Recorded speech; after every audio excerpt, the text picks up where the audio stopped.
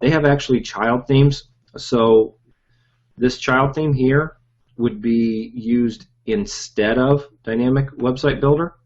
They would both go on after you've installed Genesis and activated that. You would install your child theme that you got and activate that. Or you could pick up Dynamic Website Builder and install that and activate it. Now, if you install Dynamic Website Builder, you will then, in addition to that, probably pick up a child theme. We talked about that a little earlier, and this question may have been posted before I actually spoke about that and how that all works. Pardon me, guys. I got a little frog in my throat. But for the most part, the StudioPress child themes actually look pretty good on their own, and being able to continue to customize them may not be something you need, which would be then a situation where you just install Genesis, you install your child theme, and you're off and running. You don't have to worry about Dynamic. Dynamic just is a child theme that lets you infinitely customize a site. And it runs on the Genesis framework, which is a great framework to use for SEO purposes. Okay, oh, did you just answer this? I was rebooting Firefox. Okay, well, good. Then I'm glad I covered it again. I actually should have read the question before I went ahead and posted or spoke the answer. Alrighty, sorry, this might have been answered, but what's better, Catalyst or Genesis? At the moment, if you're going to pick one, Artie, I would pick Genesis. Absolutely nothing wrong with Catalyst. Still works great, but Genesis has a few benefits SEO-wise, and the only reliable news that I've heard about Dynamic as a child theme has said that it will continue to support its Dynamic Website Builder for the Genesis framework, but it may drop support for the Catalyst framework. So if you're going to pick one, pick Genesis. Dan S., hope you're doing well. I'm doing good. TJ, glad to see you're here. What's your favorite keyword tool to get the most accurate local traffic estimations? None. I have not found any of the keyword tools that are accurate for local estimations, and really not even for nationwide searches, TJ. But they do give you some relative magnitude scales. So as far as keyword tools go now, I use a tool called Market Samurai, which essentially just it goes in and it pulls data out of the Google Keyword Planner tool. So it's based on the Google Keyword Planner data.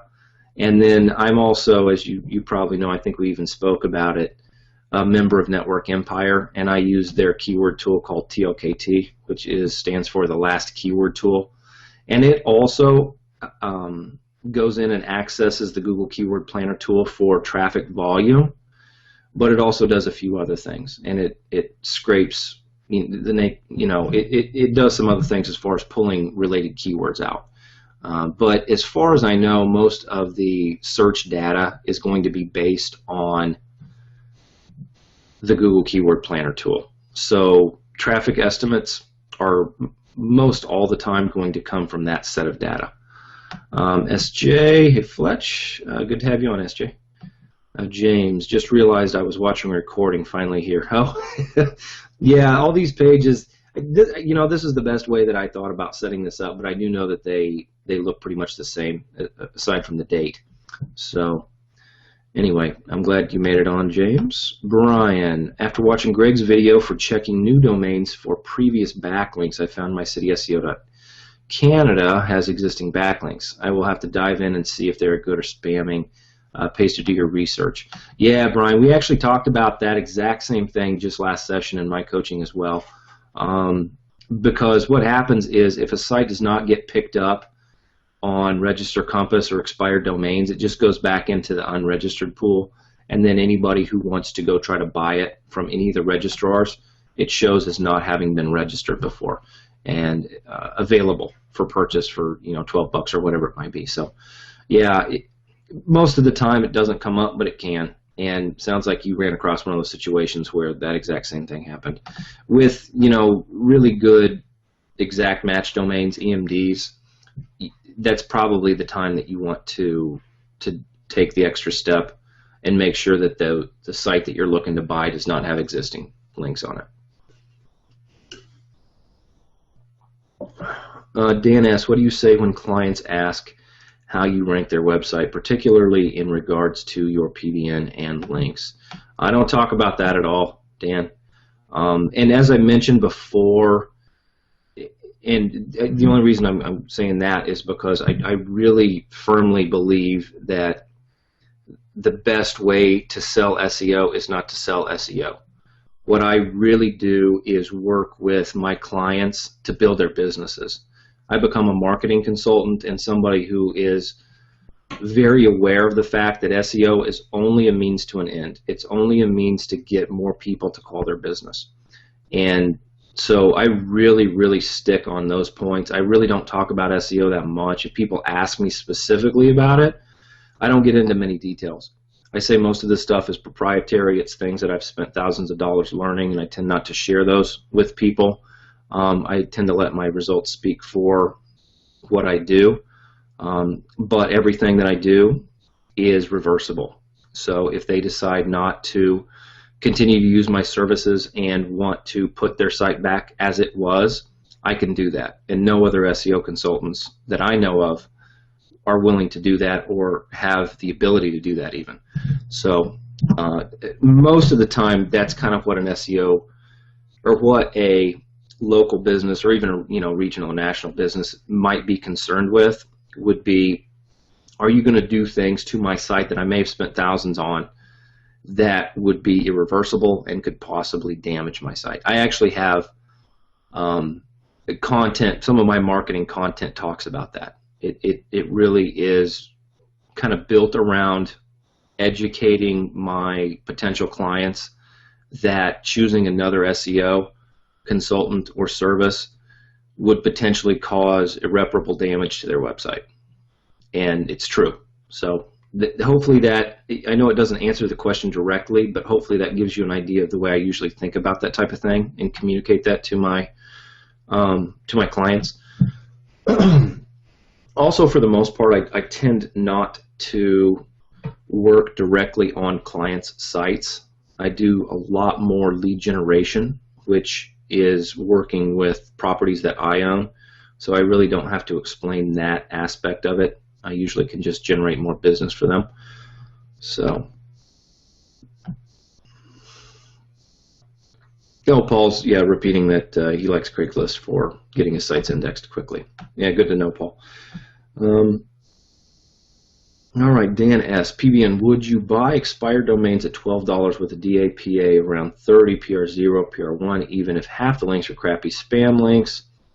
Is it worth it to rank low competition money sites or just junk that won't help you rank? No, not always. Even if you said about half the links are crappy or spammy, that doesn't always mean that kind of negative type of junk is going to be passed along to your money site. Since if we were using those specifically as a PBN, the PBN kind of washes some of that away, and we just get kind of clean link juice coming to our site. That's one of the aspects of a PBN that we kind of buffer our money site with. So yeah, for $12, if you're getting that kind of PR or domain authority, I'm sorry, PR is nice to see. I'm not saying it's not, but it's not the main factor. So if you're getting domain authority in that range, Dan, I would spend $12 on that. Yeah, especially if you've got half the links that look halfway decent. Yeah, that's kind of my thoughts on it. George SF, what tool do you use to determine anchor text and keywords on a site? If I'm looking at, well, I assume, all right, well, actually, there's two different ways to take this question. If you're talking about the research I do on expired domains to determine whether or not I want to buy them, I use almost always Open Site Explorer.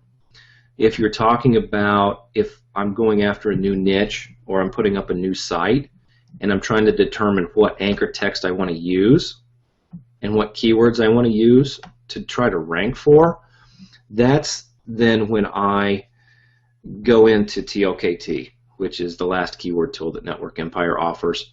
And I typically use that most of the time, and that's if I'm going into a new niche, the information you get out of it is invaluable, but it can kind of swamp you. TJ's commented on this before because he was over there for a while. I don't know if he still is, but there's a lot of information that you get out of it. So for the most part, I typically stick with niches I know a lot about. So I know a lot of the keywords, and I'm usually just kind of mining tools like that to find some new keywords I may not have thought of. Or, you know, even regionally, people have different terms for things. In the construction niche, you know, what we call a soffit here in Arizona, they'd call a bulkhead in New England. And there are regional differences in what people call things. So sometimes those keyword tools can give you some insight that people, you know, use different words in different regionalities or even different countries. You know, the people in the United Kingdom, you know, refer to a bathroom as a loo, and, you know, on, the boot instead of the trunk and all these kinds of things. You kind of get the idea. But I know that many people here don't work within niches that they have a lot of experience on the ground with. So using a keyword tool for that type of purpose would be what probably one of the more valuable things that I could see it's used for. George SF, we talk about getting domains with age. I thought I understood that expired domains reset.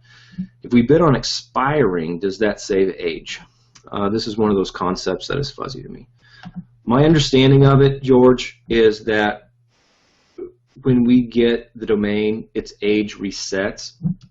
Its age will still show up. The age that's shown in Register Compass is the age of the domain when it was first registered, as long as it never goes back into that pool of being totally unregistered. So if we pick it up at domain as expiring, or we pick it up at auction as expiring, the original registration age is never totally reset, but it kind of resets. So being fuzzy on it is actually the way it's handled.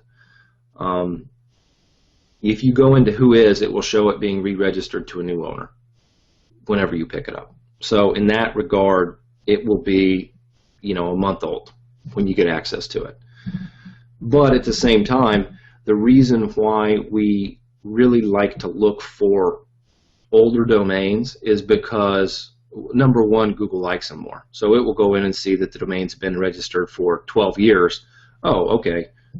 You know, we can let this website have a little more slack, you know, as far as being stringent on the rate of links it has built to it or whatever it might be. The other thing that I think is really valuable for buying domains that are older is that the links that have been there for 3, 4, 5, 6 years are more likely to stick around. Since they're changing owners and we are going to likely change the content and even topic of that website, if a link has been in place for 6, 7, 8 years, you know, the domain owner where that's coming from is likely not going to go through and scrutinize it that heavily because they've kind of just said, this is there, it's all good, I'm not going to worry about it. Whereas if it's a link that's only a year or two old, it might have a little more scrutiny. You know, the webmaster on the other end might, you know, routinely still be going through and taking a look to make sure that those links go to relevant sites that they think they're going to. So it is kind of a little bit of a fuzzy area just because of the way it's handled within the registrar and the who is information, and then also the way kind of Google looks at it and the other information that's pulled. So the who is information will show both the old age as well as the new age, as you can tell if you just pull up who is registrar information. We might go through that just to kind of show you what I'm talking about. It's kind of weird to talk about in abstract.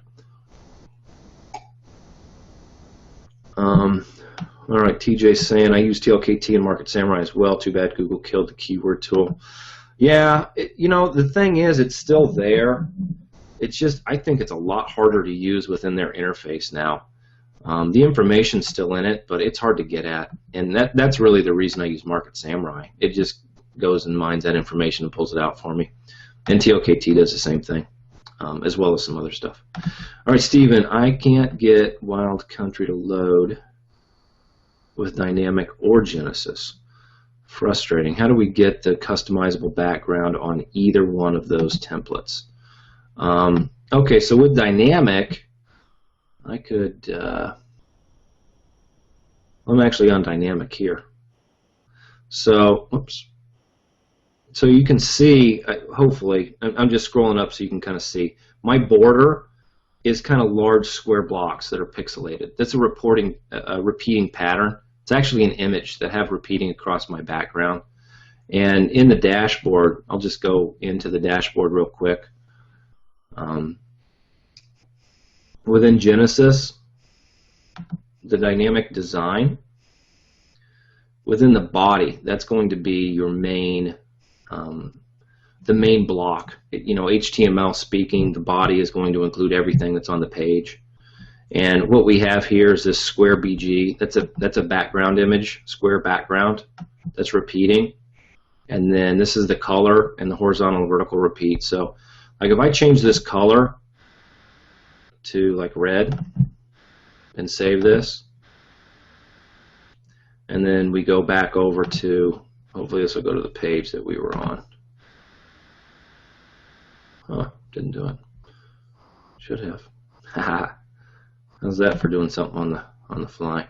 Oh, you know what happened? Since I clicked back, it wasn't, I cached my information. Yeah, so now it's red. That is the location, Stephen. What you will do in, let me just do this, change it back because it's kind of distracting to me. If you're using Genesis with dynamic, these images here that show up in any of this pick list, you're going to load right here on this images tab. So if you go here, you just click browse and upload your image, and then once you have that uploaded, it'll show up in this pick list, and you can just pick that. And if it's, you know, these are the different types of repeating patterns. You can have horizontal and vertical if you want it repeated, or if you want to just make it the right size to take over an entire screen, you can do that too. I think it'll even do a stretch. I'm not sure. I would have to look. Anyway, let me change this back real quick, and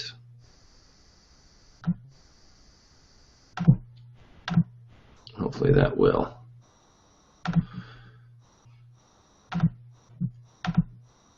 Get me to this page, then I'll refresh that. Yeah, now we're back to gray. So that's where you would change the background image if you're using dynamic, Stephen. Let me go ahead and hit play here. Keep track of what's going on. Okay, cool. All right. Okay, Josh, so do you back up clients' sites before making any changes so you can make the guarantee? Yeah, if you're talking about that. Mostly what I was referring to in that situation, though, Josh, is the backlinks. Since I use PBN links to do the ranking, many times a client will have been in business long enough to have used an SEO consultant before, and their site may or may not have been hit by numerous penalties in the past, and they might have gotten burned to the fact that, oh, if I use an SEO consultant, they're going to potentially do things to my site that I can't recover. So that's really kind of what I was referring to in that situation. But yes, I absolutely do. I back up sites on a regular basis if I'm not doing anything to them. But I also back them up if I get ready to install a new theme or do much design work or install some new plugins. It's just a good habit to get into. Okay, George SF, sorry, Fletch, question was incomplete. What tool do you use to determine keyword density on a site? Oh, I gotcha. Yeah, keyword density is not something I really worry about that much, George. We talked about it a little bit last session. The only time I've really gotten or even seen a site that was kind of in danger of being like too heavily keyword percentage-wise on page, it would be in a situation where you don't really have any content and you've just got a bunch of keywords in your menu items. If you're using like one of the vSilo plugin or the Silo Builder plugin, you might get into a situation that all the keywords in your menu items are going to throw you out of whack. But I really don't do anything as far as on-page analysis to determine keyword percentages. If you just write normal content, you're going to be fine. And in situations where you've only got a like an image or an embedded video and very little else, I would just kind of pay attention to the URL structure at the level you're on within your silo and make sure that it just doesn't show up too often, if that makes sense. Hopefully that does. All right, Glenn, in the video for Wild Country, Mike imported a file, then a zip file into Dynamic. When we download Wild Country, there is only the zip file. There might be something missing. Do you have or have you used Wild Country? No, you know what? I've actually had a couple people email me today, Glenn, regarding Mike's video on that. It's something I need to check out. Wild Country, there's only the zip file. So you guys can help me out in understanding a little more about it, just because I have not looked at it yet.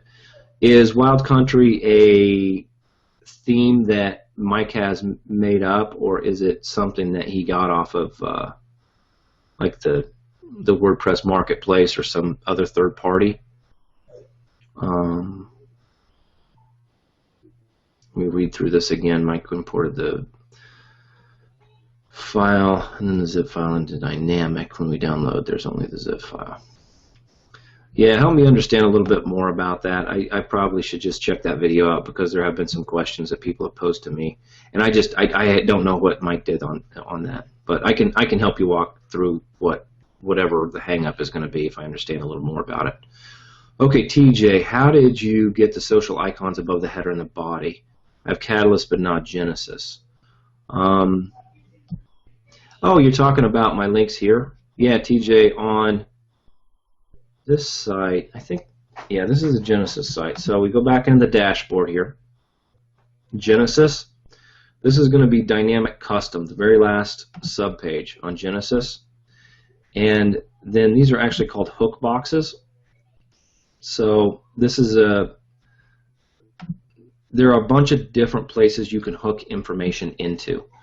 These are all based on PHP code. Again, this is just something I know by definition it's a PHP function. I have no idea what friggin' PHP is or anything about the coding. This is just stuff that I saw working in other themes and copied it across and stuck it in here and played around with it long enough to get it to work. So this is a Genesis before header hook area. These are actually different areas that it can hook information into. So you can have it hook before the header, after the header, on the right side of the header, on and on and on. And then this is just HTML code. So it hooks this information into that area.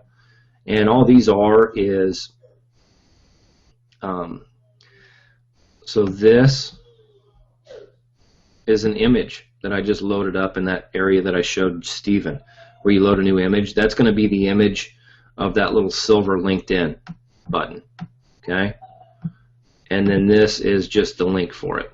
So there's a picture and there's a link. So this is essentially just an image like alt tag that when you click on the LinkedIn button, it will take you to my LinkedIn profile page. So that's how I do that within this particular theme and child theme. Okay. Play again here.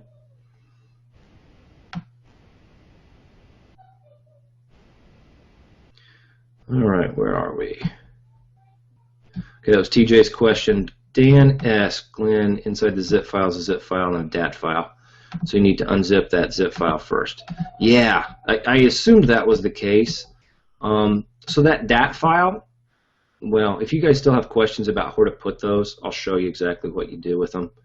When you're working with Dynamic, sometimes you will import data into two different locations.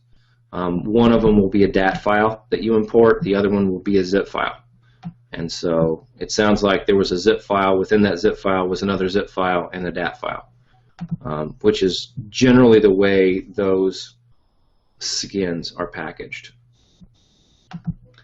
All right, Matt, probably Matt Borkowski.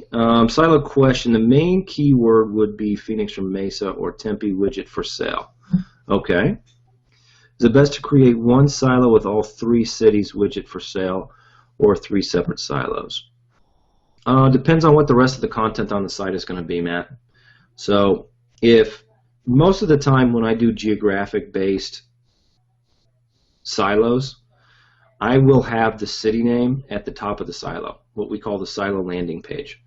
And then below that, I will have the different types of things for sale within that city. So if I would have, you know, a Tempe widget for sale, I would have a Tempe fire hydrant for sale, I would have a Tempe ladder for sale. Those would all be within the Tempe silo. And then I would have one for Mesa, I would have another for Phoenix, and on and on. Most of the time, that's the most appropriate way to structure your silo if you're working with geographic areas. That's been the only one that I have come up with or have seen done that did not wind up with so much redundancy in the URL structure that you're going to wind up kind of over-optimized or overusing those keywords, the location keywords. Oh, Steven's saying it's a replacement for Catalyst, I believe. Okay. Clinton and another one created it to replace Catalyst. Interesting. That's cool. I'll have to check that out for sure. Yeah, Clinton and Mike Hayden are, I think I saw somebody mention Mike Hayden up here. They are kind of web designers by trade who are now excellent SEOs. And I'm actually kind of excited about that. See what that's all about. Sounds pretty cool. Yeah, Chuck's saying special thanks to Mike Hayden and Clinton Dixon, who are providing Project Xers with Wild Country skin. Oh yeah, skin at no charge. So as a skin, I would assume it rides on either Genesis or Catalyst. And yeah, I'll have to check it out and see what it's about. All right, there's our little daily advertisement. So if you snore, you can click on that and get fixed. Session has begun. Okay, already. If I silo a site and have a bunch of products under a silo, where should I send my PBN links? The top of the silo or the product page in the silo? Both, Artie. I usually start with a direct link to the product page.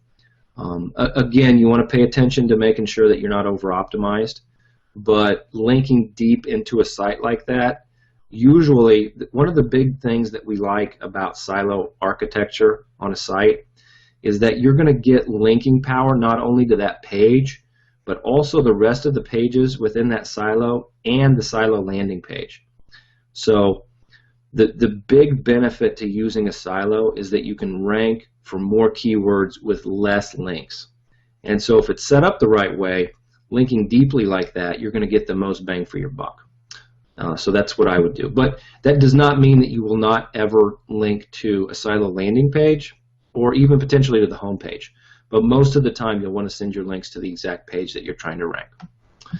PJ says, understood. Good to hear. Okay, Paul, I'm having trouble fitting certain keywords into my content naturally. For instance, if the keyword is liquor license New York, how do I make content for that or make anchor text for it?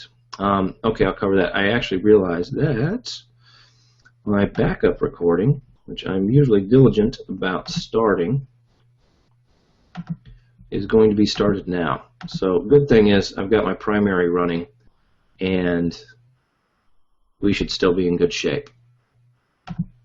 Okay, that should work. But if for whatever reason that does not work, we're going to have a truncated session on the recording. Okay, so we're talking about anchored text and having it fit in naturally with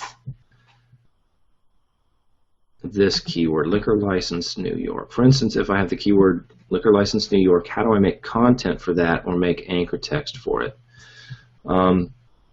With a situation like that, Greg does a really good job of covering situations similar to it in the Sink or Swim videos in the membership area. So yeah, this was the page I think that you guys are talking about, this Wild Country skin. So I'll have to go check that out tonight. Well, maybe. I'm ridiculously busy with the things I'm trying to cover, but it sounds pretty interesting. So where are we here? Sink or Swim, anchor text and URLs. So Greg talks a lot about that in this video, and it's the kind of video that you probably want to watch more than once, and not, you can just watch it once and then go back and watch it immediately, but the feedback that I've gotten from a lot of our members is that going back at a later date, after they've actually done some of these things, that's really when the light bulbs and the connections kind of start to go off. Because in some of these situations, we learn what to look for by doing and realizing what the holes in our knowledge are or within our vision are. So, you know, we might not realize that some of the search parameters in Register Compass are as important as they are until we go in and we try to do some searches and all we're getting back is junk. And so then we go back and watch the videos on how to pick expired domains, and we realize we missed a couple of those things, and they actually were very important. So with anchor text URLs and titles, it's the same kind of situation. Some of the subtle nuances that Greg talks about, and Greg is an excellent teacher in regards to the content he includes in his videos, they're very complete. But at the same time, you kind of really need to know what to focus on and what to look at. And the first time through, it really didn't, you know, sink in as much as it does later for me. I mean, I think I probably watched videos like this, you know, 3 or 4 times over the course of probably 6 or 8 weeks before I really started to understand how it went together and what made sense and what Google was actually ranking. And that may be kind of where you are too. I think that was Artie that was asking that question, but where were we here? I'm kind of getting long-winded on this particular answer because it is so key. Or that was Paul, I'm sorry. So, you know, this is going to be the exact keyword that you're trying to rank for. Most likely that's going to be the money keyword that you want to go for. And this might just be an example. But if it is, this video talks about long tail variations of it. It talks about using it in different contexts and different orders. And the variation isn't something really to be afraid of, meaning that, you know, if you've got some subtle variation or some, you know, different types of things going on, it doesn't mean that you're not going to get credit for ranking for this exact keyword. It just means that it's not going to be as specific. And that's really one of the reasons why we like to have some variation in our anchor text, because that's also something that's going to get us ranked for even more keywords, a lot of those shoulder keywords and longer tail variations. I wouldn't worry too much about naturally trying to fit in this exact keyword into your website more than once. You want to have the exact keyword in your website once. So with something like that, if it's exactly that, I would say you could even put a period in there. So you could have, you know, click here for information on a liquor license, New York residence, apply. That whole long thing could be, you know, just to get that exact combination and order of keywords into your website. All right, Paul, follow up. I would write the content as liquor license in New York, but liquor license New York gets a far greater amount of searches. Any thoughts? Yeah, my explanation covers this, and that's exactly why. Because naturally speaking or writing, we want to put an in, you know, IN between those words. And, you know, Google's getting better and better about not needing to see that, but my understanding at the moment is you still need to have that exact order and combination on your page one time to be considered ranking for it. So, all right, SJ, thanks Dan, refresh browser, and I'm seeing the coaching now. Okay, good. Okay, Dan asks, Genesis is the new catalyst, Wild Country is a new custom replacement skin to replace the Tuscan skin that SEO Nashville was writing on. Okay. It's this skin that Mike and Clinton have provided Project X. We still need good Genesis and Dynamic, but we still need Genesis and Dynamic to use Wild Country. That's a perfect explanation of that, Dan. Thank you very much for that. Okay, SJ, when I built my first silo, it was quite large at 15 pages. A lot of the pages on the site ranked on the first page quickly, and then the site dropped off of the first 25 pages of Google. Could this be due to the size of the silo? And how can I fix this? No, it's not just because of the size of the silo, SJ.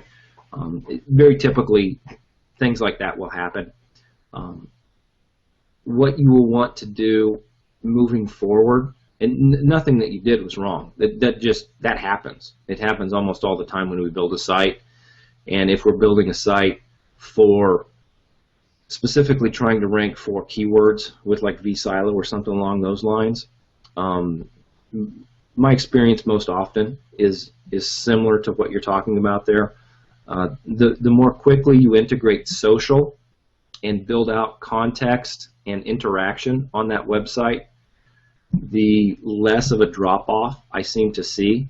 So by incorporating some social signals and or links, or getting traffic on that site that interacts with it, you're going to see less of a drop-off, but most often it will still happen. And that's just the nature of Google. That's how it works. It's called the Google dance, or what we refer to as the Google dance, and it happens all the time. And it's frustrating, and it makes us a lot of times think that we've done something wrong, when in actuality it's just kind of part of the process of achieving higher rankings that stick. Most often I see ups and downs until I get really into the top 5. That tends to stop unless you've done something wrong. If you're out of the top 5 though, Google's going to play with you and see where you naturally fit.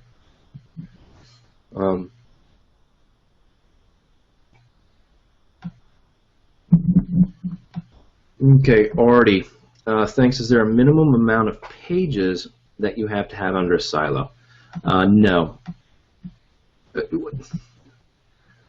That being, the reason I say no is because really silo is just what we start talking about when we do have a lot of pages underneath a single page in the URL structure. The reason we also refer to it as such is because on each of those inner pages, or what we call supporting pages on a silo, we do not link across to other supporting pages of different silos. So if you had, one page that was not linking across to another, subpage or supporting silo page, then, by definition that would be a silo and it would have one page in it. But, more often than not, we're building, 4, 5, 10, 15 pages below each of our silo landing pages, and it will stay as a silo, defined as a silo, unless you start linking across to other inner pages or supporting pages of other silos. Mary is talking to Paul, liquor license New York, how do you get one for a headline? Yeah, great idea. And if it's a headline, title tag, whatever, doesn't matter. As long as it's on the HTML, you're going to be fine. TJ, are you going to stop at the top of the hour so we can all get on Greg's session? Oh, TJ, thank you for reminding me. Yeah, Greg's got a session scheduled, and again, highly recommend you guys jump over there. I love helping out as much as possible. We've got a few questions here I'll try to get through, but then we'll go ahead and wrap this one up a little earlier than normal so you guys can jump over there. Thanks for telling me that, TJ. I would have totally missed that. Mary and Paul have some dialogue. Is there any Network Empire monthly membership discount for Project Xers? Sylvia, as far as I know, no, there is not. They do have some special offers for other courses, but the monthly, like I think it's $49 for their lowest level, is just what it is, as far as I know. Don't quote me on that, but as far as I've never seen anything that would indicate otherwise.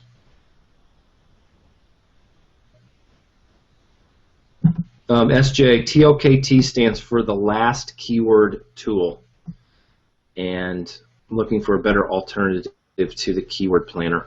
Check that out. It's definitely worth the, if you're doing volume keyword research, for sure, you're going to get a lot out of it. Yeah, Brian's helping out, last keyword tool.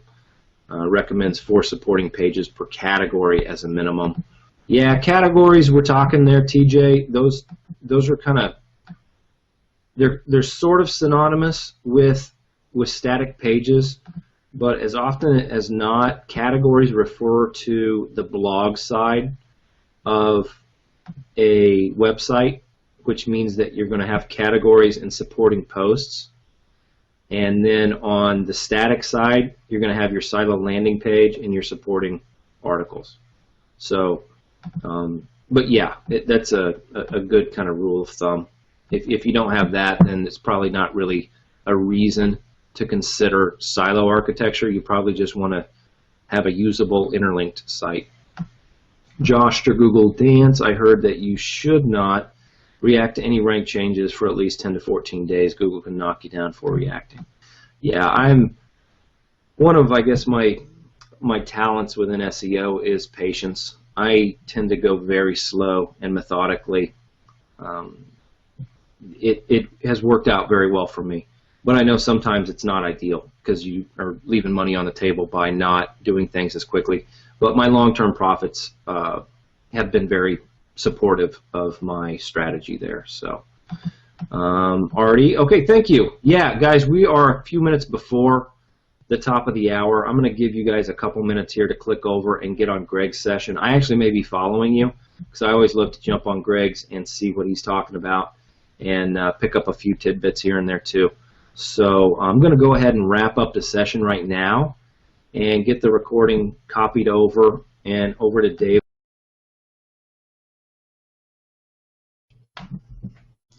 All right, guys, just I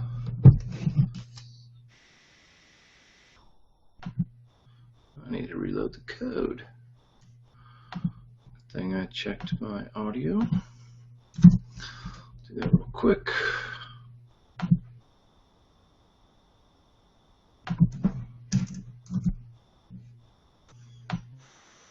Just changing over the video code for today.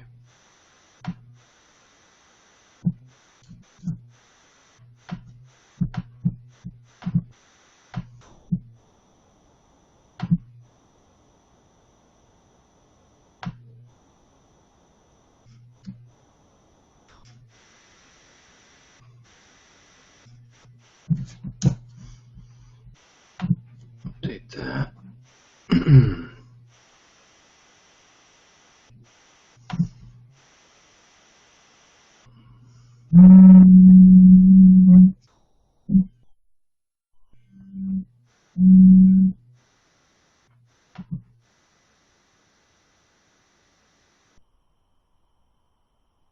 Yeah, all right, we should be good.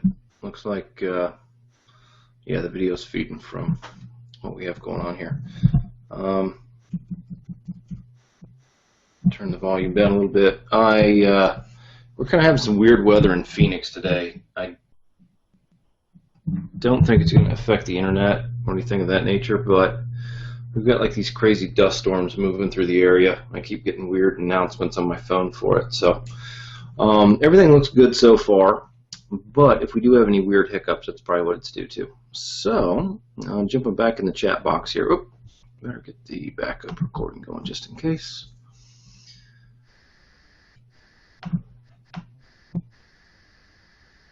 And that'll work. Okay. Now we are rolling. All right, who do we have on today? All right, this is my post. Graham's on. Carrie. Greg's scheduled for 9 p.m. on Thursday. Okay, yeah, if you're talking about 9 p.m. Eastern, that would be 8, 7, 6. Yeah, we'd overlap about half an hour, Carrie. In that case, I may wind up truncating my coaching session by half an hour, give or take. Definitely don't want to conflict with each other because,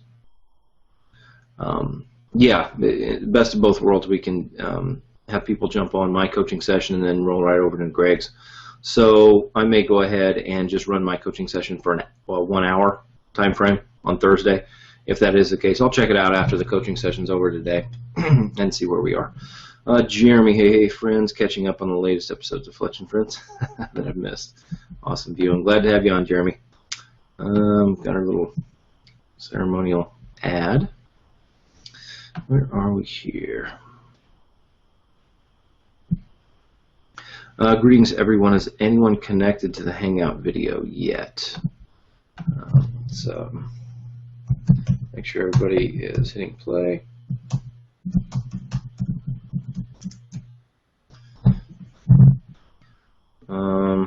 Yeah, it was a few minutes ago, so we are just now 3 minutes in, so we should be in good shape. Glenn's on. Good to have you here, Glenn. Philip, hi, Fletch. Question. I'll go ahead and highlight this. Question about an expired domain. Domain name blah blah blah.net shows no links. The backlinks are on, cut the URL, but this subdomain is showing a redirect to another domain of the owner. He's an artist. Okay. This should be no problem, right, as the subdomain has to travel with the domain name. And the link juice keeper will do its job once I set it up. Yeah, you just need to make sure you set it up to collect the link juice on that subdomain, Philip. That's actually not not something I've done up to this point, is redirecting subdomain juice to the root domain, but it does do that, my understanding, so that shouldn't be a problem. Yeah, just set it up in a way that it collects the subdomain juice and pushes it over to the root domain, and then that's where you will post your posts and, you know, backlink to your money site.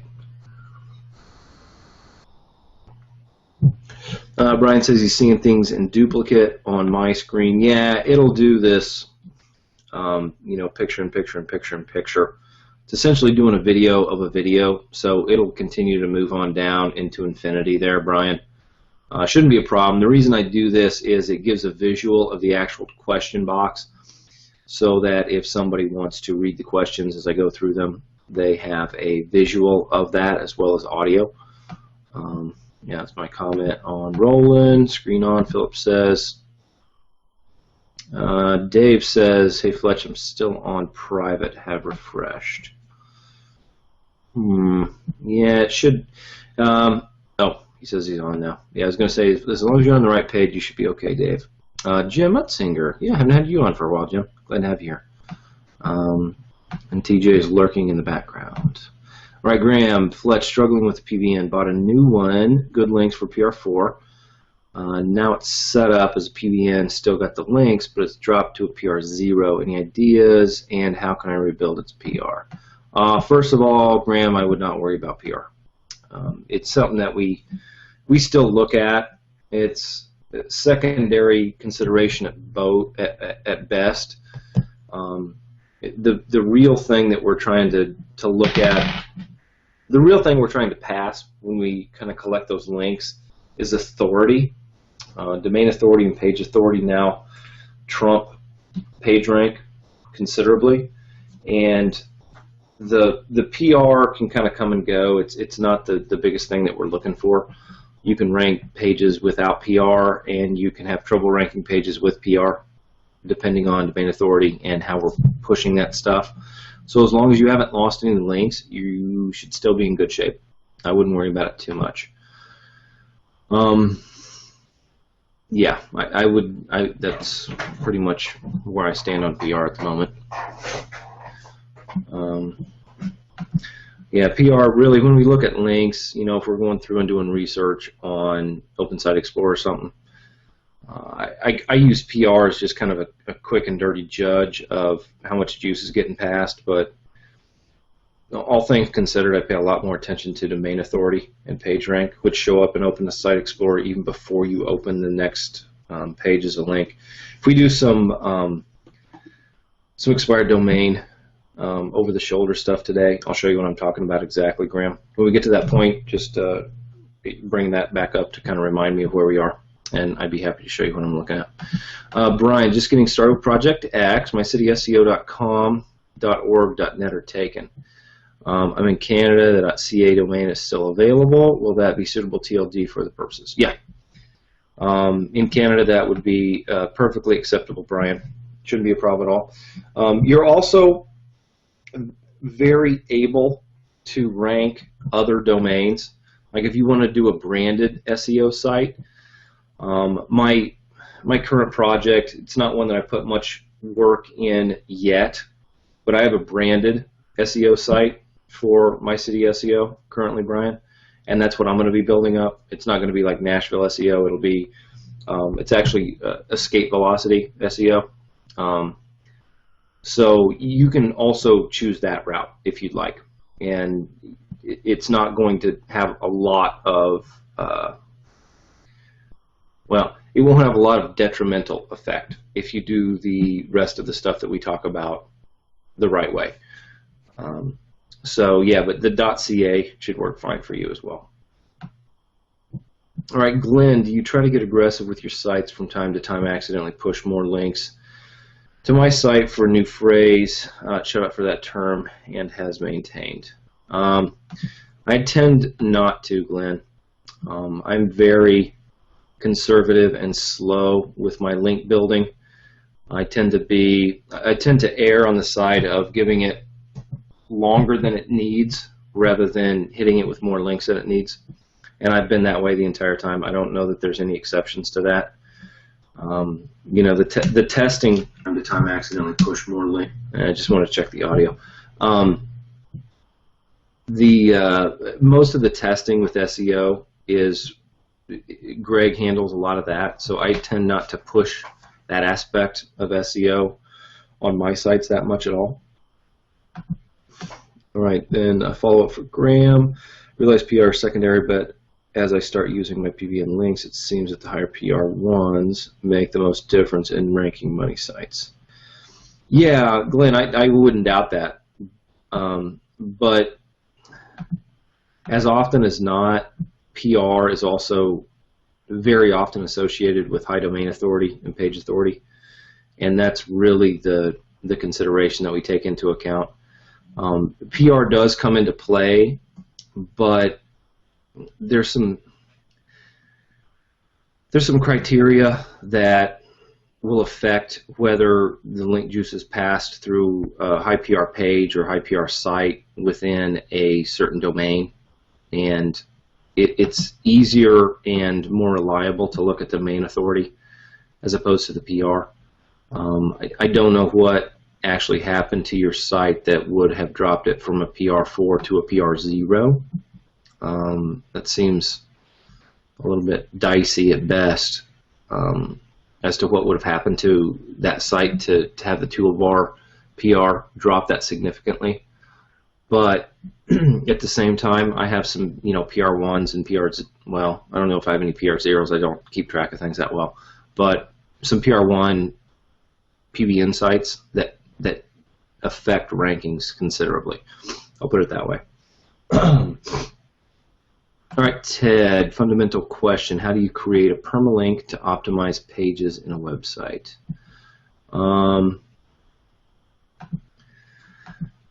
If this is just a WordPress question, Ted, what you do, I'm going to jump over in my dashboard on this site right now, and you go to settings, and then to permalinks.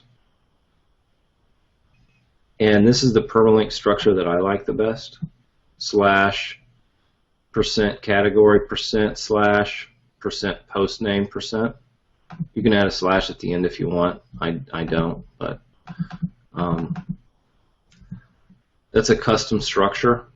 So, whoops. Let's go back and navigate to where we are. I'll just post what comes after the root there for you, Ted, in the chat box.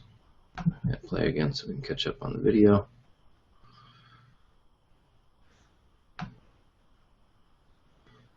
All right, where are we? Oh, we got a lot of good questions coming in. All right, Janet, hey Fletch, since I know you like GSA, what's your opinion on domain authority stacking product for Lowe's? New to SEO, looks great, but may be too advanced or a good idea. Ooh, boy, that's kind of a tricky one, Janet.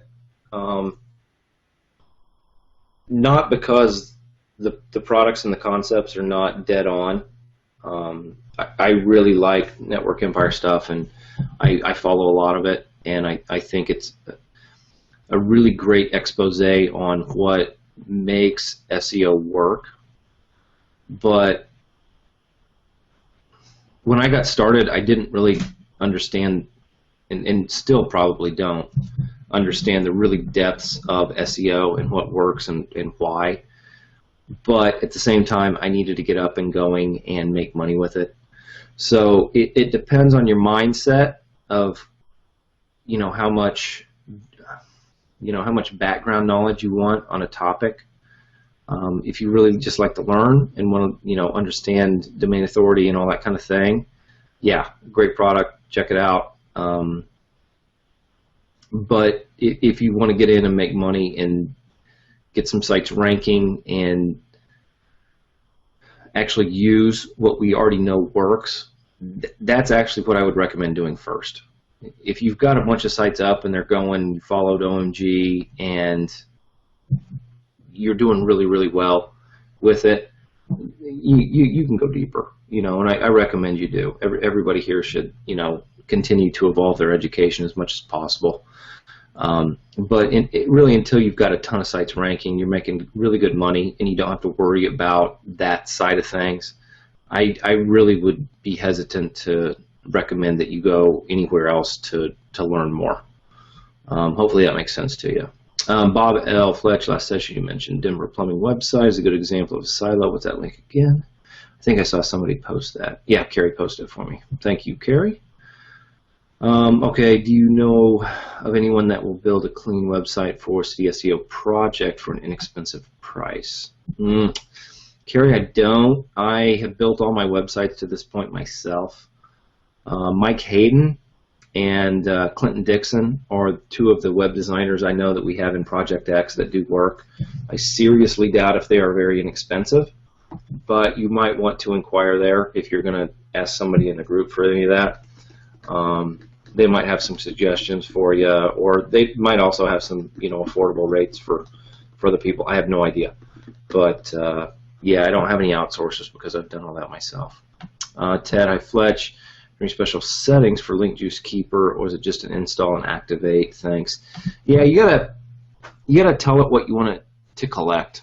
So that earlier discussion we had about collecting link juice off of some of the subdomains, you will have to designate that as a special settings.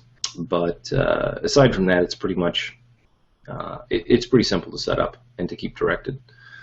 So, Brian, for newbie, what is GSA? GSA is a software that builds links for us, Brian. It's a link building software. The full term is, or the full name is GSA, and then there's the second three letters that are SER, Search Engine Ranker. It's essentially just a link building software that we set up on a server, and we give it some parameters and some content, and it goes out on the internet and finds appropriate places to put some content and a link back to our sites. We never use link building tools to point directly to our money sites, but we can use tools like GSA or Magic Submitter or Ultimate Daemon to point back to some other types of properties that we have, like YouTube videos or social profiles, Facebook pages, Yelp pages, things like that. So yeah, that's what GSA is. GSA is automated link building software. Yeah, I figured there'll be some comments on that, but I'm going to kind of put my answer in there. Okay, Welton sent some questions by email, but I'll ask them here so it's easier for you to answer. Yeah, sounds good, Welton. I'll have a look for them. Dan asked, I'm a bit late getting on, was distracted making money. It's a good distraction to have, Dan. Glad you were able to make it. On that topic, let me go check and see. SJ is probably getting a coaching site, being asked to keep entering password, but I'm not getting access for some reason. 4 arrow. Okay, let me post a comment real quick to Susan here and see if we can get her into the coaching group here. Oops.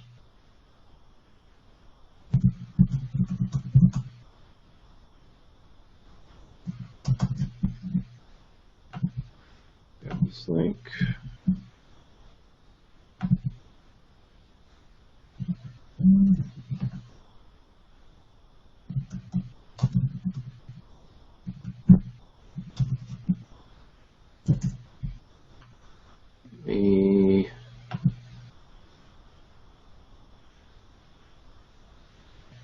Let me see what.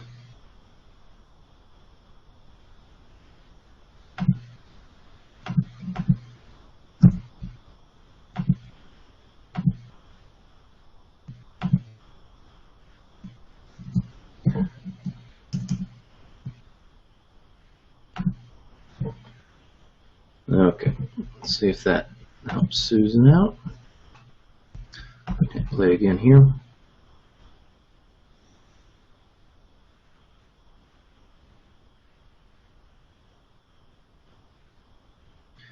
Alright, Sylvia, what's the tool you use to see the PR of a backlink domain when you open up the backlink of an H domain in Open Site Explorer in a new window? Yeah, we were actually doing some discussion on this, Sylvia. For whatever reason, I don't know what it is. Firefox has been the browser that I've used for the most part all the time on my machine. I run a Mac, and I've got OS 10.9. For some reason, all the PR toolbars that I install on my browser disable the ability for me to use tabbed browsing, which means I can open up each of the new links in a new tab. I like being able to do that. I haven't figured a workaround, so I just went over to Safari, and with Safari, well, tell me what browser you're on, and I can give you an idea of what I use. Everybody's got some new things. Just do a Google search for PR toolbar, and then your browser name. If you use Firefox or Internet Explorer or Safari or Mercury or whatever you might use, all the browsers have some kind of extension plugin that you can use to check PR. I currently use Safari when I do Open Site Explorer research for that. So if you use a different browser, you will probably use a different plugin.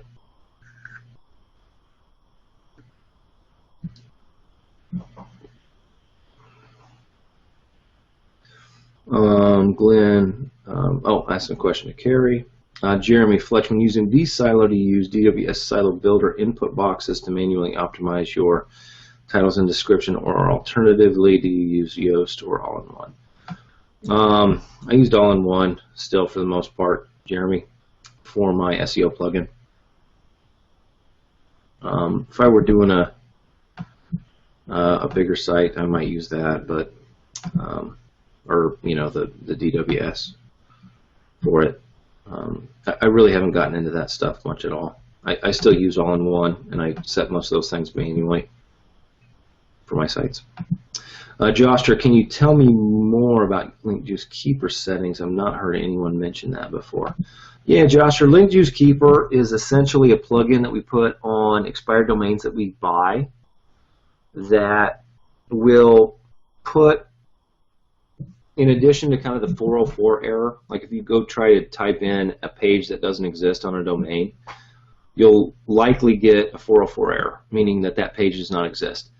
And the way that the WordPress engine handles that typically is to just display a message. What Link Juice Keeper does is, instead of just display a message, if somebody, on those pages, what it does is installs a 301. 301 redirects not only traffic but link juice to wherever we tell it to go. And Link Juice Keeper, we designate that it goes back to that home page, the root domain. And then on that root domain, the home page, we put our posts, which means that all of the existing links that go to a site, if they go to inner pages, the link juice flows up to that root domain, which is where we put our posts. And that is what lets us collect all of the link juice available on a site and then redirect that to our money sites. That's what Link Juice Keeper does. My understanding of it, anyway. Like I said, I'm certainly not a coder and pretty far from technically adept at HTML, but my understanding of the way it works, that's pretty much what it is. So hopefully that makes sense. All right, TJ. Oh, Janet, my experience with Network Empire is that it's the best, most interesting, deepest rabbit hole. You can go down great stuff, but it diluted my focus to a fault. I had to completely reorient myself once I crawled out. That is very astute observation, TJ, and I agree. Unless you're really ready and you have a pressing need to go there, I would really get your feet under you and make sure that you're really, going at a good clip before you head over. Certainly nothing against the content or their understanding of SEO. It's amazing, and I learn from them. But it's a mind exercise for sure. Michael K, glad to have you back. Sylvia, Firefox. Yeah, Firefox is the one that's been giving me issues, Sylvia. I've tried 3 different PR browsers with, or free PR plugins with them, and each of them. Hang on, we got another email follow-up from Susan here in the video, but I'm not seeing anywhere to enter my questions, so I click on the YouTube link or the More button.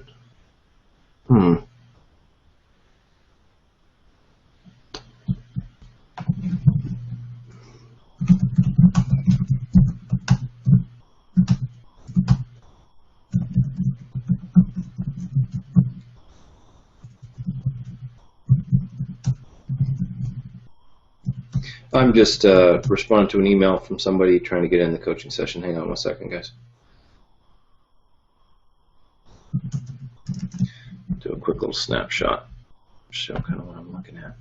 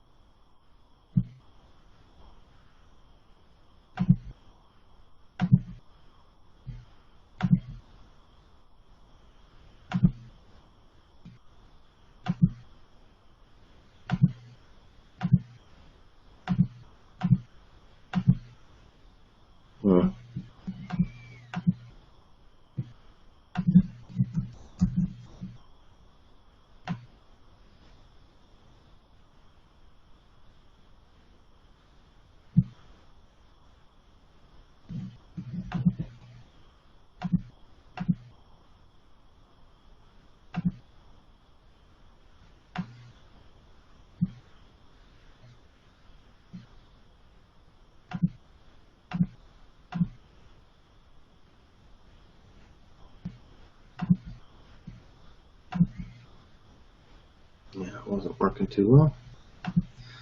Okay. Yeah, Glenn says check out SEO Quake. Yeah, they seem to work really well. Like I said, I got some kind of bug in my browser and I just didn't take the time to fix it or address it. But SEO Quake is a good one. SEO Quake will, from time to time, though, give you some fits when you're trying to do regular Google searches, because it will give you the PR and metrics on every site that comes up in the SERPs. So, you know, potentially you're going to have to enter some kind of a human verification when you do regular searches on Google. Bruce T, better to use a new domain with your city or age domain without the name of your city for local SEO. Well, it depends on the age domain, Bruce. You've got some advantages with using age domains, but you really want to make sure that you get the right one, and one that's not got penalties on it or not got issues with it. If you aren't really savvy or experienced with picking out age domains to use as money sites, it might be easiest just to get something with your city name in it for SEO, because that way you're pretty much insured that you're going to have a clean site at least. You might not have a lot of ranking benefits, but you're going to have a clean site to work with. And having a clean site with the tools that we have and the methods that we use, you're going to be in good shape still. So I would probably lean more toward something closer to an EMD for that type of thing. Not saying that age domains don't work great for money sites. Like Greg's shown, KLKS was great for that. But if you get the wrong one, you might be kind of fighting an uphill battle, and you might not know why. And, you know, it might throw more confusion in the mix than it would offer benefits.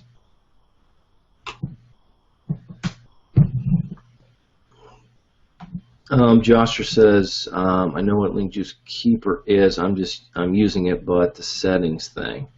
Oh, yeah, maybe we can go over that at the in a second here, Joshua. That'd be totally fine to do.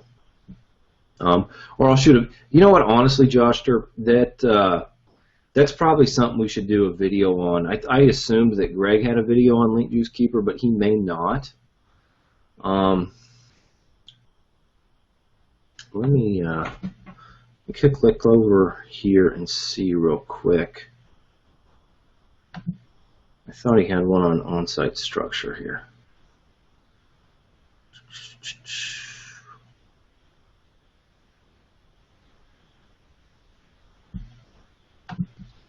Those are from money sites.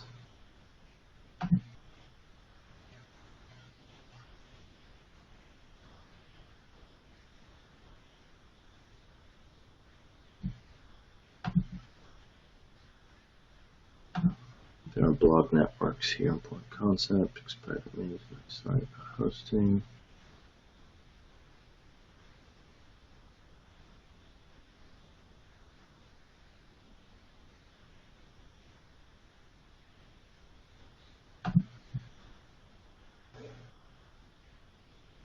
Yeah, if it's not on this video, Joshter, yeah, maybe we should just do a quick video on settings for Link Juice Keeper. Might be the easiest thing to do. All right, SEO Quick works on Chrome as well. Oh yeah, absolutely. Bruce T, PBN site can link to multi-niche money sites, or it should stay within one niche. Yeah, you're fine to link out to more than one niche, Bruce.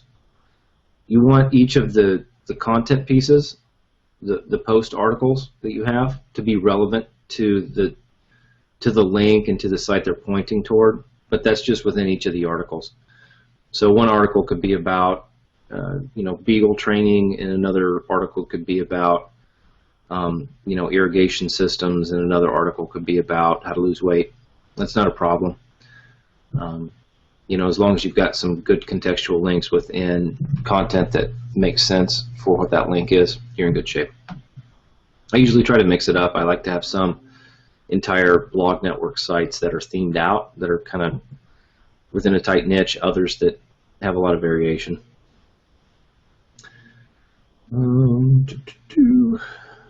Oh, this is the next question. Oh, yeah, SF Choice got a brand new name again. It's always exciting to see what it's going to be this time. Click on the video image and don't get in, but if I click on the click here, I got in. Huh. Might help your person. Let me see if...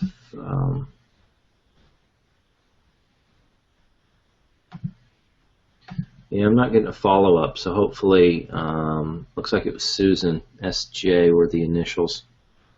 Hopefully she got in.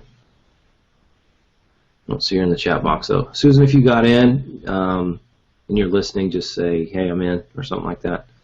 Otherwise, I'll keep checking over on the email to see if you got the most recent message and if that worked for you.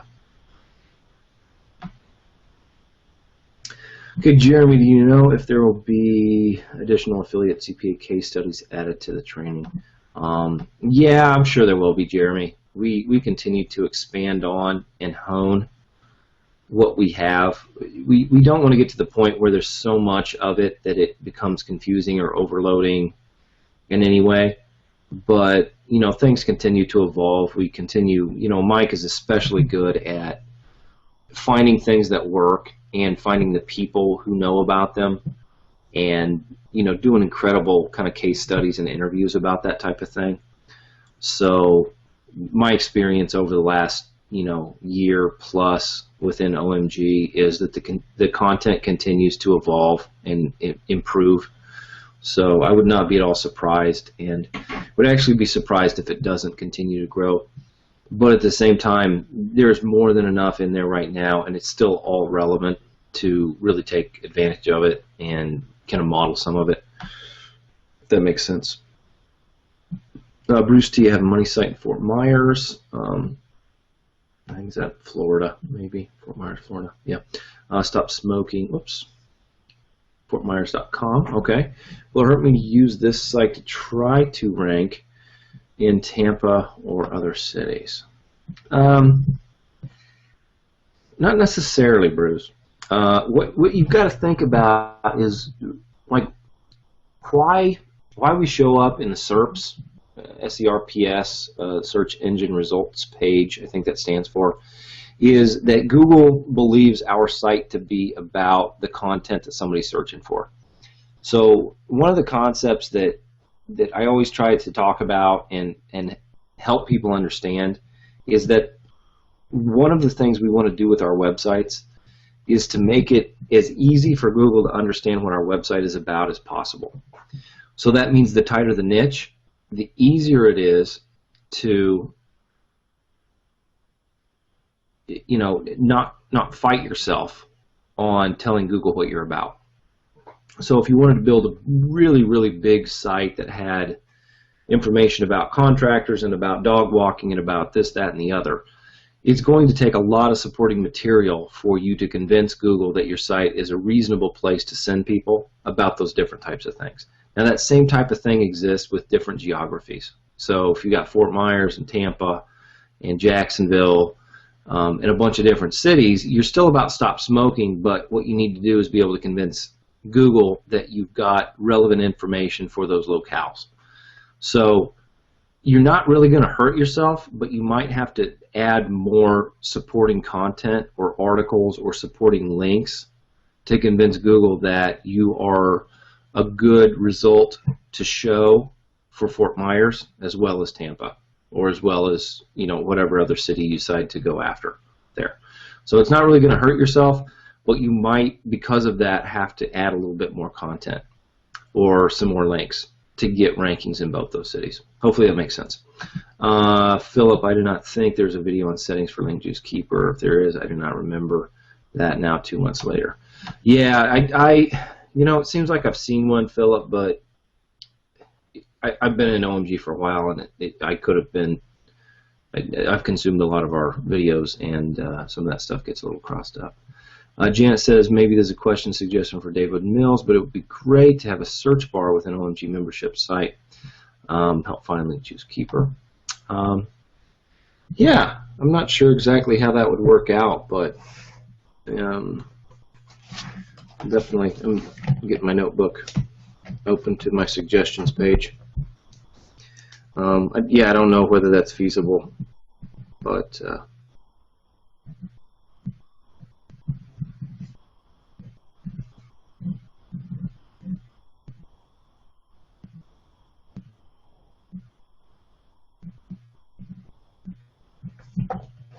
all right, I can pass that along for sure, Janet. It's a good suggestion. Brian, I've been through most of the videos in the Project X. Greg mentions Link Juice Keeper in the PBN area, but nothing separate on how to use the settings for it. Okay. Janet, what's the best way to explore and understand if an aged expired domain may have penalties associated with it? Really going even deeper with your due diligence on checking out the quality of those links, Janet, is going to be the best indication for you. Even that, you have to spend a lot of time, potentially, to see whether or not a site would have issues. Because, you know, if you're talking about even the potential for a bunch of links or a bunch of junk going to a subdomain, potentially, subdomains most often are treated as a different site, but it's still going to be on that domain, that root domain, to a degree.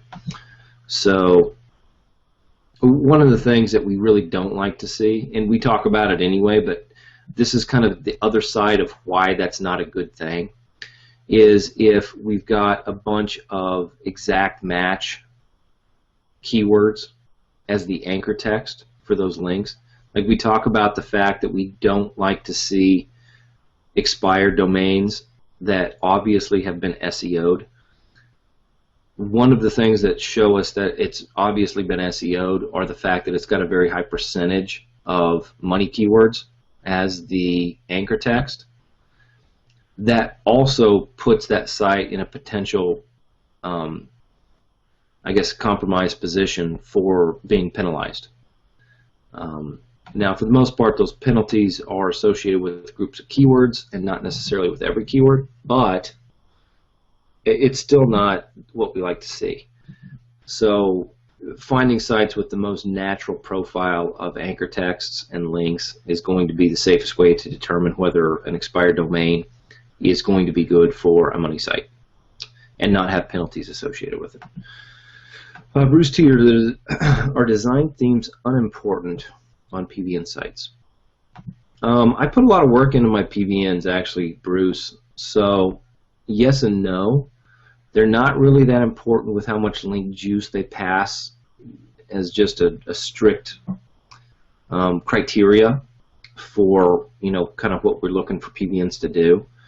But at the same time, I consider PBNs, you know, personal blog network of sites. They're part of my network. And so I tend to treat them with a little bit more care and diligence on setting them up, making them look good, making them look natural, really making sure that the articles that I post to them have some value and some content that might even be actionable. Because if we do get traffic or potentially even rankings on a PBN site, I would love for somebody to go to that site, read the article that they landed on, and then follow the link over to my money site and buy something. So that's really the way I look at my blog networks. I've been kind of treating them that way for 6 months or so, 7 months even, and it seems to work for me really well. You know, don't get too carried away and treat them all like money sites, but I certainly don't treat them as just throwaways. Put, you know, 2014 theme on every one of them, and, you know, order jump content and put my anchor text in there. I do more than that with them, Bruce. Seth George, Bruce, often local hospitals have clinics on stop smoking, etc. Posting a link, an info link, or workshops might help. It's true for many health issues. Check local HMOs, Kaiser, etc. Oh, great suggestion. Yeah, that's kind of on linking in clinics and things like that, in that niche. So, Graham saying, Fletch, can you share register compass search settings? Yeah, we are. You know, we still got a good crew on, and we're about 45 minutes in. So, yeah, I've caught up with my questions. We've been kind of following this format for the last few coaching sessions, and it seems to work out pretty well. So I'm just going to go over here to Register Compass and log into my account, and we'll do a little kind of over the shoulder with expired domain searches. So this is the main panel for Register Compass. These are usually where I start. You know, I make sure that it's indexed. That's a big one. I really like it, like buying from GoDaddy, just because it seems to be easiest. Public domains are typically the easiest to do as well. If you're going to come in every, you know, few days, you can only search for sites that will expire within the next 3 days. What that'll do is keep your list a little shorter and let you spend more time on stuff that may have slipped through other people's kind of fingers. Domain authority, I like over 25. That's really about it, parameter-wise. I don't worry about page rank, not a big deal. It's indexed. You can change this up. You know, if you want to check out Namejet, if you want to look for pre-release, that's another thing that I do that I find sites on. Typically, there's a smaller number of competitors in that type of arena, but most of them know more about what they're doing. So you're usually bidding against people that have a little more funds, and they typically find the sites that they want, and, you know, they spend the money on it. So yeah, you can try all those things. We'll do a GoDaddy kind of example here real quick, and then we might come back and do a pre-release from Namejet. But then you just hit find domains. It returned. Oh, you know what I did? I left it at 3 hours. So there's only one site within the next 3 hours it's going to expire that has those criteria. So if I go to days and hit find domains, that should increase that number quite a bit. Yeah, now we're up to 1,200. Yeah, you just click on the number, opens in a new tab for me. I usually sort by domain authority right here. So from biggest to littlest. Largest to smallest, I guess, would be the more proper terminology. Yeah, a few of these are still what we were looking at when we were on our last coaching session on Sunday. So Canadian Pill Viagra. I'm just kind of looking through here to see if anything's jumping out at me as like a kind of a cool domain name that might be, yeah, Nordiga. I think we actually looked at that. Let's just dump over to a lower page here, see what we can find.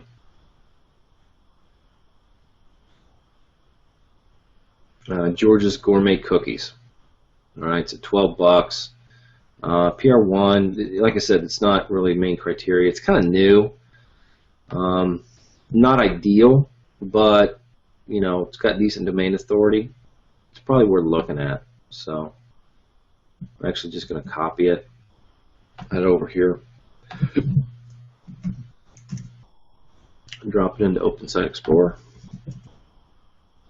Its new domain probably was built on the non-www version. See what comes up here. Probably got to log in anyway. Give me enough results. Yeah, let's go ahead and do that.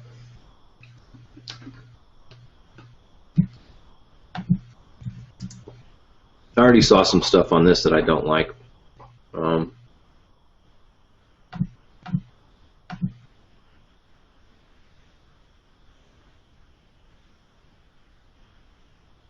With this sort, we're just grouping these linked by domain. You can see here Nike Shocks, right? That's anchor text that somebody was trying to rank this site for this term, which has nothing to do with the site. So because of this link anchor text, I'm not liking this site. So I would say skip it. Go back to the results. Amazing Cobb Homes. Shower chair rentals. It's at $90. Take a look at this one. Oops. Oh, come on. Oh, this opened up in a new tab. I grab this. It's from 2004. Oh, wait a second here. Shop. Yeah, this is a redirect. I actually should have checked that, because it likely would have given me some different results for anchor text on those links.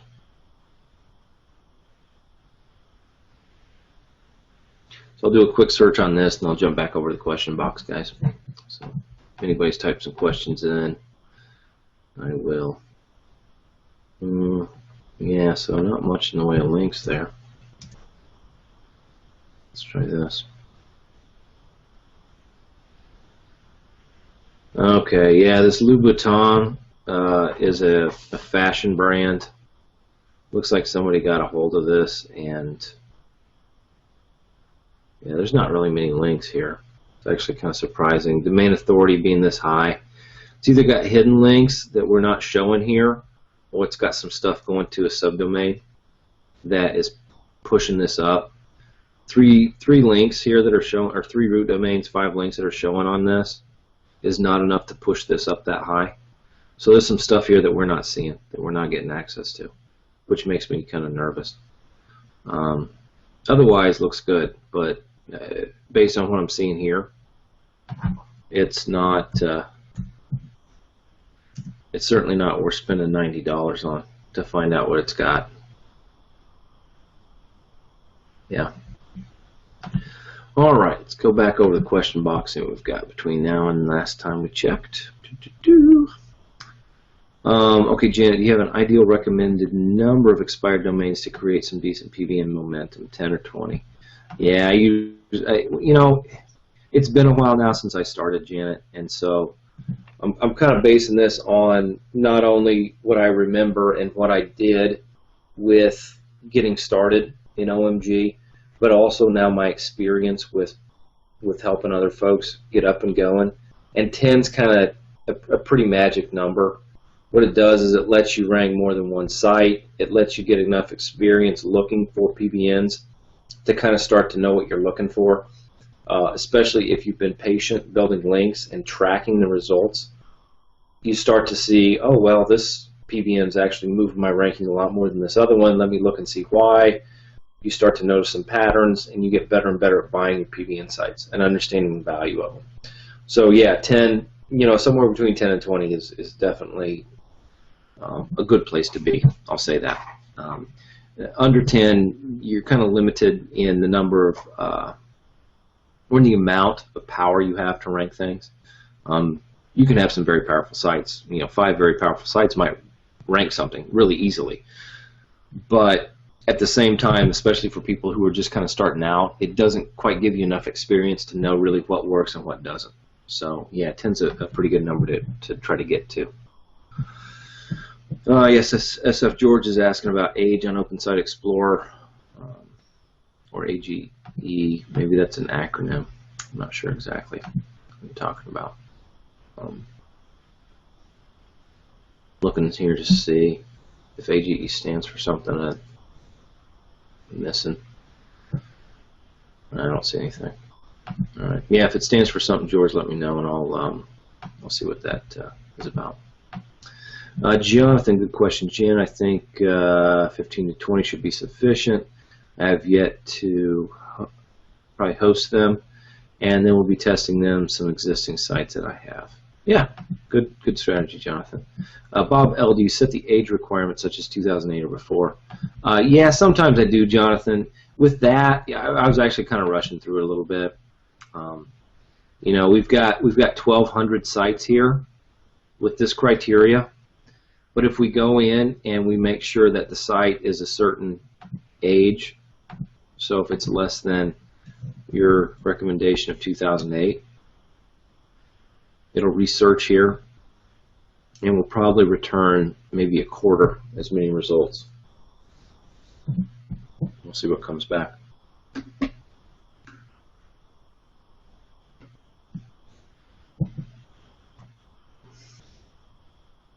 I'll let that do its thing. I'll go back over here and answer some questions while it's working. Bruce T, thanks Fletch. Thanks SF George. DIBs. The world? DIBs. No idea what you're talking about. This is like military acronyms here. Maybe I should brush up on things. Brian says that domain redirects to something else. Yeah, I saw that after the fact, Brian. My site, you could have used Spider Spanker like Greg suggests. We used to keep people from checking our links. Yeah, absolutely right, Brian. Yeah, we get that. Spider Spanker is not something that only OMGers have.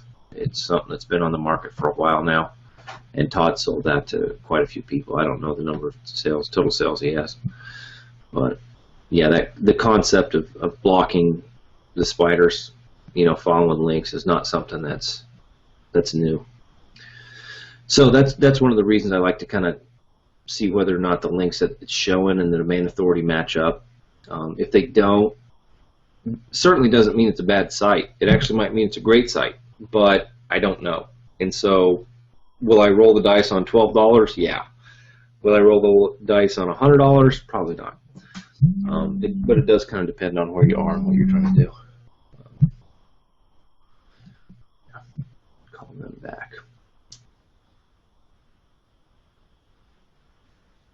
Okay, Chuck, in Register Compass, you can just right-click on the domain name and choose SEO Moz Site Explorer, and it'll open up OSC in the domain field, and with a new tab, easier than copy and paste. Yeah, Chuck, I got used to the copy and paste because, like I talked about earlier, I actually don't do my Open Site Explorer research in Firefox. I do it in Safari. But I've got all my cookies and stuff in Firefox, so I actually copy it out of Firefox and paste it in Safari. I didn't do that for you guys because I would also have to go back over and change my screen share in the Google Hangout. And sometimes when I do that, it locks me out of changing that up again. So if we get to that point, I'm all too happy to do that, but it's going to potentially create a situation where I can't go back and change the view and what I'm actually showing you guys. But that's a great tip. Yeah, anything we can do to kind of speed up and expedite our own search process, all for it. So great tip on that, Chuck. Okay, Michael K. Greg discusses link juice keeper and supremacy section in the WordPress settings. Plug in link juice keeper. Okay, but it hasn't been updated in over 4 years. I use PR Protect. Oh, that's good to know, Michael. Yeah, awesome to hear. It is things like this. This is why the group is so awesome. You know, there's some other stuff that can do the same type of thing as link juice keeper. So yeah, Michael says he's using PR Protect right now. Right, Jonathan, do you find that Open Site Explorer gives you different results when compared to Majestic or HRES? Therefore, do you check domains on all the platforms? No. Well, so answer the first question, yes. OSE, HREFs, Majestic, all give you different results. But I typically will only do research on one. And right now, my preferred platform or research tool is OSE. If you get used to using HREFs, more power to you. It's certainly totally valid. You know, it does find links. It is just a different interface, quite frankly, and it uses a different bot that goes out and finds these things. HREFs typically will return more results than Open Site Explorer does. Majestic is usually more on par with HREFs. Open Site Explorer typically returns the least results out of those three.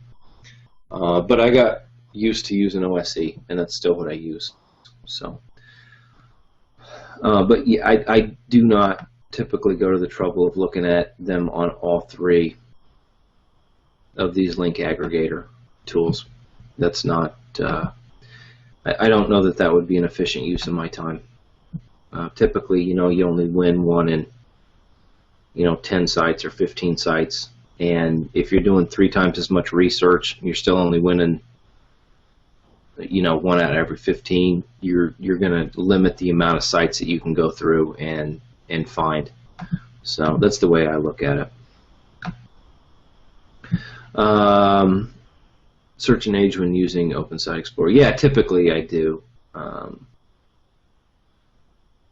Using on Open Site Explorer. No, I usually don't check out the age on OSE.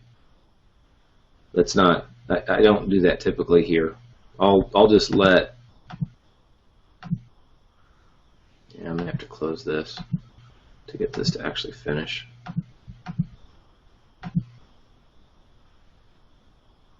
See if it does it. Just give me this. No.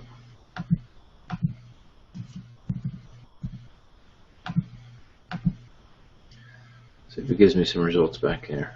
Oh yeah, so this needs to change to days.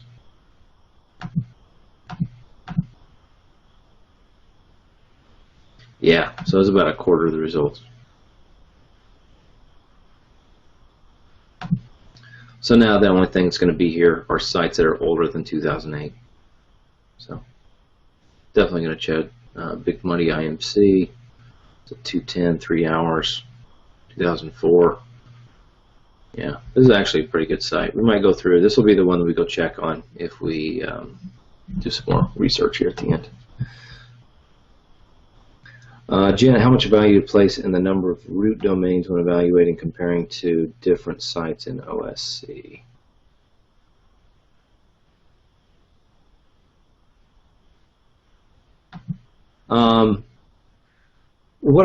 What I like to look at, what that number is going to tell you, Janet. Let me see if I have it open here. So the ratio of root domain to total links. You know, if you've got 5 root domains and you've got 700, 800 links here, it means you've got quite a few site-wide links, which are not as I don't like to see them as much as I like to see just specific links. A site-wide link would be something in a footer or in a header or in a sidebar that's everywhere. If the ratio of root domains to total links is too far skewed toward total links, it typically means there's more of those site-wide links, and those links tend to not have as much value to me. So I like there to be kind of a reasonable relationship between root domain links, or the total number of root domains and the total number of links on my research there. But yeah, the total number is not as important.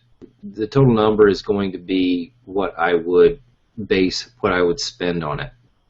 So if it's got 9 or 10, I'm probably not going to spend much on that site. If it's got 40, 50, yeah, that's worth looking into. If they all come back good, I would spend more money on that, just because it's a more stable site. It's got more potential juice flowing to it.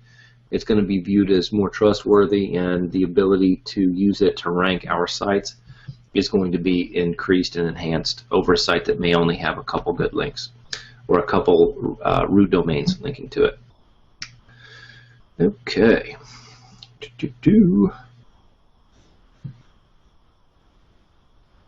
So George wanted dibs on George's cookie URL until you reviewed it. Yeah, that might be a good one for going after just for fun. You could probably still make something out of that one. Jonathan H., for those that are just searching for PBN sites, I now have 12 and have to agree with Fletch in that my first few I would now consider to not have bought them. Yeah, I now know what to look for and set myself a period of every 7 days to look for them, set a maximum price for each domain, then walk away. I think that's a great strategy, Jonathan. And the thing is, you have to go through that first part. You're gonna wind up spending some money that you look back on and like, wow, that thing is probably not going to be what I thought it was when I first got into this. But until you do it, you aren't going to get the experience and be able to evolve past it to the point where you are finding the good stuff. You just kind of have to get in there and start practicing and taking action. So I really appreciate that comment, Jonathan. I think it's great. Certainly the way I look at things, but even having somebody else that's going through the program right now that is experiencing kind of the same thing, I really appreciate that comment. So thank you. I noticed that OSE has started noting a redirect rather than post results from a redirect. Are they consistent with this? Have you noticed? OSE is going through a lot of changes right now, except George. They're changing up a lot of the way they do things, and it kind of started with when they began to use Amazon web servers for their bots. In addition to that, they're also continuing to alter the way they're showing links and what they're showing in the links and the content and all that kind of thing. I don't anticipate it actually stopping for a little bit. I think that they'll probably continue to change up what they're showing. So that is something I've noticed. I've noticed a lot more 301 showing up. Whether they're consistent with that, I would say that they are, based on whatever criteria they have. It's certainly not a situation where a person's going out and checking this stuff. They've got algorithms and programs that run things. So whether or not every 301 is designated as a 301, I don't know. I haven't heard anything about that.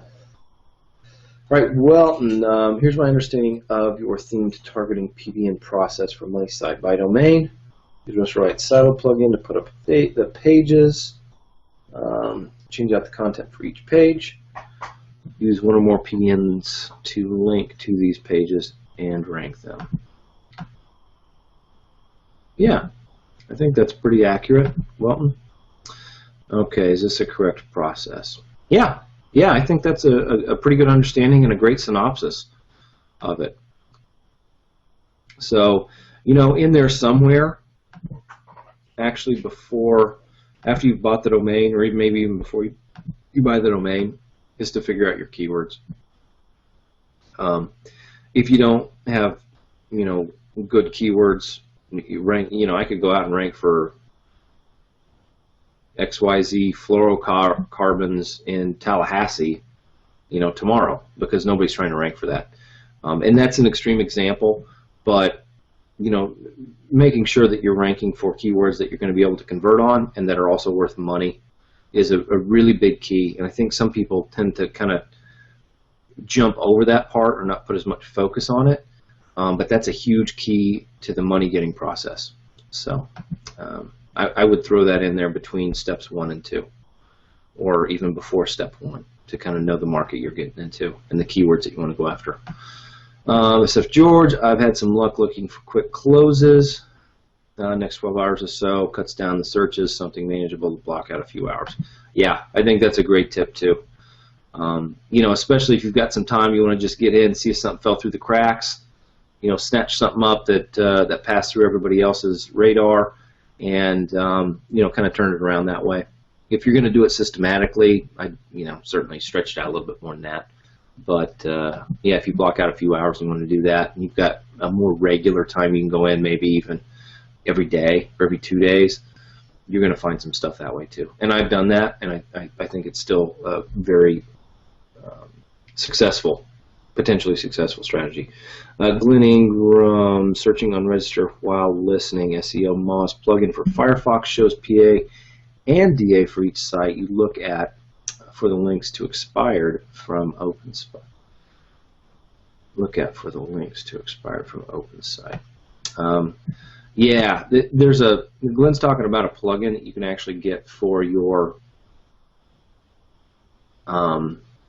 browser that will show you not only the page rank, which is, again, not the most important thing that we're looking at right now, but it'll also show you the PA and DA on those sites, which might be a great way for you guys to start to use some of these tools, these plugins on our browsers to improve your search process for expired domains.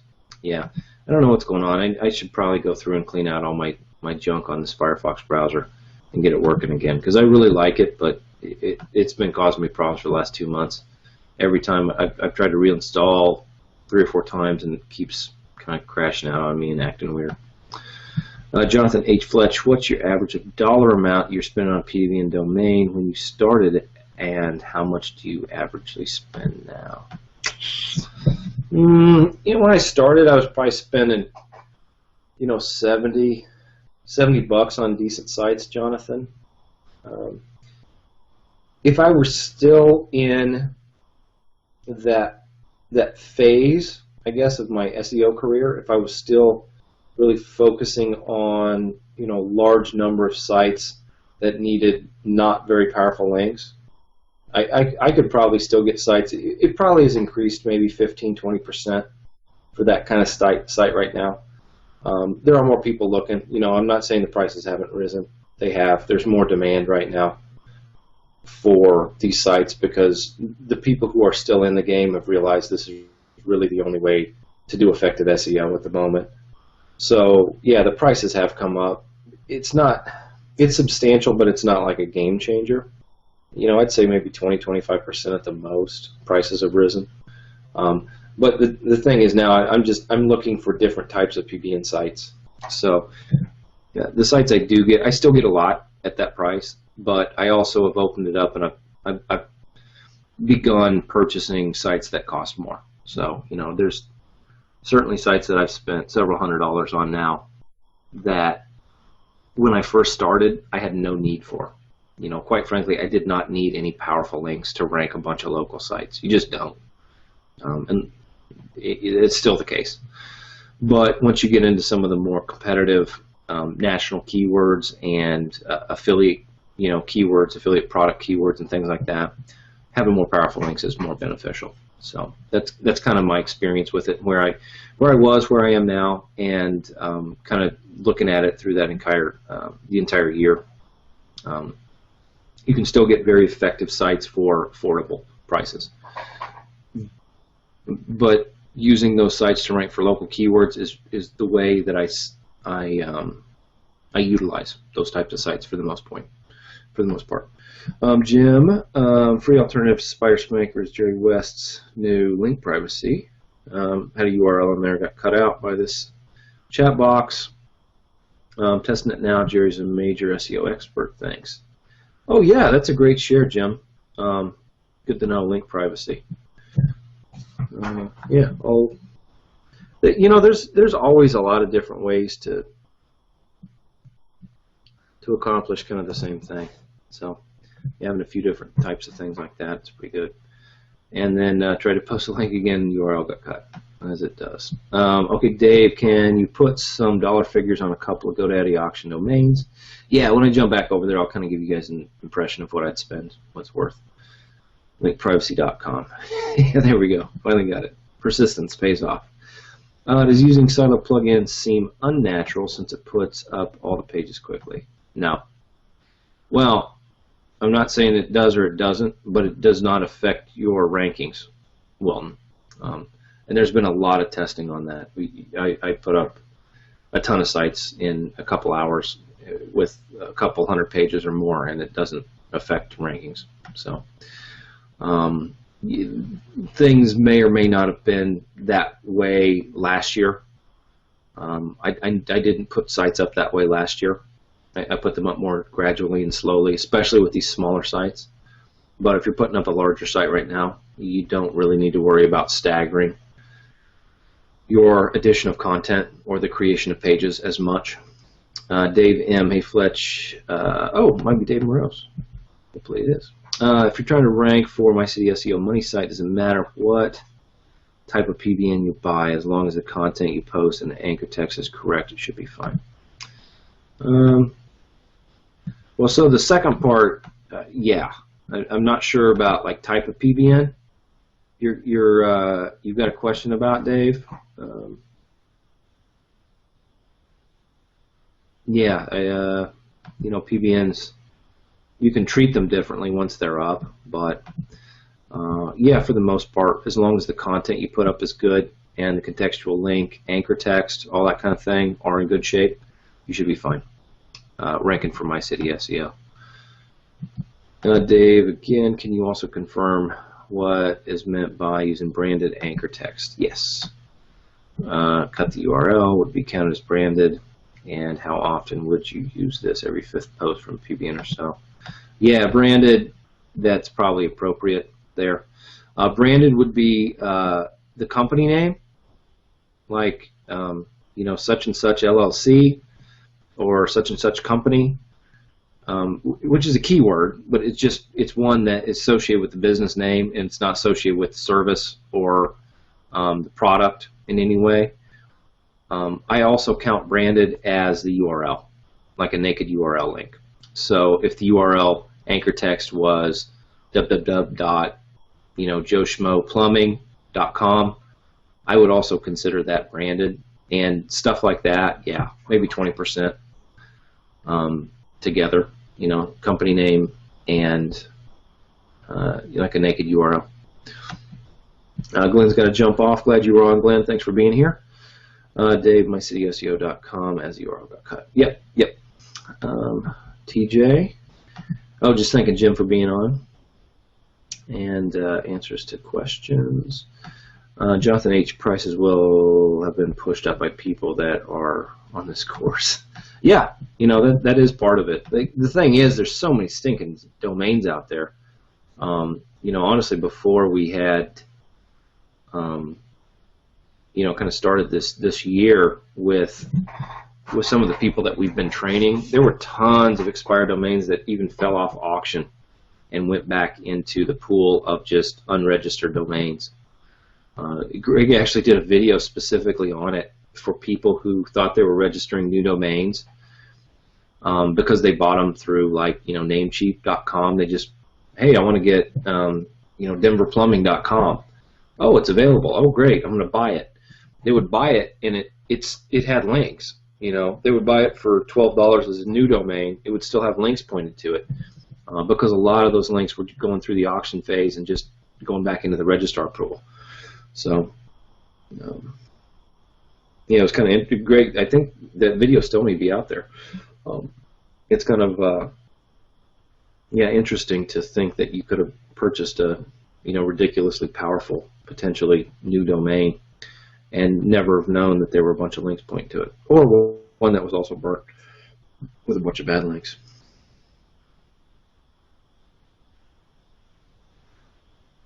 Philip, thanks, Jim, but we have to buy Laker tickets.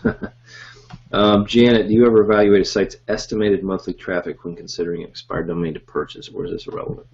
You know, if it shows up on Alexa as like a, you know, a top, you know, top site on Alexa, it's got to have quite a bit of traffic to have that be a metric that I would pay that much attention to, though, Janet. You know, this site that we're on here, this is a top 300,000 site. It seems ridiculous. For the most part, the only people that we have on here are the coaching students. So, but the fact is, I've got, you know, I don't know, 80 or 100 hours, well, more than that, 82 is that. I got about 1,000 hours a week on page or on site traffic. So, you know, take that for what it's worth. You know, if you get a site that's in the top 100,000 that shows up on an expired domain, it's probably worth paying attention to because it's got some people going to it. Jim at Singer, don't think linker tickets come with the link privacy plugin. Jeremy, absolutely, bud. Glad to have you on as always.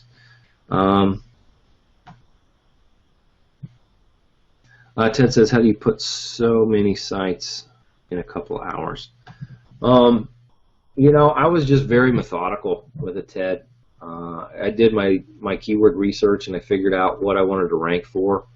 And I built out EMDs, exact match domains that match those keywords. And I just sat down and I said, hey, I need to put, you know, 2,500 words of content on each of these sites.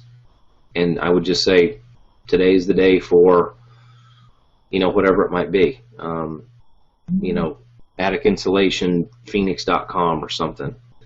And I just go through and I'd do the content for that one day. And the next day I'd do the content for the next site. The next day I'd do the, you know, and if you're just methodical about it, you know, 3-4 weeks from then, you've got 20 websites with incredible content. And if you spend a little time every day getting your PBN built, you start sending links to those things, it builds very quickly. But you do have to have a system and a method for creating sites and sticking with it and not getting distracted by, oh, well, maybe I should go look at more keywords, or maybe I should do this or that or the other thing. Like, always assess where you are. But you've got to get the work done.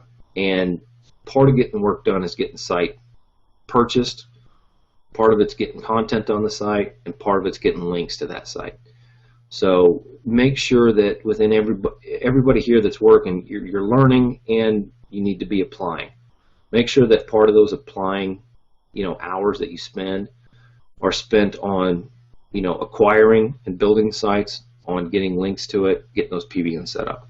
Those are kind of the three, you know, main things that need to be accounted for every week. And as long as you're doing that regularly, you're going to get ahead. If you start missing some of those pieces, you're going to, you know, potentially get frustrated and, you know, start chasing things that you think are going to make it easier when you really haven't gotten, you know, what we do or what we teach implemented yet. So. All right, well, is there a diagram on how to link from PBN to local offlinebusiness.com? Where do I go to find it? Is it just a matter of linking high-powered pages from the PBN to targeted keywords on a local offline site? Yeah, except it's not pages. We link from our posts. We put the posts on the home page, and we use tools like that, Link Privacy, or Link Juice Keeper, or wasn't Link Privacy, that was a different type of plugin. We essentially link out of our posts. We put those posts on our homepage. We direct the link juice on those PBN sites to that homepage, and then we use that link to fire over link juice to our money sites. But other than that, yes, that's what we've got. Is there a list of rules, guidelines for PBN local site linking, FAQ lying around somewhere? Just the videos, Welton, that Greg has, and most of his stuff on PBNs are in this, this SEO supremacy section, which is the second here, main topic within your membership area. This is all about PBNs, how to set them up, how to link out from them, all that kind of thing. that's where most of our content on PBNs and how to use them properly is located.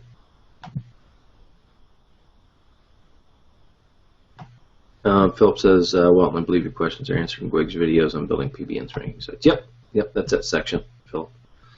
So, that's what we got. Yeah, we're at 5:20, so about 10 minutes left. I think I was going to go check. Oh, you know, I did a new search here, and I got rid of the that site I was going to check on to see what the links looked like. Let me see here.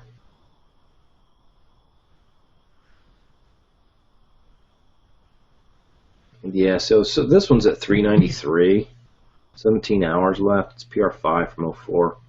This is going to have good links, most likely. The domain name sounds like it's pretty. Oops. Good grief. Pretty interesting.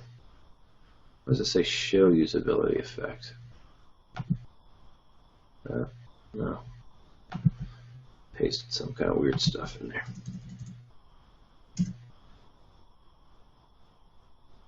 Yeah, so like I think Janet asking about the ratio. 110 root domains, 400 links. That's a good ratio. 400 links with this kind of domain authority and page authority sounds pretty good. We'll go ahead and do a filter here by domain to get these links kind of consolidated so that we don't double up on thinking that there are more links, good links going to it than we have. So we can see here, first thing jumps out that I like.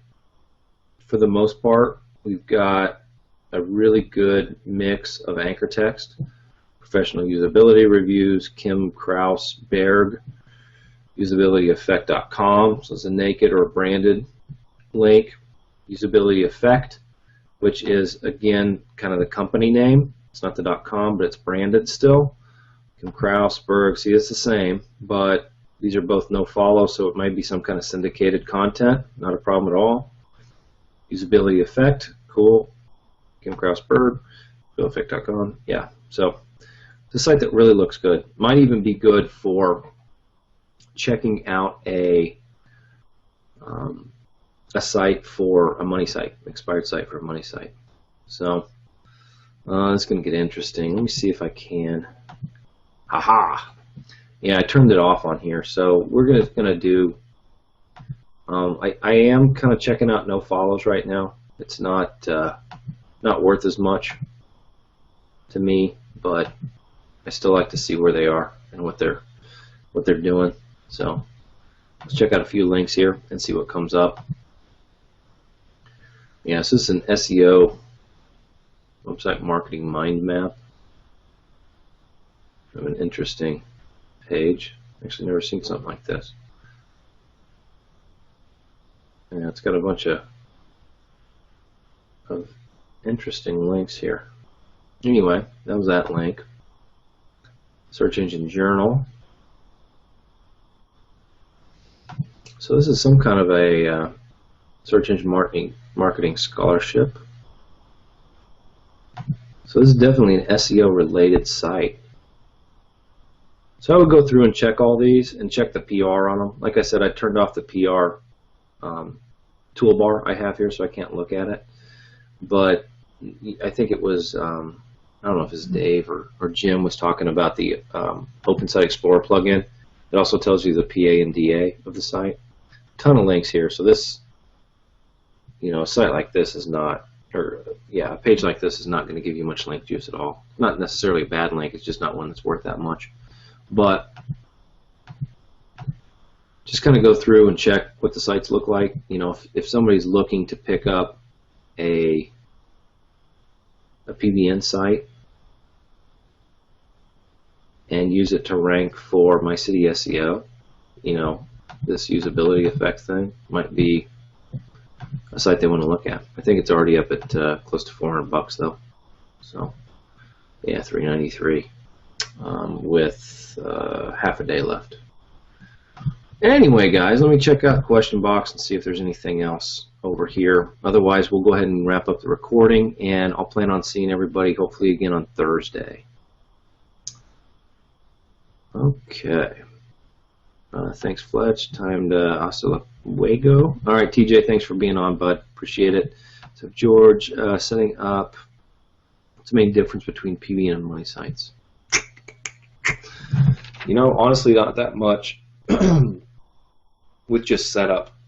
The biggest difference in the way we teach setting up a PBN and setting up a money site is that on money sites, we tend to focus on getting content onto pages, and on a PBN, the content that we put is going to be in the post format. Biggest difference is that, you know, quite frankly, structurally speaking, if you found one of our sites that was a money site and one of our sites that was a PBN, that would be the quickest, easiest way to determine what type of site somebody had set that up as, the way we do it. Other than that, they really don't differ from each other that much. Jan says, if possible, I'd love to see a written format of your systematic method to site builds that you just described, i.e., how you build out a site in one super focused day. Different from Greg in videos, likely. Yeah, I do things differently than Greg. I actually did some site design for him early on last year. He was doing some outsourcing, but total side note, doesn't really mean much of anything. Yeah, I could probably try to put something like that together, Janet.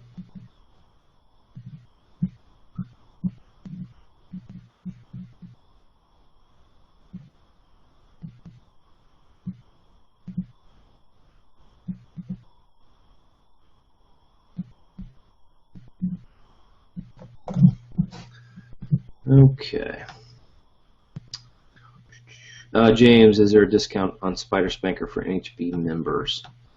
Man, I'd have to look. I got it so long ago that I do not know, James. Todd Spears is the product owner. He's an NHBer. He's a great guy. He was at the live event. I got to meet him there, and he is, from time to time, very active in the Facebook group.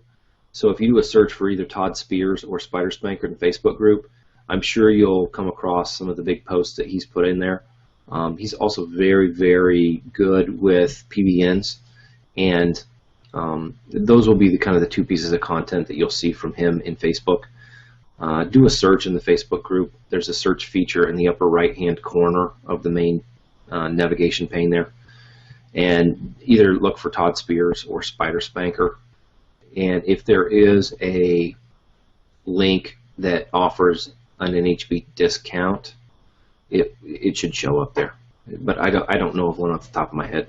It's not that expensive, but at the same time, I know, you know, we try to shave costs where we can. But I'm just not sure, James. Jonathan, what WordPress themes do you use for clients, and do you use different themes when you are trying to gain rank, i.e. mainly posts and pages? Remember the Baton Rouge architect development. Yeah, I'm a huge fan of Genesis right now, Jonathan. I use Genesis with a dynamic child theme on it quite a bit. Yeah, for the most part, I use Genesis whenever I can. There's a couple other things I use, but for the most part, that's what I use for all my money sites and for my. When you say client sites, I actually have a very, very few number of clients that I build sites for them. I build sites that I let them rent or use, but I still own. One of the primary reasons for that is that I do not have to cater to their desires for site design and all that kind of thing. It saves me a lot of time. I still find it I'm able to monetize it very well, but that's one of the ways I've saved time and hassle this last year and still made a lot of money, is that I still own way more than 90% of the sites I've ever built. You know, there's only a few sites, a few, there's probably a dozen sites that I've built that are actually owned by someone other than myself, if that makes any sense. And for almost all those sites, I still use Genesis. Catalyst is similar, but I like Genesis better now. They both work very similarly. Jim, thanks again. Join me when I can. Find anything of value, I'll pass it along. Stay frosty. Thanks, Jim. Appreciate it. Glad to have you on. Says George, thank you. Michael Casey, Thursday, Fletch, awesome as usual. Glad to have you, Michael. Thank you. Artie, is there anyone in OMG that I can hire who writes content such as product reviews for sites? Yeah, Artie, contact Pat Sava. Whoop. I could spell his name right. It would help. He does outsourcing content for a lot of OMGers. So, yeah, get in touch with him, and he can hook you up. He does good content, too. Quality stuff that you can put on a money site. Jim, spiderspanker.com is URL for SS. SS Pro is the upsell per Todd. Yeah, I figured he just kind of has it standardized. So thanks for that, Jim. James, thanks for everything. See you next time. Awesome. Welton, glad to have you here. Thank you. Philip, FWIW, Fletch1 Theory, for what it's worth, I think. I'm still learning all these things. I'm getting old. I don't know how this works. Fletch1 Theory I've developed is that the type of links can be relatively important. Seems to be that old blog comments on good PR pages will never be deleted. Yeah, age of the link is actually pretty indicative of a good link that's going to stick around for a while. So that's a great ad there, Philip. Thank you. Whereas I've seen some high DAP or high PRDA sites that are likely to lose their links, like an expired Red Cross domain, because the site information is important enough to be updated. Yeah, I totally agree with you, Philip. That's a great perspective to add here. Thank you. Okay, Brian, rent and leasing sites is great. Gives you leverage if they decide to not pay their monthly fee. Absolutely, Brian. Yeah, that's one of the reasons. That also, in addition to not having to cater to all these weird design things, that's another advantage to doing that type of thing. Dave, good to have you on. Thank you. Jim, comment on Genesis works well with WordPress SEO by Yoast, which is great 1-2 punch for your sites. Yeah, as far as SEO plugins, this is the one I've heard the most good things about. Yoast is he's got several different offerings, I guess you could call it. He's got a couple different SEO plugins, but the standard one is evidently very good. Bob, thank you. Jeff, thanks. Bob's necessary to activate both SpiderSpanker and SpiderSpanker Pro or just Pro? Just Pro. For the most part, they work the same. Pro lets you copy settings across a bunch of different sites. So it just saves you time if you are a pro. You know, if you do have a bunch of sites, it lets you change settings once and then just apply them to all your new installs or all the blogs that are connected to that. Jonathan off to bed, 12:30 in the UK, 2-year-old toddler's built an alarm. Oh, I'm looking forward to that type of thing. We're still up about twice a night feeding our 7-month-old, but still not too bad. But great to have you guys all on. I'm going to go ahead and stop the recording now. And again, we'll see you all on Thursday. Until then, we'll catch up with you in the Facebook group or LinkedIn group if that is your preference. And we'll talk to you all soon. Thanks, guys.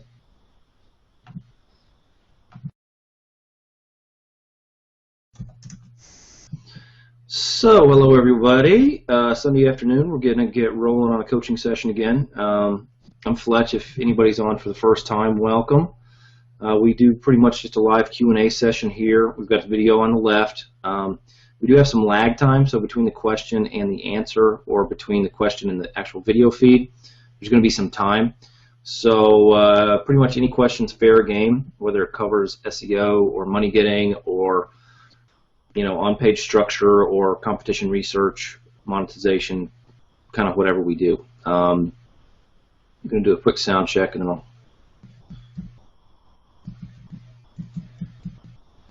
Okay, we should be good there. I'm going to do a screen share.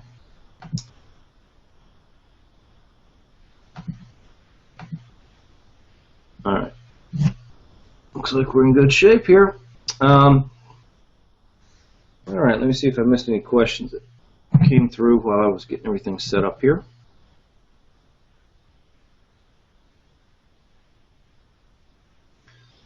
Okay, Glenn, Steve Toomey's on. Very good to have you here. Philip Fletch, when you run this Hangout, how can you see who's attending? Like a GoToWebi. My experience of who's on here is pretty much exactly the same as yours is, Philip.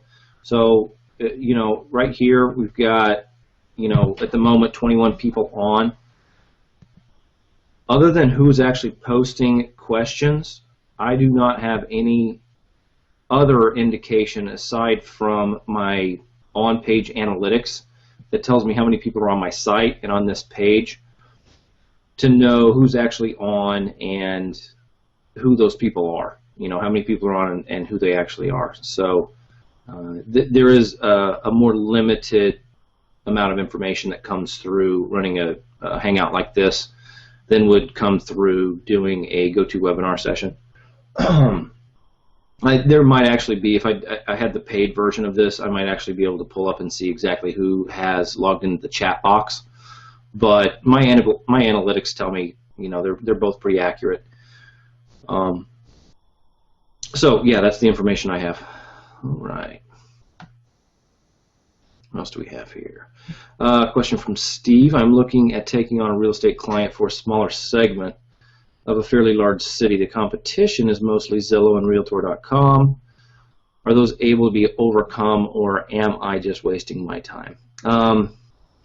They're more and more challenging to overcome, Steve, but that does happen. Depending on the segment and the keywords that you're going after, those are going to be two of the factors that come into play that would give you an indication of how easily it would be able to knock one of those two sites out of the top position. And I'll give you an indication. I'll do a quick little search here.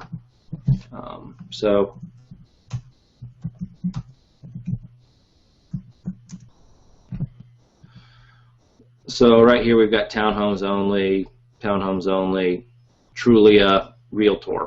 So in this situation we've got, you know, two results that are above Trulia and Realtor, which are two big sites, you know, like you were talking about, that are being outranked at the moment by another decent-sized site, but certainly one that does not have as much authority as the others did. I've got a couple people asking about. Let me see if I can get TJ over here.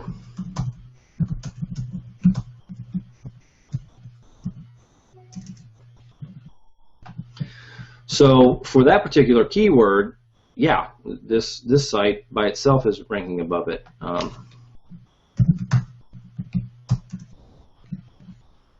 You know, we add this keyword in, so there's the paid listings. So yeah, they've got, you know, you add for sale. Those both still come up above Trulia and Realtor.com and move to. So yeah, you can knock them out. It just depends on the keyword.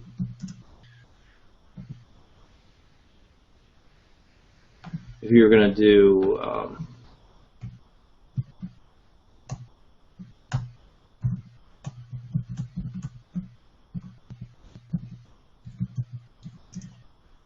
something like that, then we've got Craigslist actually comes up top, number 1, number 2, and then Realtor. So a keyword like that looks like these are definitely going to be authority listings. These are all Trulia and Craigslist. So I would kind of shop around for keywords that give you experiences like that, where you're not getting, you know, the monster sites covering up the entire first page. That'll give you a better indication of whether or not you can knock some of those sites out and get those top rankings. Certainly not unheard of, but you might have to kind of pick and choose your keywords on that. Okay. I'm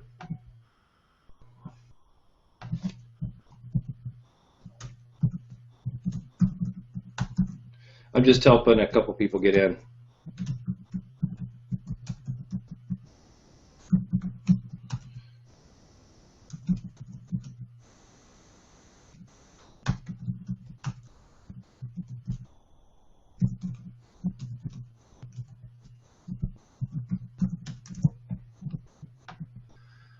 were asking about some password information. Okay, so I'm back over to the question box here. I think we're ready for this GSA question. Let me check it. Okay, so yeah, that was Steve's question that we just talked about, keyword selection, and whether or not knocking out some of those really high domain authority sites is going to be possible. We've got Janet on, welcome. Jeremy, Gord Chow is on, good to see you. Okay, Graham. If I'm using GSA to rank a video and then add a few PBN links to help it, does the anchor text of the PBN links need to vary? Or can I just go for the main keyword? I'm presuming it's okay to use main keyword as the percentage of it will be so low. Yeah, you should be in good shape as long as your GSA campaign had a variation in your anchor text. That's something that the Google algorithm with videos and how it ranks videos has changed recently and become more conservative with anchor text percentages, which everything we've been teaching for a long time has told you to do that. But if you run a GSA campaign and you still have a 100% or a really high percentage of money keyword anchor text that are all the same, you'll want to vary up your PBNs. But quite frankly, you'd want to vary up your GSA. So I'm sure you know that, Graham. But yeah, you would be okay with running a few PBN links at 100% money keyword because you've got so many other links going to that video that have different types of keywords in them that you should be okay with percentages. Dave is on. Steve, okay, Fletch, I used C0Aching on for a fiber gig, and two of my oops, where did we go here? And two of my fiber gigs dropped off Google rankings completely. Any idea why that would happen? I just had to delete a video from a YouTube account and then re-add it. Anchor text percentage, possibly, Steve. C0Aching was and still may be great for ranking videos. I do not know whether or not they are or he is up to speed on recent changes with anchor text percentages. You could send him a quick note and ask him about that and find out whether or not those the gigs that he ran, what the anchor text percentage for the links that he was putting up were, and find out whether or not he's varying that up. That would be something I would like to check on. I don't know for sure. I don't know if he's changed that up. I used C0Aching service for ranking some videos last year, but I've not used them this year because I run my own campaigns now. Philip, okay, Fletch, then I guess we should greet you when we sign on. Oh, yeah, it's good to know whether you're on or not. That's great, Philip, thank you. Mike SLC, when using GSA, what percentage of each type of link do you use? Greg's got a great breakdown on that with anchor text percentages in the Sink or Swim videos. I'm pretty sure that's the segment of the coaching of his training that have that. So that would be this fourth segment. Yeah, this is his money kind of keyword there, or his money video for the Sink or Swim. I think he covers a little bit more in this as well.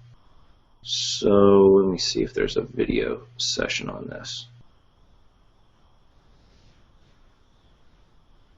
Yeah, he'll talk about percentages here in this Magic Submitter. You can apply Magic Submitter training. He'll talk about anchor text percentages and things like that. You can apply that to GSA or SE Nuke, quite frankly, or Ultimate Demon, or any other link building tool. This is just, when we shot this video series, it was with the official trainer for Magic Submitter, so that's what the technology is based in. But the concepts for keyword and anchor text percentages is the same regardless. All right, where are we here? Okay, back over here. Oh boy, we got a lot of questions today. Awesome. All right, Graham, Fletch, how can we analyze competition above us in Google? I use HRES, Moz, Majestic to look at backlinks, but is there anything else? I have people above me who have no links but who are ranking strongly.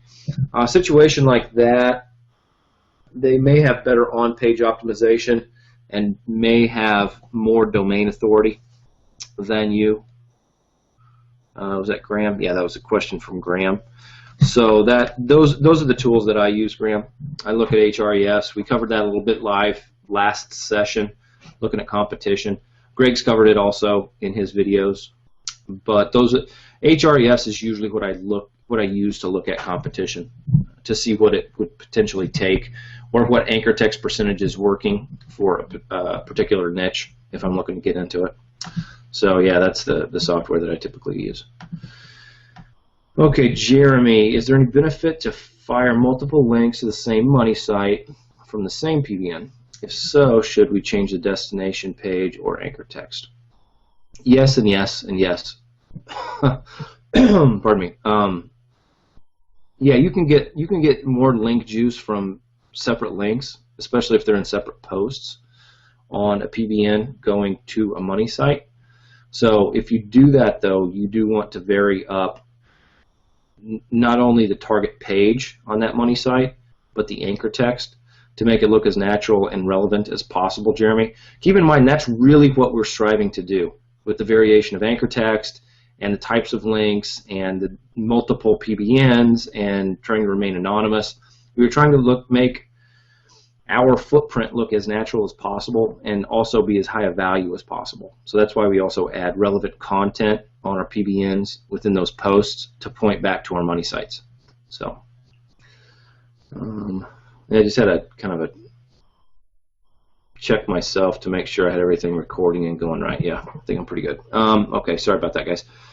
That was Jeremy. Okay, who do we have up here? Okay, Bob. It's Bob Limley, if I'm not mistaken, but could be wrong. I live in an area that has a lot of small cities, largest is about 300,000 population, the rest are 120 and down.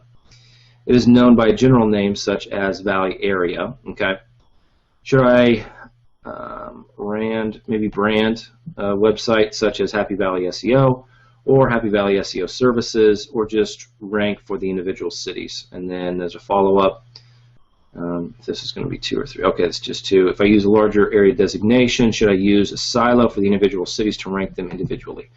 Yeah, that's what I've done on that example site for, and it's an example site specifically for URL structure. It's not ideal for a lot of other things. I really haven't done anything with it SEO-wise outside of giving you an example of what you would do in that situation. But that's exactly what I've done on a site. I'm going to go ahead and type it in here.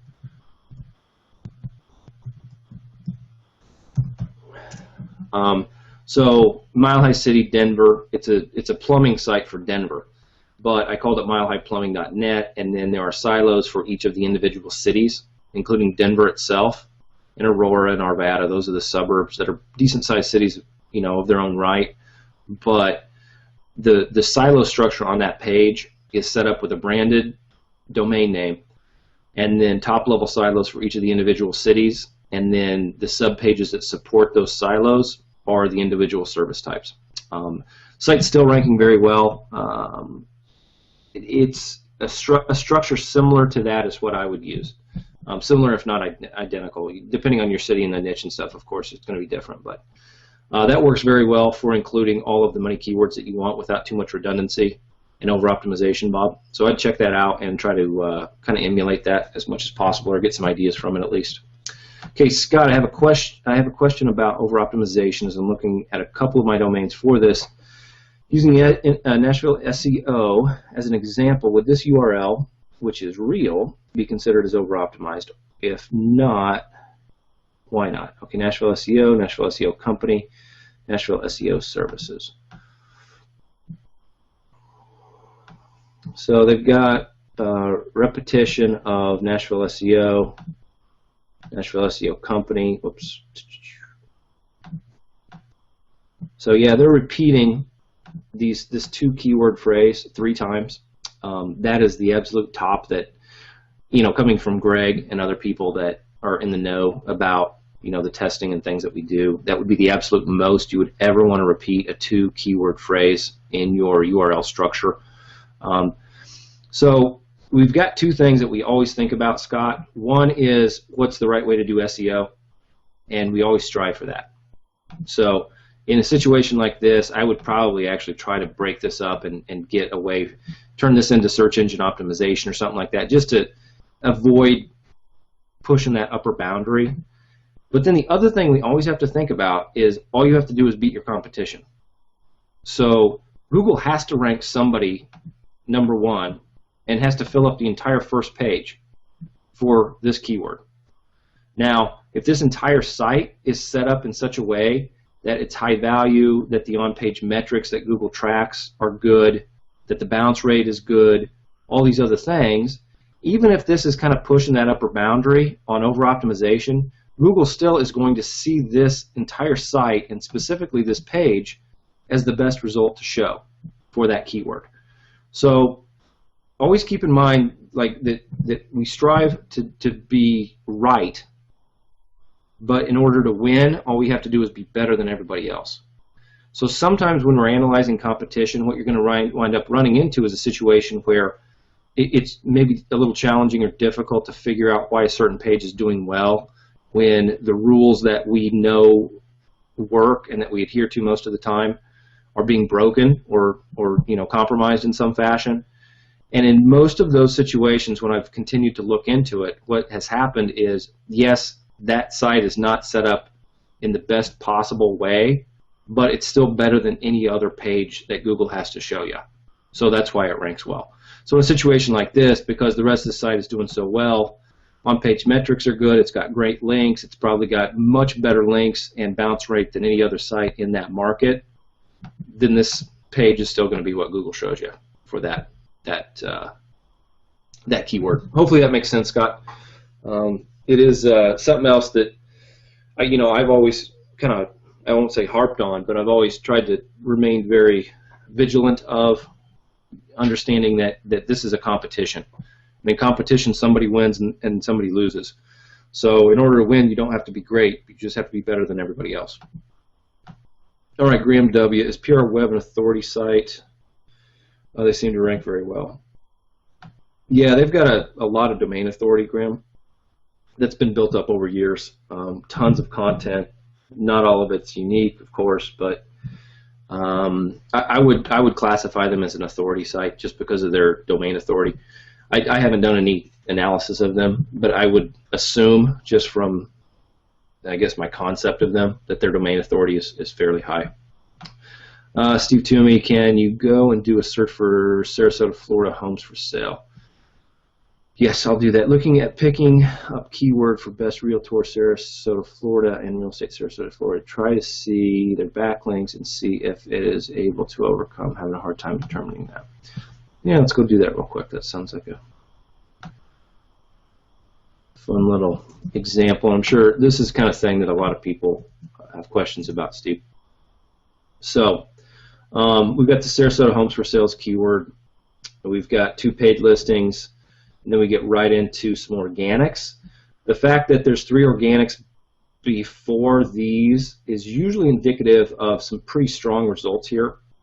We got Trulia, Zillow, and Realtor.com. All pretty high authority sites. And I'm trying to just check on the... What I'm doing, like when I'm hovering over this in this bottom left corner on the page, I'm sure you guys know, it'll show you the URL structure. So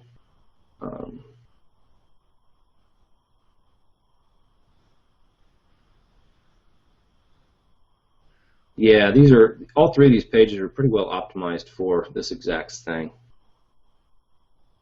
It doesn't mean that you couldn't beat them, but it might not be worth it to do so.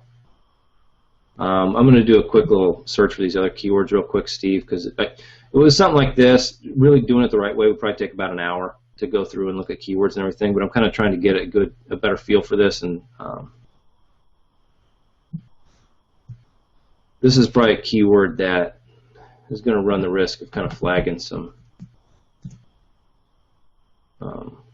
even potentially manual review for a keyword like this. So Zillow, oh, here we got Schimmel Real Estate has overcome this Trulia, and then Michael Sanders has as well. So if somebody's actually looking for an agent, Zillow's not an agent. It's hooked up with people you can contact. They make their money by referrals and things like that. But this is a keyword that, potentially you can get in here with 2 and 4, it looks like, and then Yelp, depending on who's going after that. Let me look at this real quick, and then we'll go and look at some of the link profiles and see what's going on with that. Oops. Real estate. Yeah, this one's going to be one that probably is all authority sites. Yeah, Realtor, Zillow, Trulia. And then we got a full 7-pack here. Or is that 7? 1, 2, 3, 4, 5, 6, 7. Yeah, 7-pack on the local. Florida Moves is not a site. It's a regional site. Homes.com, big site. Homes.yahoo, big site. Then Michael Saunders again. So that keyword best looks like the one that would potentially be most open to sneak something in. So looking at this, if I just go grab Open Site Explorer here and drop this in place, we'll have a look at the backlink profile on this site, provided that it's not masked.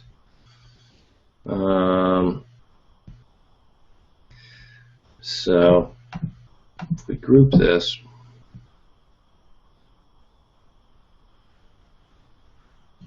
yeah, so they've only got a 14 domain authority, 25 page authority. It's a pretty weak site, all in all.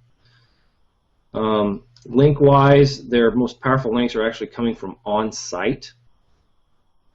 I'm looking at this, and this is, 4 root domains linking back to it. Only 2 of these links have been discovered in the last 60 days.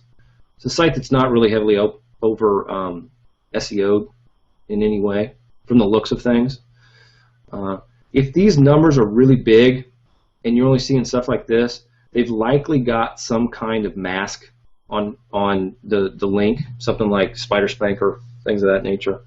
So, yeah, this is their web developer who's got a link back to the site, just showing some of their work as a portfolio. Seekon, 2352, Schimmel Property Group, Sotheby's International Realty.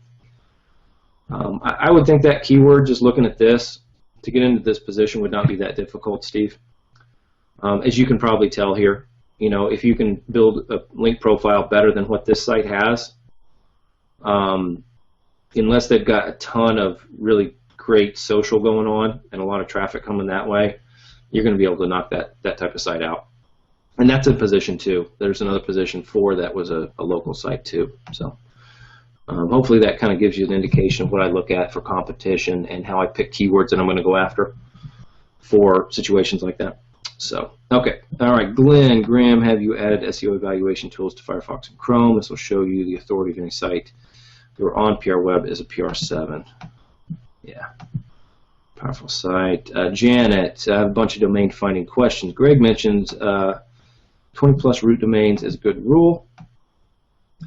You also follow this. So Janet's asking, when we're doing research here, like in Open Site Explorer, we have here 4 linking root domains on this site.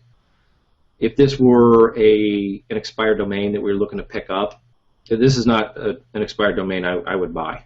First of all, the links aren't that great, but this 4 root domains is pretty light. It's not something I would give a lot of I wouldn't pay a lot of attention to it. If I could pick it up for $12, I still don't know if I would. It just doesn't have that much. But it have 20 linking root domains and a link profile similar to this. It's probably worth 12, 15, 18 bucks, something like that. So that's question 1. Question 2, roughly how many backlinks do you seek in a domain you may want to purchase? Really varies, Janet. I've purchased sites that had 3 or 4 decent links, and I'm happy with them. I was pleased to pay $20 for those. Other situations might indicate that I'm only looking at sites that are going to have 20 to 30 to 80 to 100 even potentially. But it just kind of depends on what they're asking for it, what I'm going to be able to pick it up for. A site that only has 8 good links on it, I'm not going to pay more than 20 bucks for the most part. If they're amazing links, then yeah, I would. But if it's got a lot more links, and it's likely going to be going for a higher price, just because most of the people are going to assume, rightly so, that a site with more good links on it is going to be worth more than a site with a few good links on it. Oh, hey, we got Paul on. Welcome, Paul. Janet, continuation here to use OSC compare link metrics. If so, could you do a walkthrough of this since I am, not quite sure how to use this. I really don't. I've done it a couple times.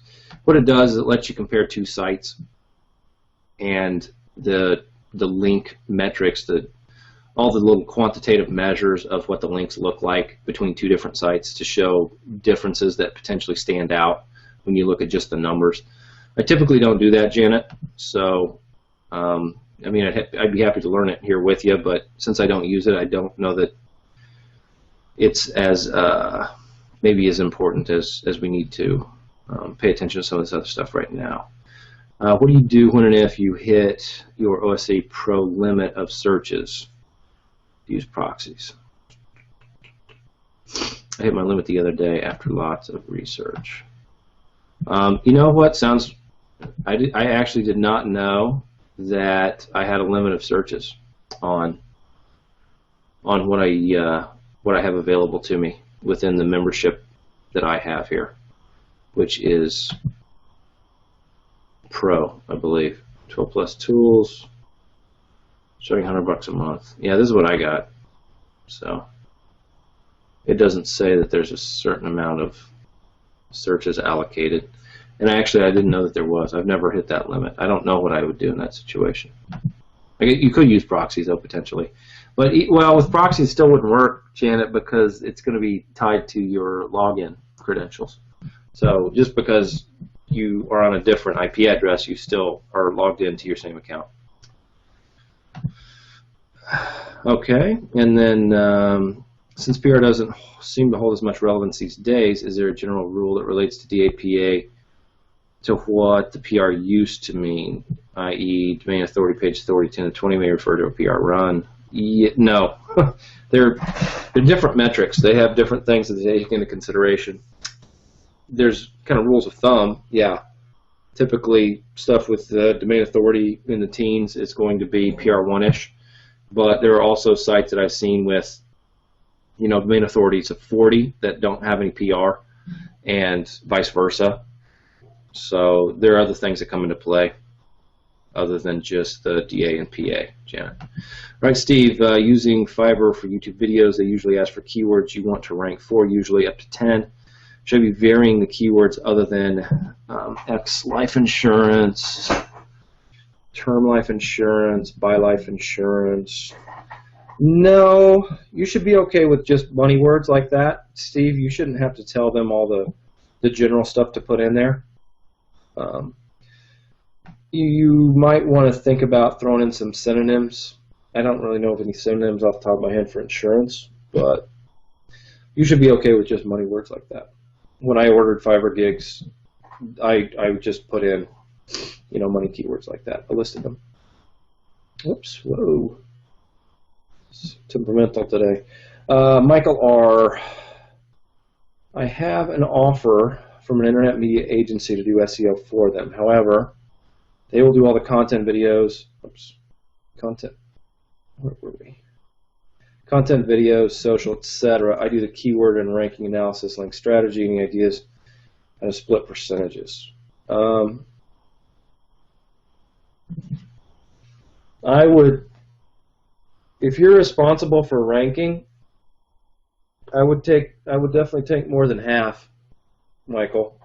I've never been in a situation quite like that, but my initial impression or thought about that would be this really isn't that different from you being responsible for doing all the SEO and just ordering content from somebody.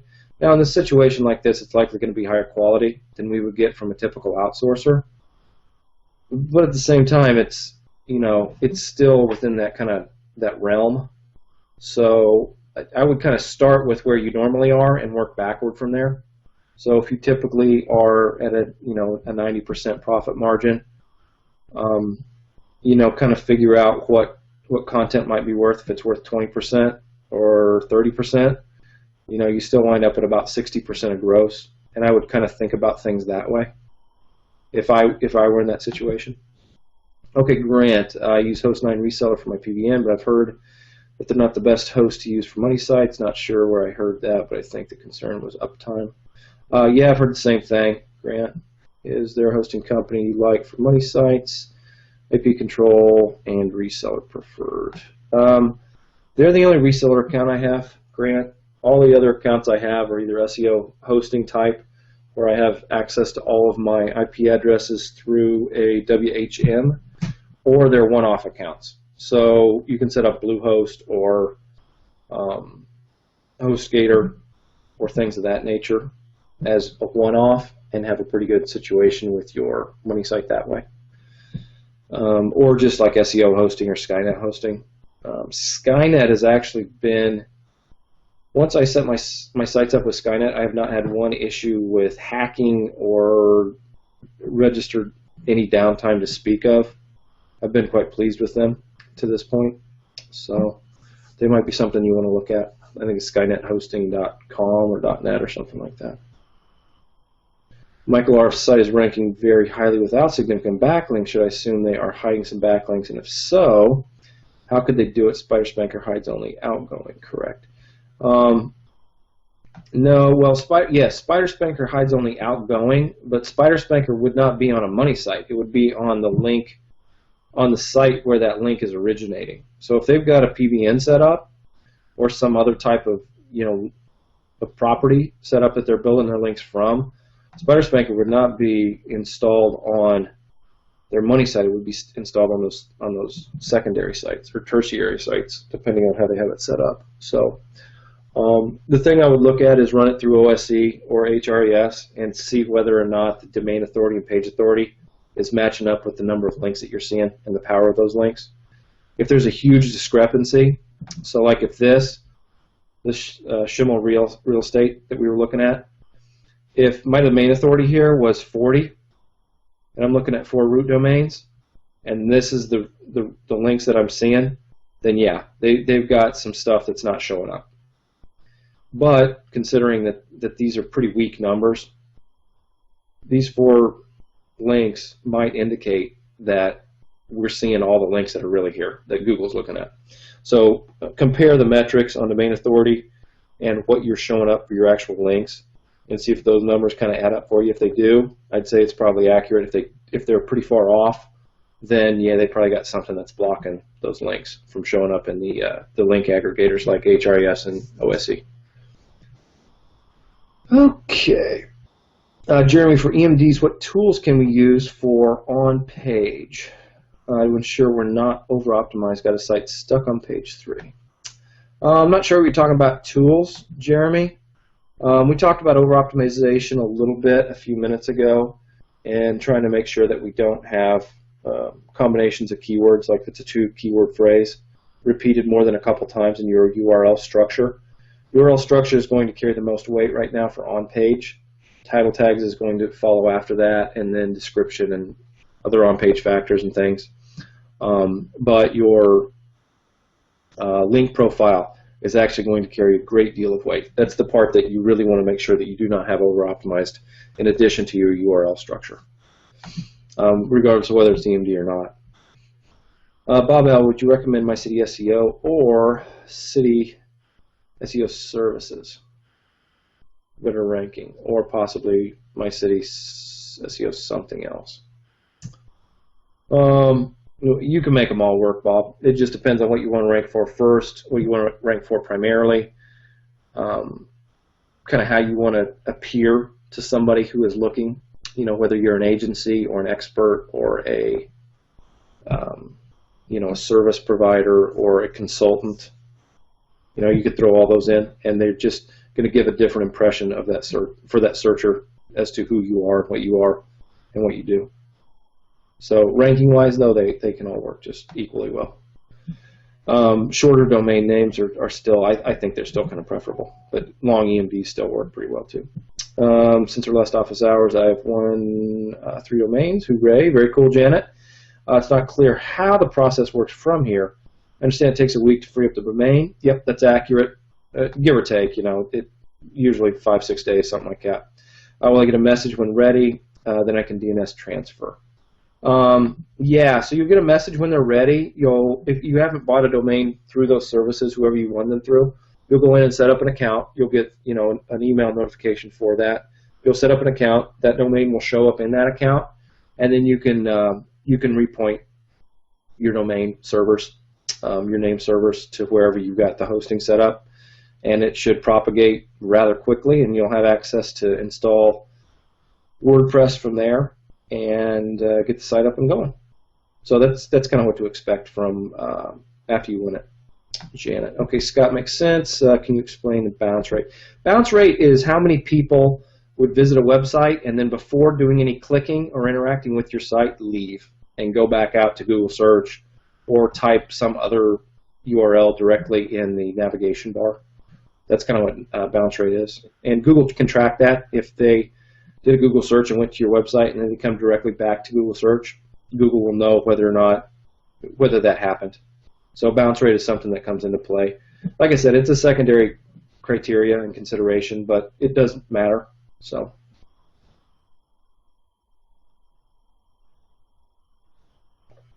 With PR Web, best way to outrank them. Make a site that's more relevant to a specific topic, Graham. If you just have a single page, unless PR Web does not have a page that's specific to that, you're going to have a hard time outranking them. But if you have an entire site that was about,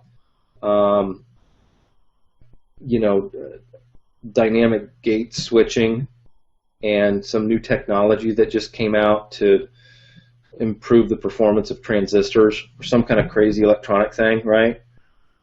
PR Web, even though they've got a ton of press releases probably about technology, they don't have an entire site set up about that topic.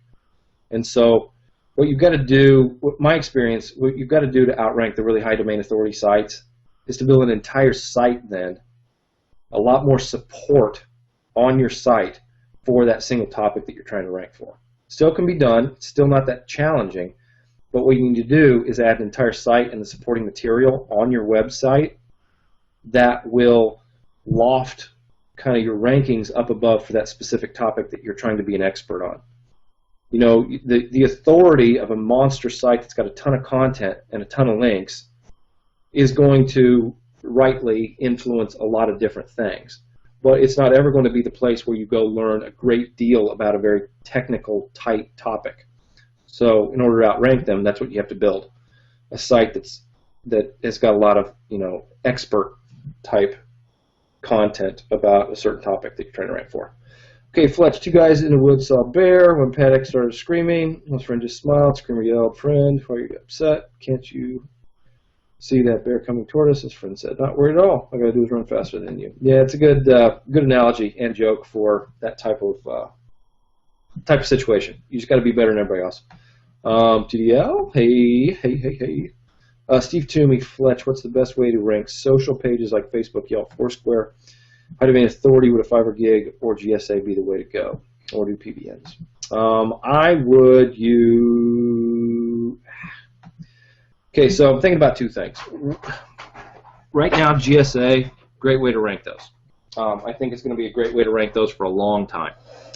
But one of the things that we have seen recently is the change in algorithm, Google's algorithm for what is going on with YouTube.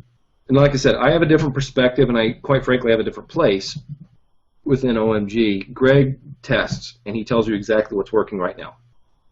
I do not have the capacity or wherewithal to do that same type of testing, but I do look for patterns, and I am very aware of what's working for me as well as what's working for the competition that I'm looking into getting into. One of the things I would make sure that you do if you are using a tool like GSA to rank these types of properties is to make sure that you vary up the anchor text, that you may even dump some of the low quality links and not include those in, even if you're losing half or more of the links that you're possibly going to post to. Just try to keep your quality high and make the link profile that's going to point back to that property as natural looking as possible. That's going to give you not only the best ability to rank now, but it's going to keep your position longest. Because the other people who, quite frankly, very few people even know how to rank those things. But if some of them do, and they're trying to use GSA with 100% anchor text or something like that, or all these low-quality, super spammy links without thinking about how natural that link profile looks, when and if Google's algorithm does change and say, we want more quality links to these social profiles or Web 2s, you're going to be in a great position. You're going to be in a great position if you don't, because you're going to have, you know, a more natural link profile. So right now I would use GSA, but I would use it with, in the back of my mind, understanding that what you're trying to accomplish, not only a lot of links and a lot of links fast, but a lot of links fast that look as natural as possible. Hopefully that makes sense. Bob L., what if the expiring domain has only 8 root domains, but 1 or 2 of the domains were PR3, 4, or 5? I'd bid on it if it was the right price, Bob. Situation like that, you know, that site you might be able to pick up for $40 or $50 even, and it would definitely be worth that. Dave, would you put Spider Spanker on your money site? If not, how do you mask your links you don't want seen? Spider Spanker works by blocking the link aggregator bots. Link aggregator bots are still going to find the site. They're still going to hit that PBN site.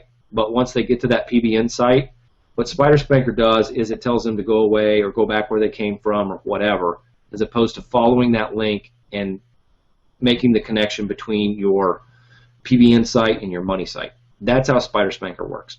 So you can put it on your money site, but all you're going to do is block the link aggregator bots from knowing what you've linked out to from your money site.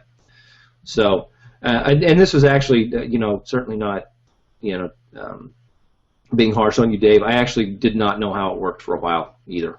I had to get into it and actually ask a couple questions to Todd to get a better impression of how it works. So yeah, you can put it on your money site, but you're not really going to do the same types of things with it on your money site that you are attempting to do with it on a PBN site. Dave's asking, where do you find details to rank YouTube videos? You can use, I'll show you. So if you go to youtube.com and let me see, you can do a search for this just to find a video that will likely have some links going to it.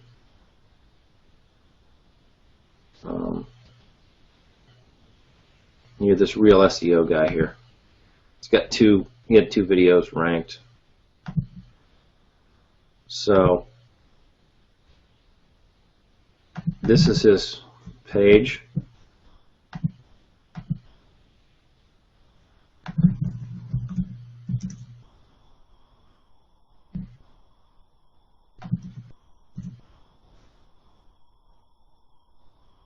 Logged in, yeah, logged in.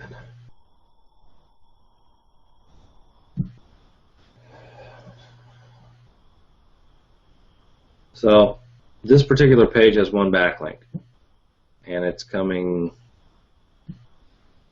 that's the anchor text, Tim Schmoyer.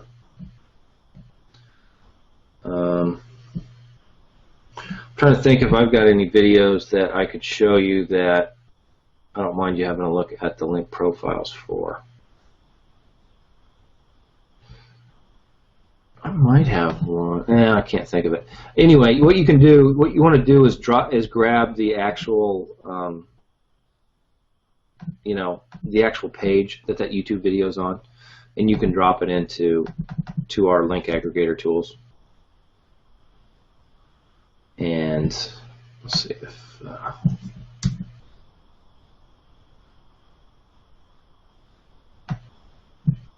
come on. We'll see if this shows anything.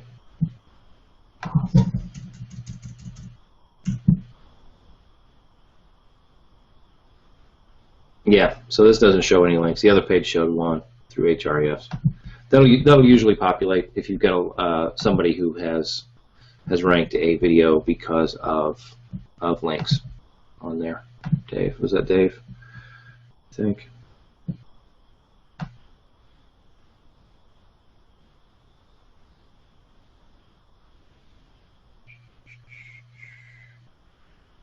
Yeah, that was Dave. Okay, George had to bypass the chat box login.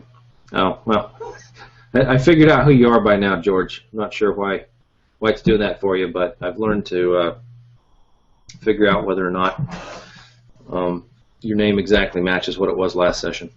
All right, Fletch hit that OpenSite Explorer message, and it turned out I forgot to log in. Okay, so after 3, I got that limit message. Suggest check to see if you're logged in. Yeah, I do that a lot. It for whatever reason doesn't cookie me and log me in automatically a lot of times. Hrefs does the same thing. All right, Dave, for an EMD website, would I put the actual keyword in the context of the main page, and would this not over-optimize it? No, you should be fine with that, Dave. You actually want it to show up like in the HTML somewhere along the lines. A lot of times that's going to show up as anchor text, internal linkage anchor text, or even title tags and things of that nature. But you want to look at kind of the sum total of the occurrences of that keyword on a page. If you've only got like a picture and you've got 12 different subpages supporting a silo, and each of those subpages has within their title your anchor text, that your keyword, keeping in mind that you've got the silo menu and a sidebar, you're going to wind up with a situation where your anchor text percentage on page is going to be ridiculously high, even though it's not contextual within any content that you have in your content box. It's still going to show up as the anchor text, or it's still going to show up in your HTML for that specific page because of your menus and your menu structure. So most of the time people get into hot water nowadays with percentages of on-page keywords is because of menu structures. We don't write garbledy-gook that doesn't make any sense because of the repetition of the keywords. But you can still get in hot water if you've got a couple graphics, a sentence or two, and then a bunch of menu items that have that anchor text percentage. Okay.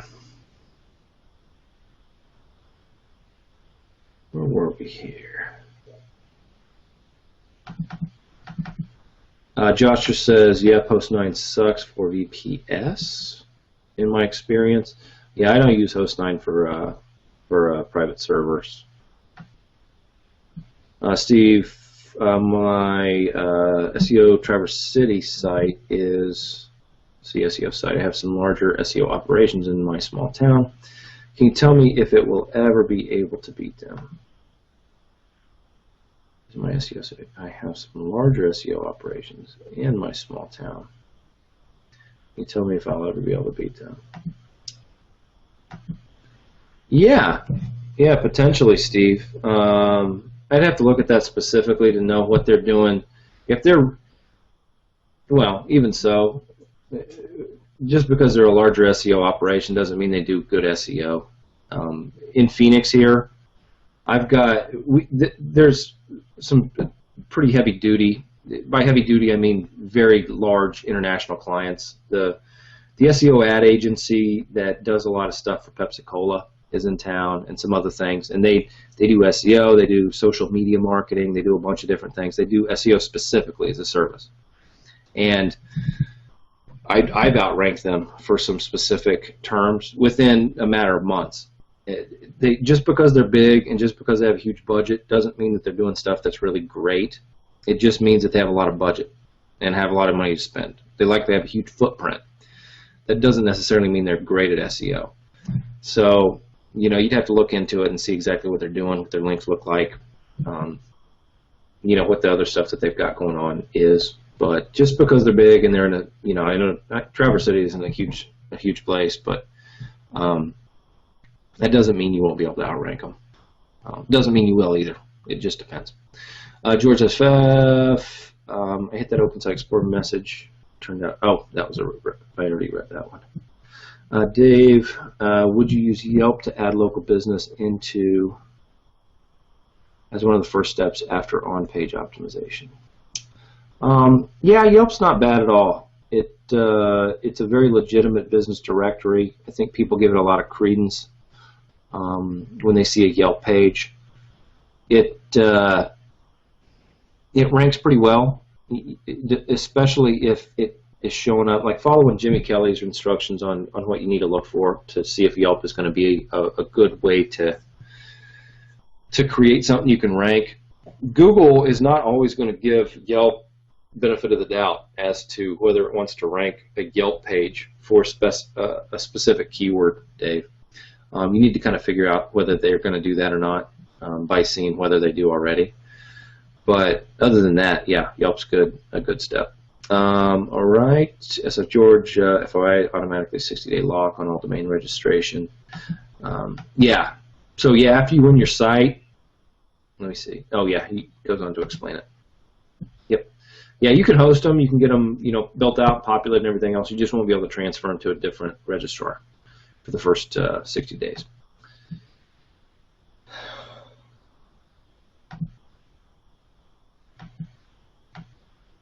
How do you dump some of the links? Is that in your PBN?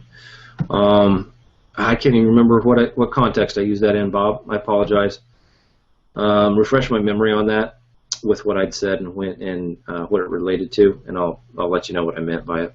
All right, Gordon Chow. Great to be here. Reference to Janet's questions. DNS transfer. Who is the domains when you take ownership of the domains? Yeah, I put who is protection as soon as I get access to them. Meaning when I get that notification from the registrar that that site, that domain name is in my account, you go in and that's when I put who is protection on it immediately, or as quickly as I can. There's a couple registrars that you got to do some weird stuff and kind of jump through a hoop or two to get who has protection on it. But as soon as I can is when I put that on there. Gordon. I said, George, I'm getting multiple comments, seemingly auto few 3-5 day from Adidas Superstar, subdomain, whatever. Okay. Is this something I should allow to post or delete all the comments, various topics from the same root URL? Oops, I delete those. Yeah, I usually turn off commenting on my blogs. Just not, to me, it's not worth finding, kind of this, comment spam, people trying to do what we do for the most part. I just turn commenting off so I don't have to worry about it. You'll still get them that show up in your dashboard, and you can, delete them all or whatever. That's how I handle it. Glenn, if you buy an expired domain from GoDaddy, do you keep domain age? It'll still show up as an older domain. It will reset its actual age when it transfers to you. But the actual age on it, how long it's been continuously registered, isn't by itself what the big piece of important the biggest quality that we're buying with that age. That age is going to show that it's a more trustworthy site, even if it switches hands. Google's like, oh, well, that's fine. It's been around for a while. It's going to give us a better indication of how long some of those links have been in place and how likely they are to stick around long term. So your domain age, I believe, technically resets if it lapses and expires. I'm not 100% certain of that, but even so, it's not that big a deal, because it'll still, like, if you let it expire next year and it went through Register Compass, it would show up as another year older than what it was when you bought it. From my understanding of things, Glenn. George FS, would you grab the YouTube redirect link share for the original link, which is different? Yeah, there's two different links. That's what George is getting at here. So the share link here is a little different than what the actual link to this page is. So you can see up here as if I were logged out, it would actually be even another page here, but the address bar is going to show an address that's different than what you have in the share box. And then if I were logged into my account and had the URL for a video that I had posted, it would show us something, even a third version of it. They're all kind of related. Anyway, that's just kind of a little background on that question. I've seen a couple comments on it from people who do a lot more ranking videos than I do within OMG, and they typically will send links to both of those versions. So not just one, but both. My way of looking at it is that if it is a natural link, meaning that somebody has been cruising the web and they found a YouTube video on YouTube and watched it and they thought it was cool, they thought it was cool enough to, go comment someplace and put a link to it, that it's going to be that watch link, meaning the one that's in the address bar, not the one that's in the share. So when I do a campaign, I usually will try to send it to that watch. I don't know whether that's preferred SEO-wise, but it works. So that's kind of my way of thinking about it. But I do know that probably sending links to all of those is likely the safest thing to do. All right, where are we here?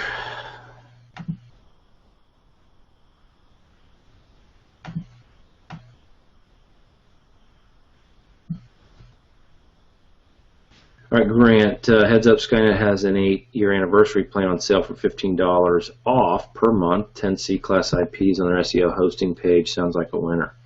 Yeah, like I said, I've been really happy with Skynet. They've given me the least amount of issues when I first started, which has been a little over a year ago now. I got rolling with SEO hosting, with Skynet, and with who else did I get set up with? Oh, I had a couple of different accounts with Bluehost, which I've kept. They were my construction websites anyway. So the ones with SEO hosting have been fine. They actually, I think, were a little cheaper, but they've been hacked a few times. They've had some downtime issues, just kind of various hassles. Skynet really hasn't, so I've been happy with them. Graham, can you talk a bit more about on-page keyword percentage? Hang on one second. I got to check an email real quick. Oh, we're still in good shape. Okay. Can you talk a little bit more about on-page keyword percentages? You mentioned we might get penalized if we have a keyword repeated too many times on page or used as alt text on images. I do this a lot. What is on-page percentage at the moment? Oh, like 3%, 4%, something like that, Graham.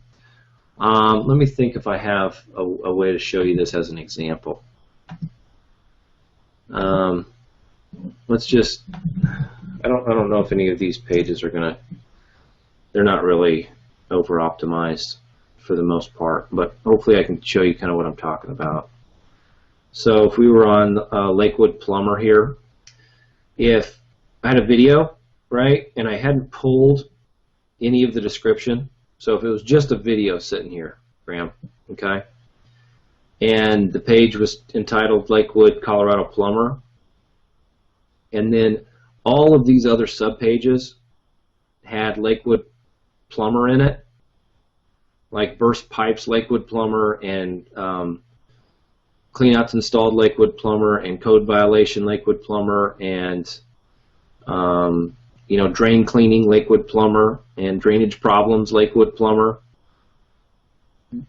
Looking at all of the actual words on this page, that keyword Lakewood Plumber is going to be a very high percentage because of all these menu items, especially in silo menus. You can tell, how many supporting pages we have here. The potential exists for Lakewood Plumber to wind up as probably 50% of the words on the page, which is way too much. But for the most part, even with all these other words and stuff, they've done some keyword stacking and stuff in here, which isn't ideal, but whatever, not a big deal. You can kind of get the impression, hopefully, of what I mean by that. If you're just, putting alt tags in your photos, or even naming your photos with keywords as part of the actual file name, you're still probably going to be in fine shape. But yeah, just make it look kind of natural in situations like that. And if you have especially silo pages with very little, if any, content on the page, it's something you want to think about, because you get yourself into trouble that way. Over-optimization issues, which is a term I have a hard time even saying. Over-optimized, it's kind of like, well, optimized is optimal. You can't be over it, because then you're not optimized anymore. Anyway, that's my 2 cents. And the reason I don't like saying over-optimized, even though I say it a lot, it galls me. All right, Graham, can you talk a bit more? Oh, that was a question I just covered.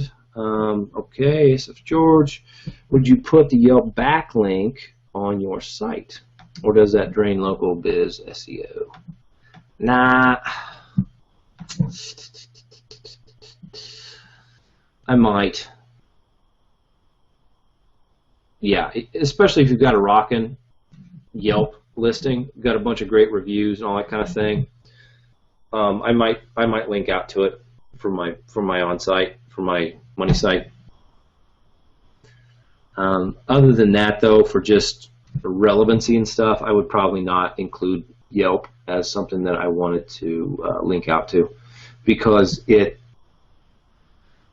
you looked at those Yelp listings, you got enough distraction on your page trying to get attention to even other factors, paid listings and things like that, that I just don't like to send traffic over to them, if at all possible.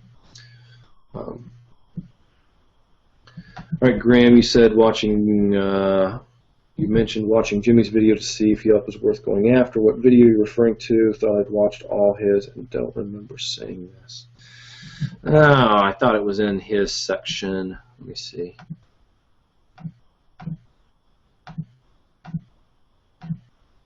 What am I looking for? I'm totally drawing a blank. Okay.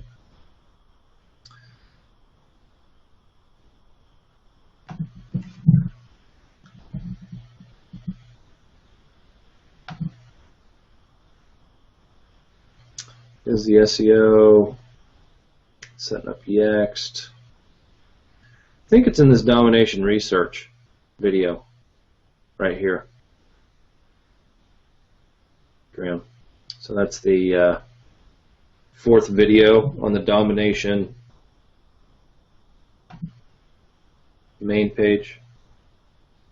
So that was Nashville SEO Social Series, and then the fourth video on that. Pretty sure that was the video that covers doing research on that to make sure that the sites and the listings we're setting up are going to be what we want to use for ranking those things. All right, Matt, the domain authority, that might be Matt Borkowski. If it is, hey, how's it going, buddy? With the domain authority 48 expired domain, for example, is there an upper limit of the number of subpages in terms of negating the positive effects of domain authority? No. So I think your question is kind of leading to the concept of, if we add a bunch of inner pages, is that going to dilute our domain authority? And that is no. Our domain authority is going to remain intact. Now, the amount of link juice that we have the ability to funnel or direct or redirect off of any of those inner pages is going to be less. If you've got a PBN site with a single home page and a bunch of posts on it, all the link juice essentially on that home page, and each of the, if you had just one link, it's going to send as much of the link juice as possible. Whereas if you had same domain authority and 20 inner pages, and you had a link off of each of those 20 inner pages going someplace, they are not going to push as much link juice as the other example. But the domain authority of that site is going to remain the same, if not grow, because domain authority also is affected by the interlinks on a site. So a bigger site with a bunch more interlinking on those pages, a link is a link, whether it's on our site or coming from somewhere else. So that's one of the reasons some of these larger sites have higher domain authority, even though they don't have a lot of backlinks coming from other places. So that's just kind of a little more explanation of how that works. Negating the positive effects of domain authority. I think that's the question you're getting at there, Matt. If it's not, help me out, and I'll try to answer it best I can. Oh, Bob says, can't remember the scenario about dumping links either. Yeah, sorry about that. If it comes to you, Bob, let me know. Josh, do you use XML sitemap in your PBN sites to get them to be effective? Yeah, I actually have tried to kind of go over the top on improving the quality of my PBN sites, Joshua. I definitely know what my money site is compared to what my PBN site is, but I don't want somebody else to know. I would love somebody to land on one of my PBN sites and say, wow, I wonder what they're selling here. Or I wonder what this person's all about and why they've chosen to add so much awesome content to the internet. So following that logic, yes, I submit XML sitemaps. I do pretty much everything that I would do on a normal money site, except for pay as much attention to conversion. The big difference for me on-site between a PBN and a money site is the amount of time you spend on conversion and knowing the purpose of that site, whether it is to generate traffic and continue to drive traffic to your money site or to make the sale and make a conversion. So, we've got TJ on. Good to see you. Right, Janet, clarification, when I won my domains from GoDaddy, I went to purchase them. The shopping cart had 3 components: my expired domain price, domain renewal price, and private registration. Is who is a separate step? No, who is private registration, Janet. So if you purchase this, you have who is protection on your domain. Graham's doing his best to annoy me. Thank you very much, sir. Always great to have you on. And of course, I hope you know I was joking.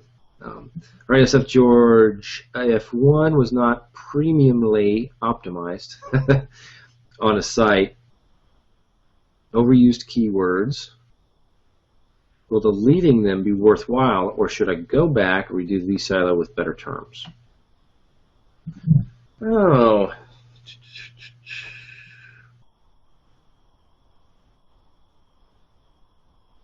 Yeah, I mean, either way, you're going to be okay. If you want to go in and delete them, depending on where those show up, you might just be better off just redoing the page and naming it something else. If you have created a situation like that, copying the content over to a page that you have a different title on, because then that title is going to be what gets associated with the menu item in vSilo if you've got a site set up that way, or the silo builder. Either way, if you've got vSilo or silo builder, either one, they both work pretty much identically in that regard.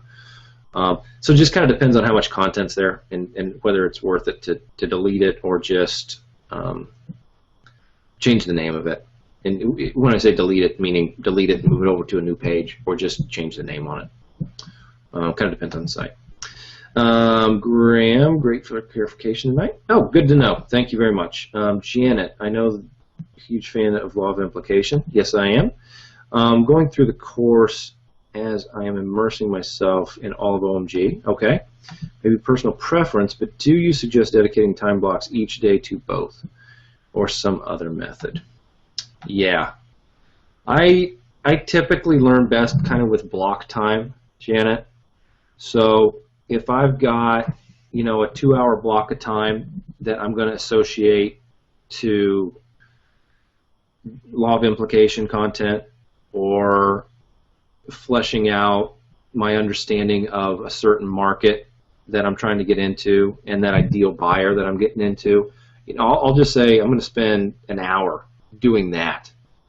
Because what I've found, and it's not always bad, I'll have some time that I allocate both ways, But what I found is if I don't block time off that way, what I'll do is I'll get like an idea or like a light bulb will go off, and I'll go follow kind of the rabbit hole. And I'll wind up in some crazy other place realizing that I really, needed to get an hour spent on law of implication, or an hour spent on keyword research, or an hour spent on designing silo structure.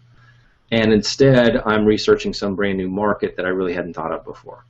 Now, I won't say I don't do the other as well, because I think that's valuable. Sometimes our flow of consciousness takes us places with those insights, and we need to be able to follow them when we have that information. But that primarily is why I have a notebook with me all the time.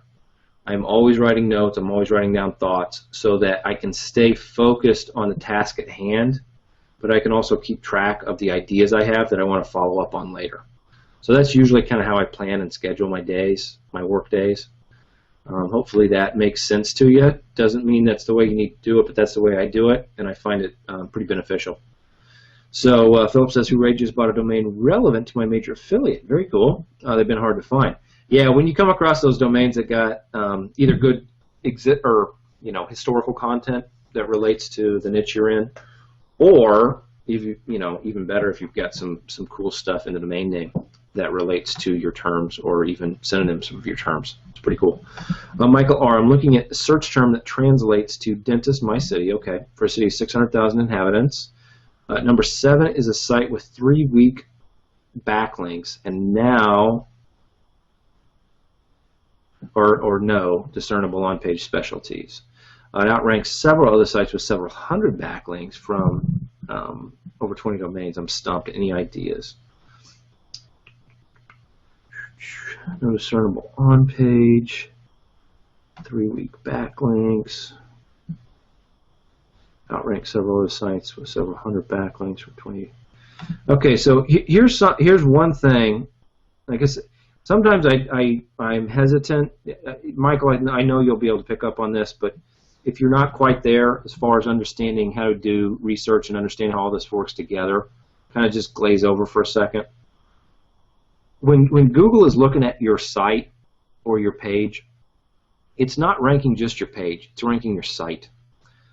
And this kind of goes back to an answer I had earlier, which is that if you've got an entire site that is about a topic, and it's very easy for Google to tell what your site is about, it may very well rank your page very highly for a topic that your entire site is about.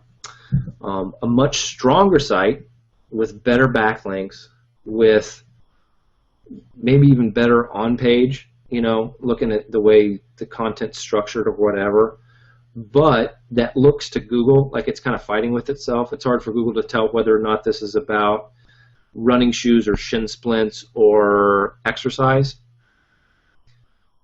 Google may say, well, I can't understand it, and the visitor might not be able to understand it, so I'm not going to rank this as highly as this other site, which I know darn good and well is about running shoes, because all the content's about running shoes.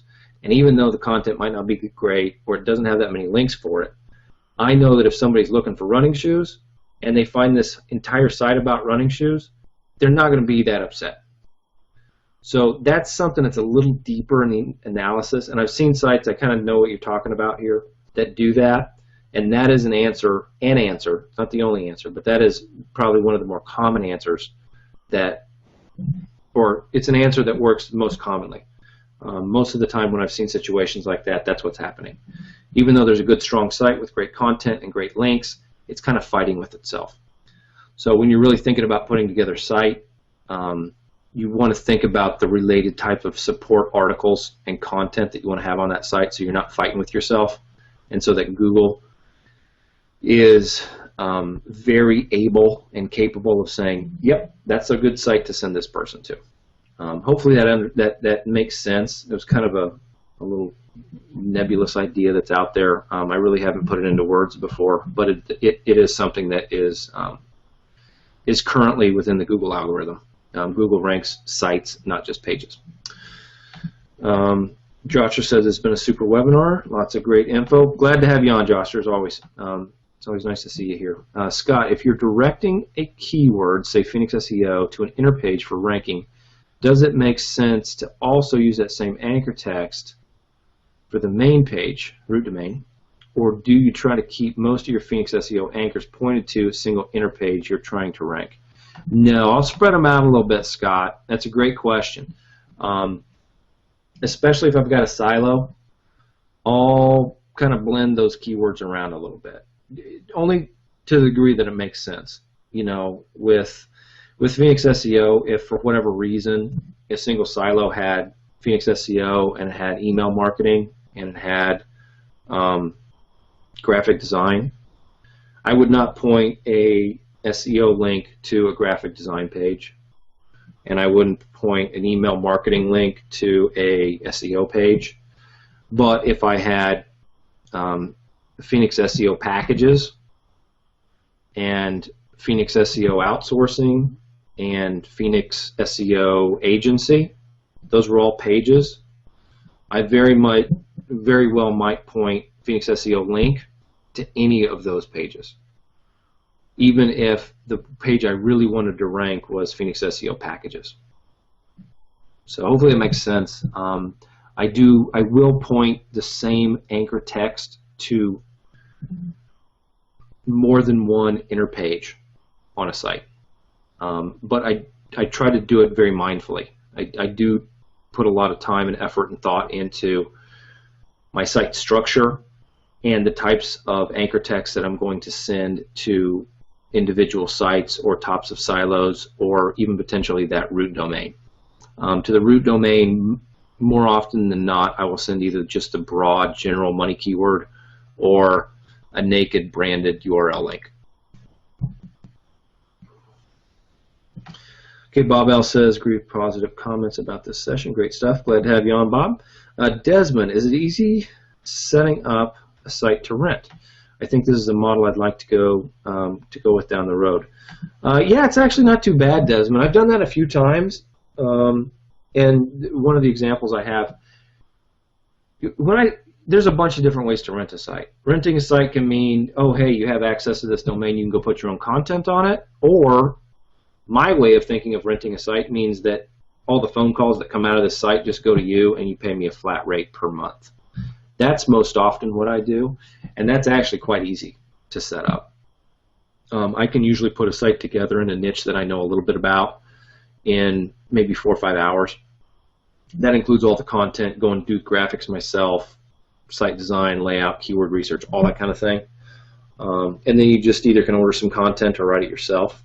And the thing I really like about that model, Desmond, is that you own that asset. It's kind of like your own little rental house that you own and that you just get different tenants in. And, you know, as long as they're paying you their rent, they get to stay and you make money and they make money.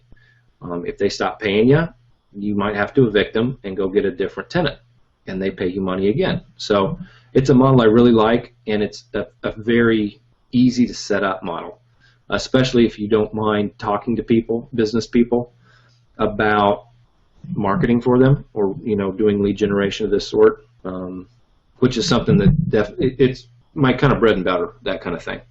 So I really like that model. I would strongly suggest, if it appeals to you, that you give that a shot. Janet, really appreciate your answer about the LOI and blocking time. I'm curious, would you be willing to share a typical day for Fl1T0Ch? How exactly you spend your time throughout the day? Yeah, I actually did a video on that. That's on my YouTube channel, Janet.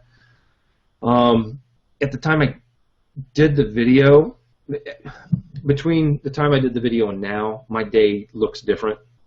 One of the reasons is I have a baby, but two is that I've evolved my kind of processes throughout the day. Yeah, I would be more than happy to do that. As I've already done it once, I would be happy to update that for you guys and put that out there. So, Gordon, Fl1T0Ch, if your younger hunger years, in your younger hunger years, you mentioned doing a roofing site. Can we see this site for case study? As I like to follow that niche in my area. Thanks. You know what, Gordon? I'd love to show that to you, but it's a site that I worked on with a partner, and I don't have his permission to show that here. I'm trying to think of something very similar to that I have that I've done personally. Let me see if I can dig something up like that, Gordon, because things in those construction trades are definitely they're a great way to make money. So if I don't have something, I'll build something and get it put together, because I agree with you. I think that would be very valuable, and I would be more than happy to share that with you guys, to give you kind of some indication of what I do and the way I look at that kind of thing. Yeah, actually, let me take a note on that. That's a good, it would be a really good addition to what we have already.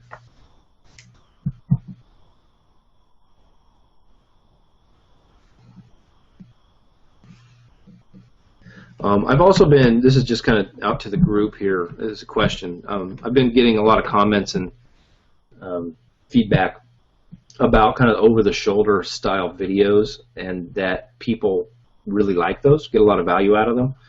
If that's everybody else's on here, if that's your guys' impression, I'd love to know, because I can continue to make more videos of that style as opposed to other types, and can kind of start to think about things that way, things I can demonstrate over the shoulder that way. So yeah, just give me your impressions of that here in the chat box. We're getting kind of close to our end of the session too, so after we comment and cover that stuff, we'll probably wrap up for the day, guys. Okay, Grant, since you said that you monetize your PBN sites, you make them look real and natural, do you take any steps to make those sites rank in Google? Well, not really any steps, Grant, not actively anyway. And when I say monetize, I just mean I want them to look good. And a lot of times I'll spend some time and effort on creating graphics or branding and things to make those sites look pretty cool. But I don't really try, I'm trying to think the best way to put it. I don't actively try to rank those sites for any keywords. I try to put great content on those sites, and they naturally typically have a lot of domain authority and page authority and PR. So naturally they kind of rank on their own with decent content. So I'm not saying they rank for the big money keywords I'm going after, but they do get traffic. And if I get traffic on a PBN site, why not take advantage of it and try to get that traffic over to my money site to make a sale? That's the way I look at it. So that's kind of the way I look at my network and what I do with it. And really, it fits and follows everything that we talk about, that Greg talks about and everything else. I just, I look at it the best way to make the most money and to be the safest long term, and I think that's definitely something that's going to come more and more into play. TJ Asala Pasta, thanks for being on, TJ. Glad you made it. Gordon, love the rental site model. Do you have a model site that we can view? I do actually, Gordon. It's oops. I actually did a series of videos on this one in my 60-day day job killer. I think I actually talk about this site a little bit.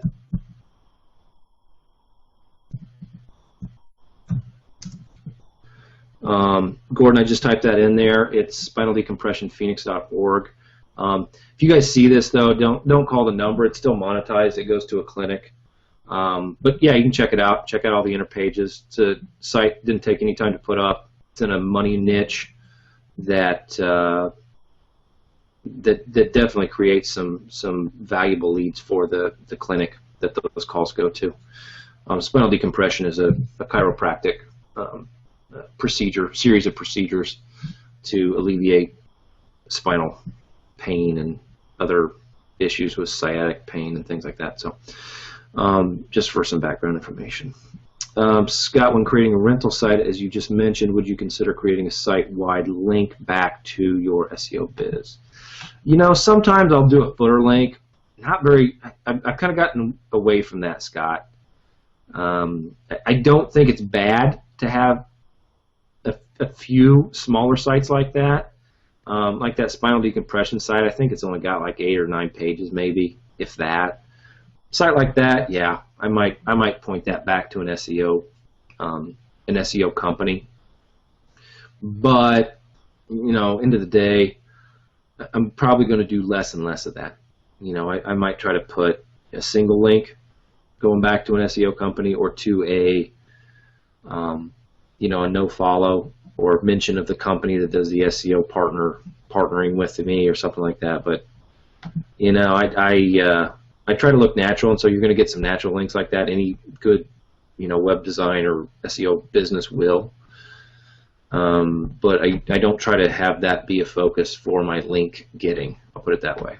Bob says over the shoulder style is great. Good. Over the shoulder, super helpful. Keep coming. Mike, that's good. Over the shoulder, cool, cool. Sylvia, Scott, good, good, good. Gordon, Fletch generously overwhelmed me. Great stuff. And over the shoulder would be necessary presence for me. Oh, good to know. Yeah. Thanks, Gordon. Appreciate that. Desmond, yeah, over the shoulder, sweet. Plus, I like how you read the question, then answer helps me when driving and listening. That's good, yeah.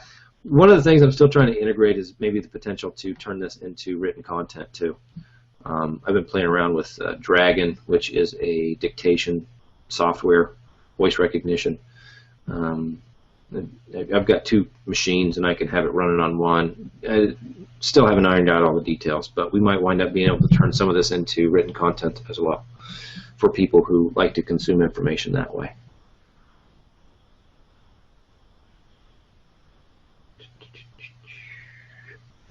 Josh, over the shoulder videos are better, my opinion, for things that require creativity, like keyword research, technical stuff we can research ourselves. Yeah, I agree with you, Josh. Yeah, sometimes it's nice to just get the steps and go do it yourself. Totally know where you're coming from there.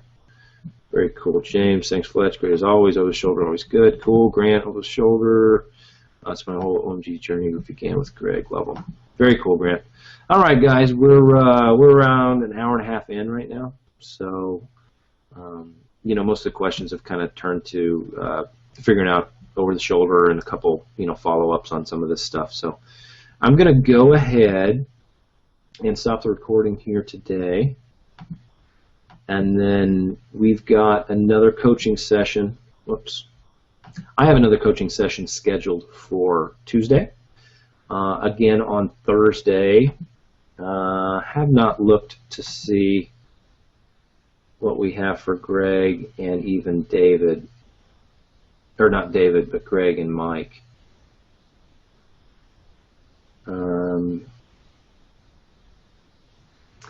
Yeah, if anyone was not on, Mike had a coaching session last week. I actually was on it for a little while just to see, what he's covering and how he's approaching a lot of it. He's really focusing on money getting and things of that nature, and it's awesome. He is, as all of you know, is incredible at that. And his style and content is really going to help a lot of people out with approach and understanding, really great ways to monetize and make money with what we do with SEO. So, yeah, if anybody wants to jump on those, he's scheduled again, it looks like for Wednesday at noon Eastern, which would be, just noon Eastern. I'll leave it like that. Greg's got, I don't know if his sessions for the week are announced, but anyway, kind of like to help out with people getting some information on that. So. Okie dokie. Well, we'll go ahead and wrap up now. I'll talk to you guys soon. And yeah, if anybody's got any further questions, Steve, I think I saw an email come through from you, if I'm not mistaken. So I'll see what that's about and get back to you real quick. You can always hit me up in Facebook, post comments and questions there. I'll try to get to them as fast as I can. You guys have all been great, though, as far as respecting kind of, the coaching sessions and things of that nature. So, yeah, thanks. Always a pleasure. We'll talk to you all soon. Take care.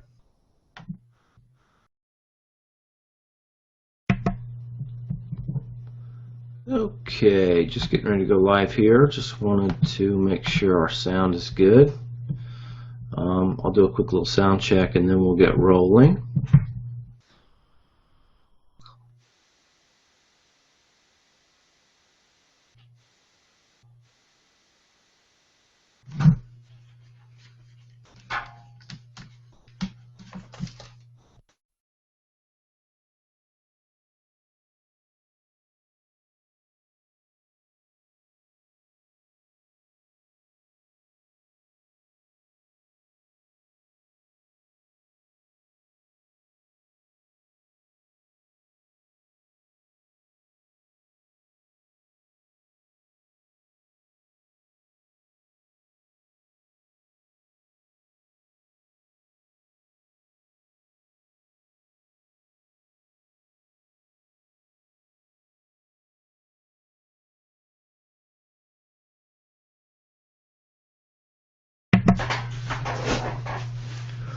Okay, had to go sign for a package of diapers real quick from the UPS man. Sorry about the hold up.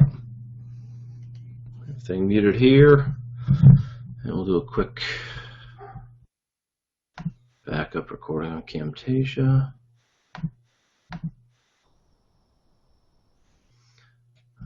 Start recording. Okay.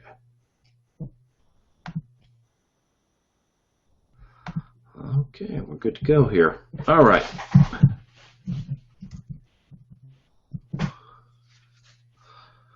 Okay, still sounds good. Who do we have on today? All right, Adam. Okay, Adam's saying that his main two problems are, at the moment, properly analyzing domains to purchase. So I assume expired domains for money sites, but most likely for PBNs. And then also understanding niche keywords. Okay, very good to know, Adam. Depending on how many people we have in the group today and how many questions we have, we may jump over and start to analyze some of that stuff. So it's very good to know. Okay, Welton. Love that bar to post in the Facebook group today. Good stuff. Oh, good to know, Welton. Yeah, in case I was wondering what what Welton's talking about here. I made a post in the Facebook group today about barter. Pardon me, my allergy's been horrible. One of the things that has kind of queued me up to finding new niches and new things that I could work with is actually what I need to have done in my own life. And Walton's commenting on a post that I made in the Facebook group that talked about finding niches and companies to work with that I was actually looking for to have services done in my own life. So yeah, hopefully people actually picked up on that and will kind of start to pay attention to the things that they need done. Yeah, I'm glad that worked with you, Welton. It got quite a bit of attention. So yeah, hopefully people are gonna, start expanding their search parameters outside of just keyword research. Yeah, we got Michael on, Sylvia. Very good. All right, Sylvia, question. Once we select an expired domain from Register Compass, we analyze it with Moz, OpenSite Explorer for the site's backlinks. Why do we need to use hrefs to analyze the site again after we've checked the expired domain with Moz? Yeah, it's not necessary, Sylvia. If you've gone through the Moz OpenSite Explorer research protocol and looked at the quality of the backlinks to make sure that the site, the sites that the backlinks are originating from are good and high quality and have decent PR and domain authority and things like that, you don't need to go on and check it with hrefs. I mean, it's kind of an either or at that point in time. Moz and hrefs do pretty much the same thing. So yeah, you don't have to check them both.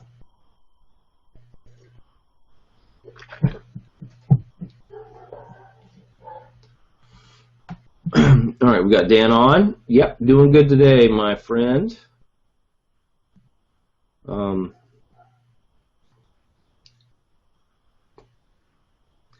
me go ahead and queue up I've got Ted jumping in. Very good.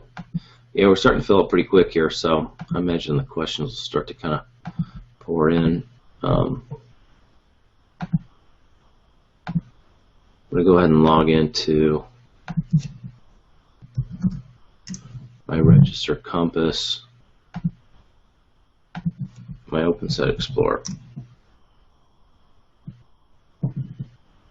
That way, if we jump over and do some over the shoulder, we have those running.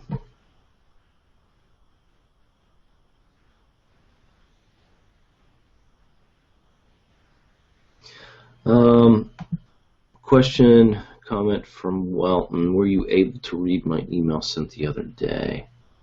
I don't know if I saw that, Welton. If you could resend that, that would work. Let's see if I...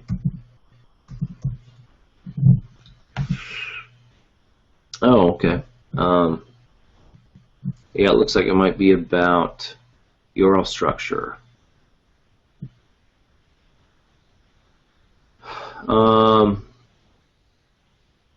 Yeah, a question from Welton. I bought BizBuilder hosting. Todd Spears is the guy who owns that. Is it possible to use Russell Silo structure software and set the site up with all the URL structure that I've included here? If not, I'll do it manually, which is not bad since I can learn. Once the site structure is up, I'll just put my phone number and call to action. Yeah, well, no, I'll get back with you about site setup and stuff like that after the fact. For the most part, you're responsible for site setup, but I can get you pointed in the right direction as far as getting that taken care of the right way. So yeah, I'll get back to you after our coaching session wrap up, and hopefully we can get that moving forward for you. Not a problem. Okay. Right, Michael K. Have you used X Sniper yet? Oh, the PBN Sniper. Yeah, that's I think Chris Morris. Yeah, I'm pretty sure that's his software. Are you going to stick with Register Compass? You know what? When Chris sent me a version of that a couple months ago, and I tried it out, and it looked really, really slick. For the most part, between now and then, I've used Register Compass by itself, but everything I've heard about that software is that it saves a ton of time, and it kind of pares your list down significantly. So I'm actually going to jump into that probably this weekend and see how it works for getting me pointed in the right direction for expired domain purchasing. Yeah, Chris, the guy who developed that, actually lives here in Phoenix, and at the live event, we turned up on the same flight from Phoenix to Tennessee, so we get to kind of meet each other, and then, of course, kind of caught up and met each other at the live event as well. But yeah, I'm actually kind of excited to check that out and see how it works. Question from Shane. When building PBN, money is, say, loans, okay. Would you make the PBN about loans as well? Or should they be more generic, say, about car loans, home loans, or whatever? Shane, I actually like to have a decent mix. I like to have some of my PBNs that are very much tightly themed, which would mean that the entire theme would be about, or the entire PBN would be about loans, or even in a little broader sense, like payday loans, or mortgage refinance or something like that, whatever you're going for. And then a decent percentage of the other links are going to come from PBNs that I do not have a theme on, that are just more general. An example of that would be somebody that was just going to put up a blog and talk about the things that were important in the last 12 months of their life. And one of those things might have been refinancing their house. And so the post is actually about how they chose the company that they were going to work with. That would give a link to a payday site. Another specific post might be about a deck that they built on their home, and that would be a link that goes to a deck building company's site, or a deck building lead generation site, and things of that nature. So hopefully that makes sense. I actually still like to have a decent mix. If you've got some themed out PBN sites, I also like to have some really general PBN sites, to the same degree that when we look at the link diversity coming to a site, we want to have kind of a natural breakdown. And so that's one of the reasons that I still like to have different types of PBNs that I build. Okay, Nathan B. Is there a good example of an effective My City SEO site that I should emulate for content on my own site? There are certain videos I should watch.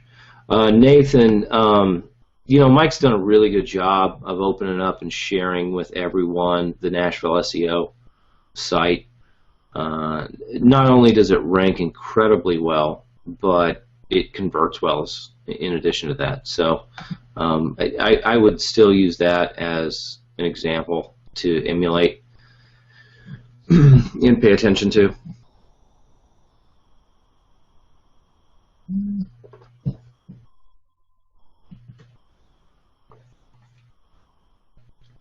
Okay, Josh, when you get articles written for PBN sites, do you give the worker a list of keywords to include? Yeah. Part of the instructions I give my writers are the title of the different articles that I have or that I want written, as well as the keywords. Usually those are pretty close to the same thing, but yeah, I usually give a title and the keywords that I'm going after for the article. Those are the two stipulations, as well as number of words in the article. Those are the three things that I give for articles that I want written.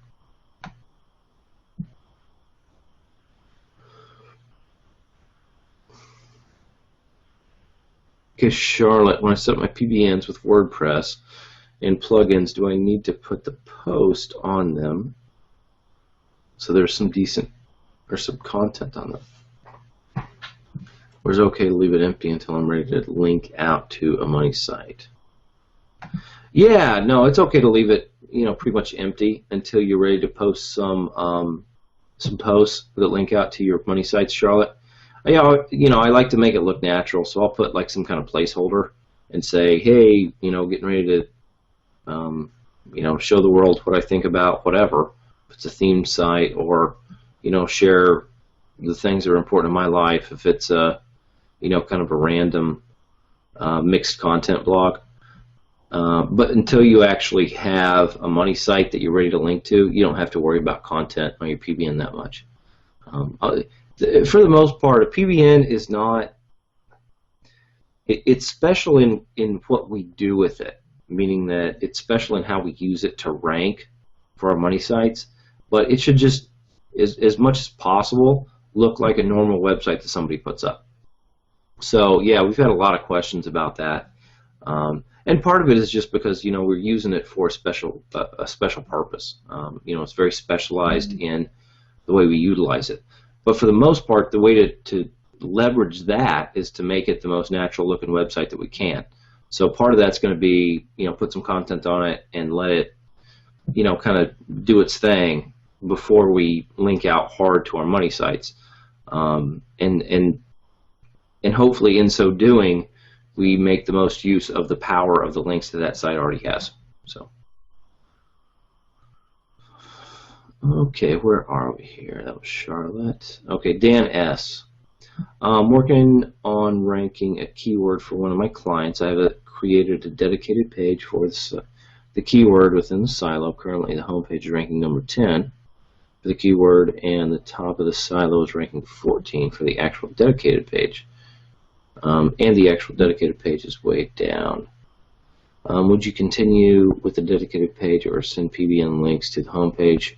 Try to rank all three over time. Yeah, I would try to rank all three over time, Dan, because the entire purpose of building a silo site is to make the most out of the links that we send to a site, not necessarily just to a page. And so what we want to eventually accomplish is to have all of our inner pages ranking for their respective keywords. Now, we can many times accomplish ranking for a specific keyword that we really want to get and build a silo site to accomplish that, but really what a silo does is it actually spreads the link juice out in the most natural and appropriate way for ranking the entire site or the entire silo structure that we're working on linking to. So your least frustrating route to getting rankings that you're looking to get on that, Dan, is to look at sending links to the entire silo structure naturally, as far as kind of a relatively natural link pattern, going to a couple of the inner pages, maybe one at the top of the silo, maybe one of the home page even. That's going to get you the most results that you're looking for. Okay, Edgar J. I'm in the Caribbean islands since February and want to know if I should use some kind of IP masking to do some SEO in Miami or Chicago. What do you suggest? I wouldn't worry about it too much, Edgar. When you're setting up sites and PBNs, they should be US based if you're looking to do SEO in Miami and Chicago. But as far as the way you interact with the internet yourself, I wouldn't worry about using some kind of a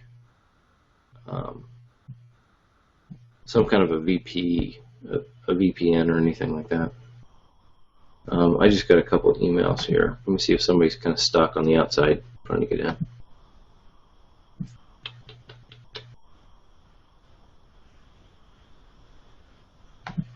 Oh, yeah. Okay, looks like they're good.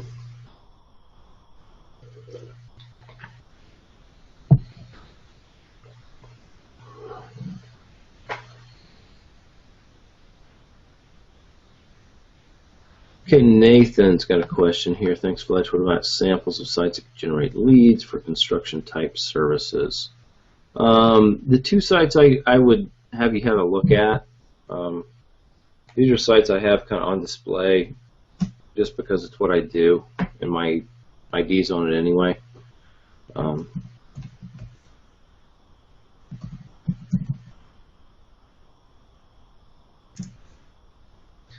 That's my actual construction company, Nathan. I just put a link in the chat box.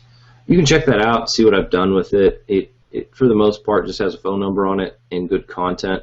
It's not optimized in any way. This is not an SEO example, so please take that in consideration.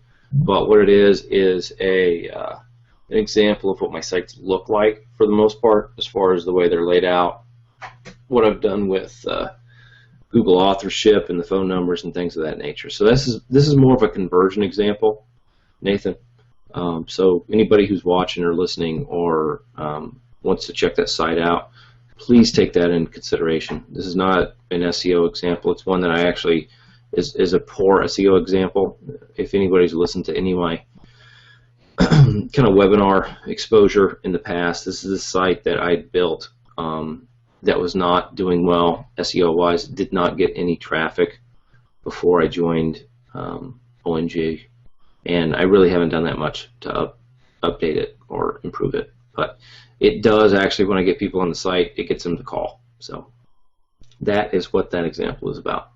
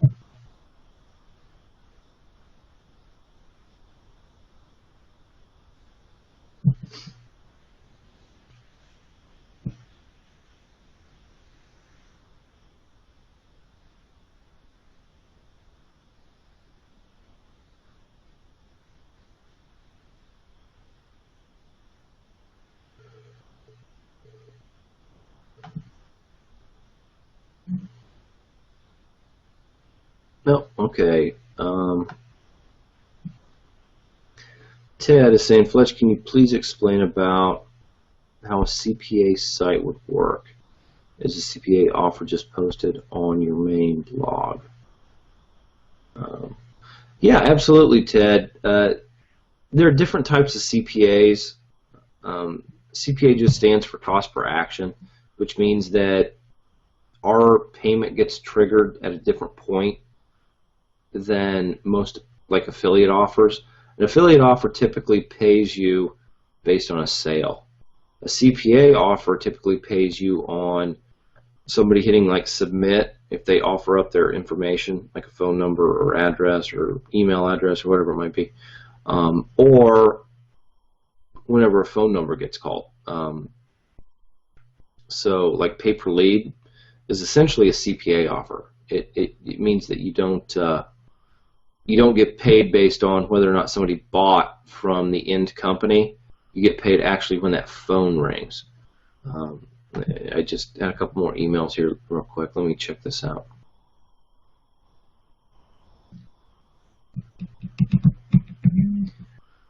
I'm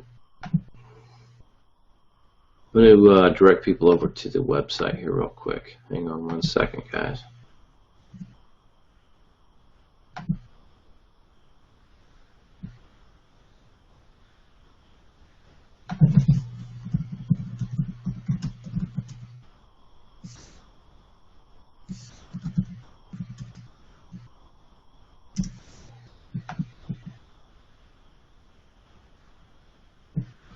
Okay.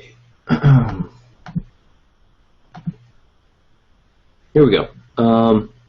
Okay, so that's the difference between CPA and affiliate. It really has to do with when you get paid in the whole lead generation process. So follow up to that is a CPA offer just posted on your main blog? So it depends on the type of offer it is, Ted. If it is a situation where you get paid based on a phone call, the site that I just put up there is an example, EcoBuilt Group. You could look at that as a CPA offer that I get paid on when somebody calls. You know, pay per call is the same as a CPA. And that's actually how that site's monetized currently. The phone number on there actually goes to one of my salespeople, and when that phone rings, they get kind of an invoice. Not every time. I actually invoice that like every 2 weeks or a month. I'm not sure exactly what it is, but that is how that site's set up. So hopefully that helps you out with understanding what a CPA offer is. There's a bunch of different types of CPA offers. Some of the CPA offers actually have to do with data submission, meaning that if somebody puts their personal information in there, an email address, and they hit submit, that's when you get paid. That's a little different, but for the most part, what you're really trying to do is to get somebody to take action on your site. And so at the end of the day, what we're looking at is conversion to that. So hopefully that helps out some.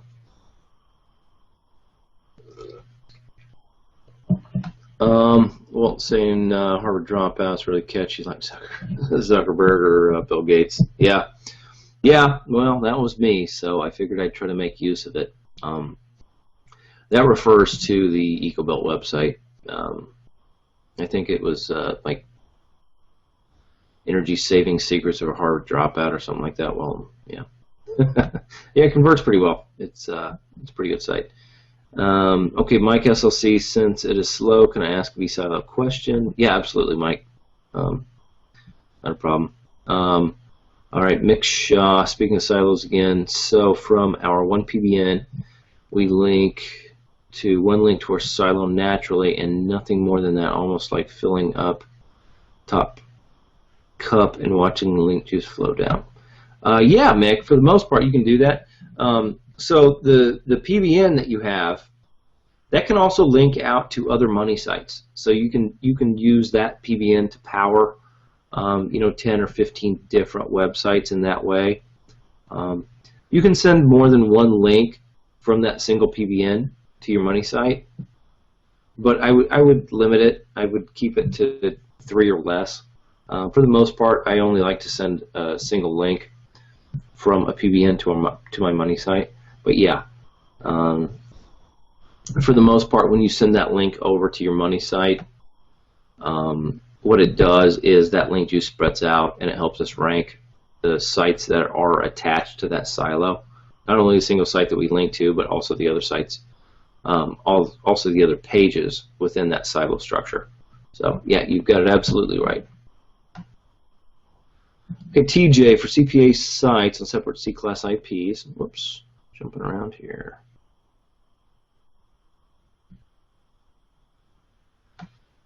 Well, that comment from TJ just disappeared, so maybe he's modifying it a little bit.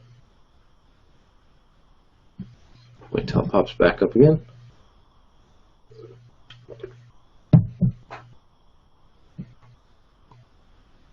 Okay, Edgar J. I believe I can use my PBN until I reach about 100 links to one particular niche site. Then should repurpose it, point it to another niche. That's correct. How can I repurpose it if it is still feeding clients instead of my money site? Yeah, I'm not sure exactly what you're asking here, Edgar. I believe I can use my PBN site until I reach about 100 links to one particular niche. Yeah, if you can clarify that question or comment, Edgar. Yeah, I'm actually kind of interested in what you're getting at here. For the most part, we don't put more than a couple links to a single site from each post, and then each of those posts, we don't have more than a couple posts to a single money site. We can have up to maybe 15 or even 20 posts, but then you go to different money sites. So depending on how many money sites you have, that will determine exactly what the post structure on your PBN looks like. So yeah, kind of, if that helps as an answer, I'm not sure exactly what you're asking though. The 100 links thing is kind of throwing me a little bit. Mike SLC, okay. Excel builds a menu structure. I need to add one item. There's a link rather than a page to my menu. I want to be able to continue to add the silo structure through vSilo. How can I add a menu item to that menu if it has a link?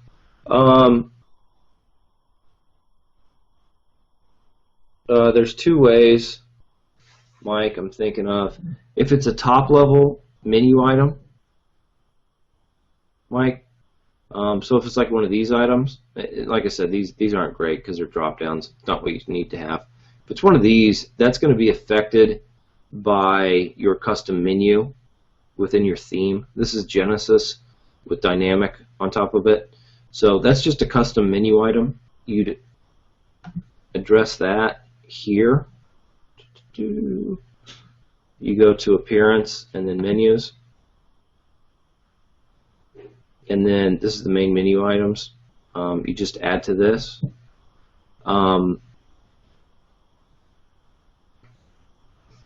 Back out. If you've got a menu item that you only want to have show up within each individual silo, what I would do is follow Greg's example from Qzx300, where he creates a .php page, which is essentially a redirect page within his file structure and page structure in WordPress. So the link would be like, it would look like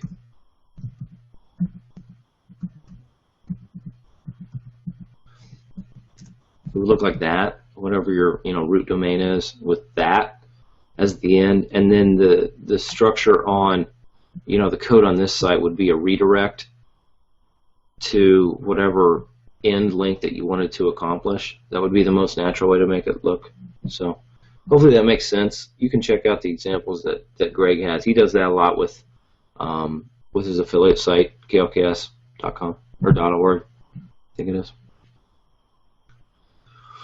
Okay.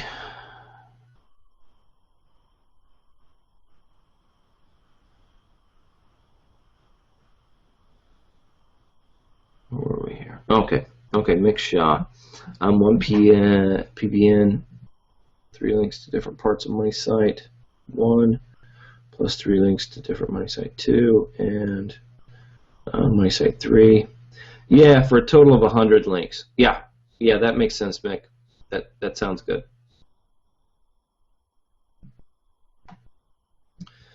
Okay, Nathan B. Looks like my first customer is a dissatisfied web.com customer who feels scammed. Have you dealt with xweb.com or similar customers? If so, you have a general feel for how much an OMGer can do at lead generation. Yeah, no, well, okay, so specifically web.com, I actually don't know what that is. Let me pull it up and see.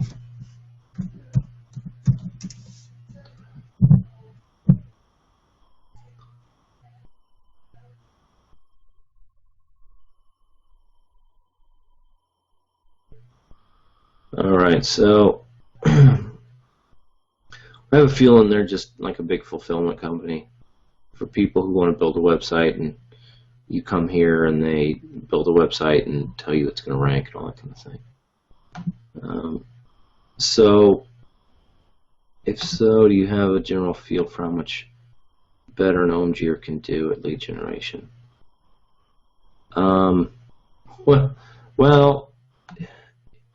I don't know about this company specifically, but I seriously have reservations about any of these giant companies that tell you they can build a website and rank it and all that kind of thing. The companies I take on are lead generation wise. We can totally transform the business. We can easily double the number of leads that a company gets. As far as company-wide, generally what that turns into is a situation where we get 3 to 4 times the amount of online lead generation the company was getting before they started doing SEO work with us. So if they were getting 10 leads a month, we can very easily get them to 40. More often than not, it's even better than that, but that's a very conservative estimate. Hopefully that kind of makes sense to you. Let's make sure the video is still going here. Okay. Okay, Shane, I noticed with launch jacking it seems near impossible to just throw up a site or video and outrank people for some of these JVZoo, WSO offers. Do you want to use PBN network for launch jacking? And if so, you wipe all content from money site and start fresh, or just keep adding pages? All right, Shane, so there's a couple different ways to accomplish rankings quickly to take advantage of launch jacking.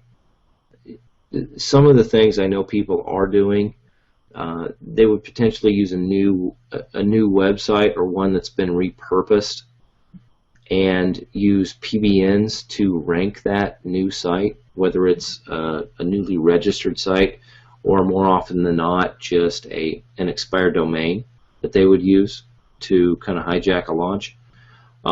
What you can also do is to build a site that's specifically going to be set up to do launch jacking and have a different silo structure potentially for each of the new launches you're going to take advantage of. So in that case, you would buy an expired domain and one that has some domain authority, building a new silo or potentially just different pages for each different product that you're going to try to sell off that site. Those are two different ways to accomplish the ranking goals that we have for launch jacking. Still making use of PBNs. Sorry, I got the hiccups. To rank that site as far as link juice goes.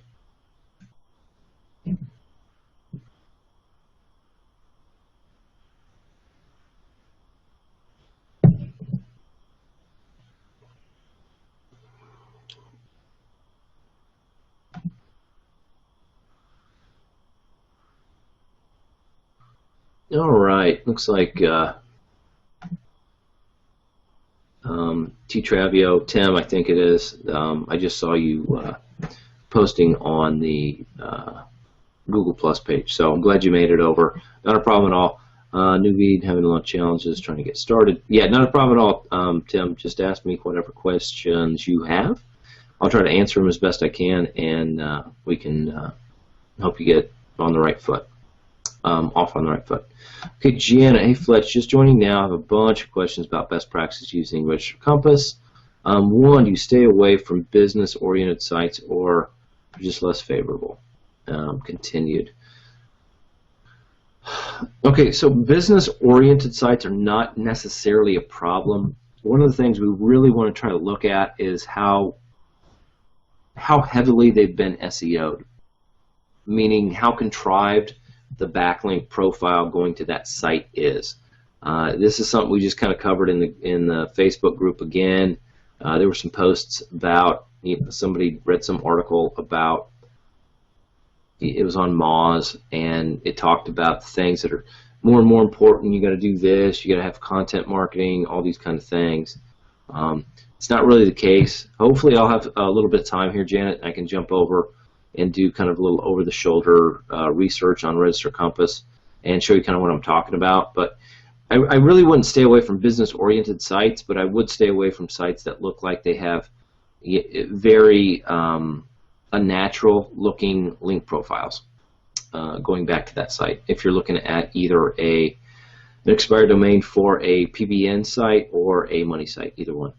Follow-up question from Janet: how do you evaluate the link of no-follow links, or the value of no-follow links? I like to see them, Janet. I like to see them maybe even 25% of the time. They do pass link juice, but not nearly as much as a do-follow link.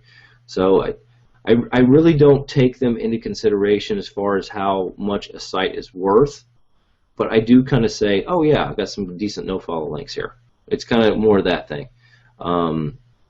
It's not something I weigh heavily on the how much I'll pay for an expired domain, but it's a situation where I like to see some no-follow links going to a site just because it's a little more natural situation to have some no-follows in addition to the do-follows that are what I base most of my valuation on. Hopefully that makes sense.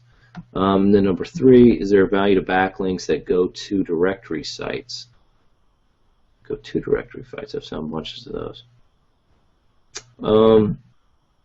I assume you mean come from, but yeah, there's nothing wrong with those. It's just the directory sites tend not to be as high a quality, and they also tend to have a ton of links coming from them. So there's just less link juice to go around. If you've got 200 links on a single page, even if it's a PR6 site with a lot of page authority and domain authority, you're just not going to get as much stuff going through the link going to your site as you would if there were only 10 links on that page. So yeah, there's nothing really wrong with them per se, but you just can't you can't count them as highly as a link coming from a different type of site.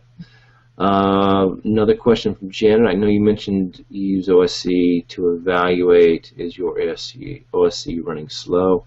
Mine's been excessively slow despite other sites being fast.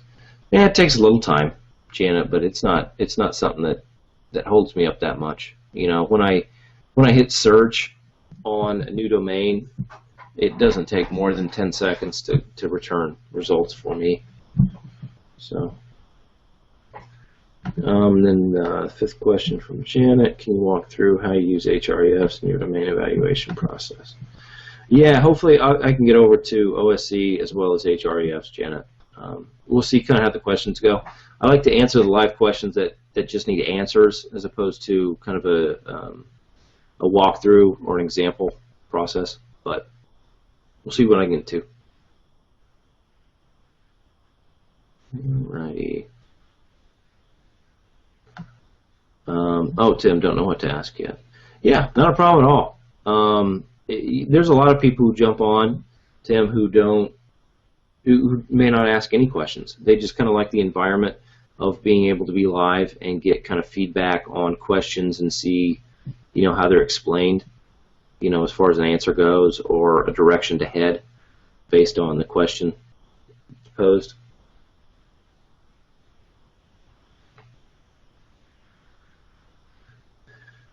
Okay.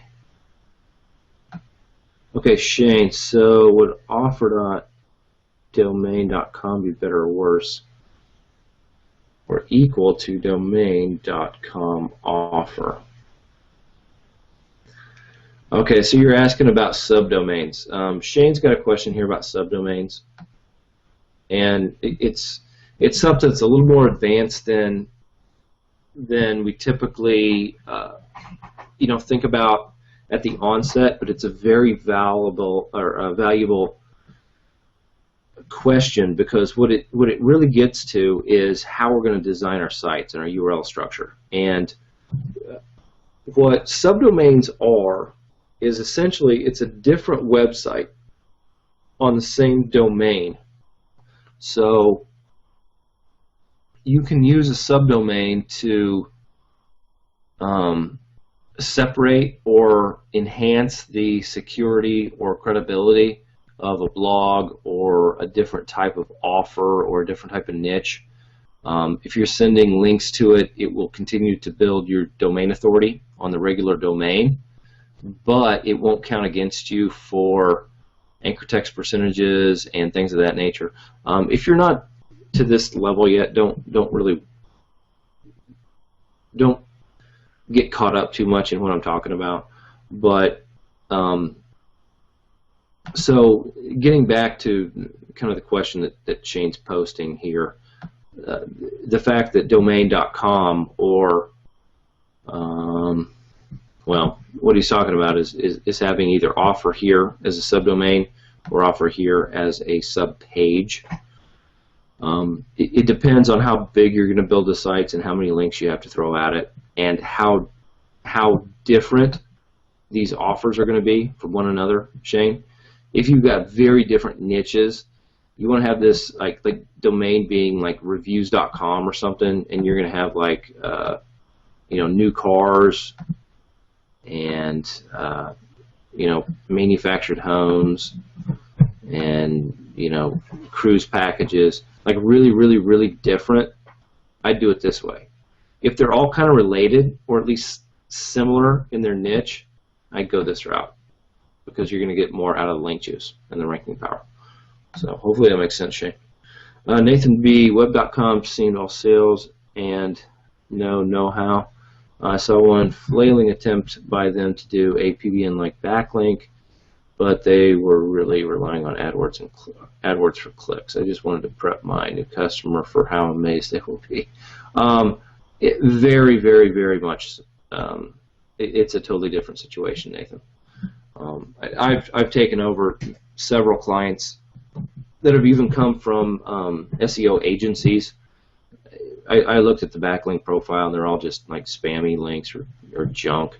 They didn't get any traffic, organic traffic at all. And they were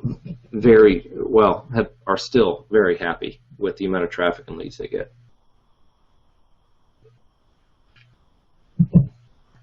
All right, Tim.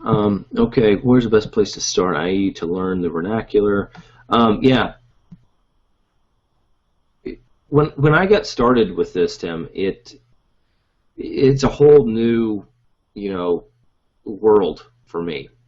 I really was working construction. It wasn't that I was not marketing savvy or sales savvy or anything else. I didn't consider myself any of those things, but I did understand, the process of marketing and sales and all of those things. But getting into SEO and web design and online marketing, I very much had to learn the language before I could figure out how the concepts fit together and all that kind of thing. And in that, I guess, realm, I spent the better part of probably 2 weeks to 3 weeks just learning what all these things were. It took me forever to understand the difference between domain authority and page authority and page rank. And quite frankly, I still am not 100% sure how those relate to each other. but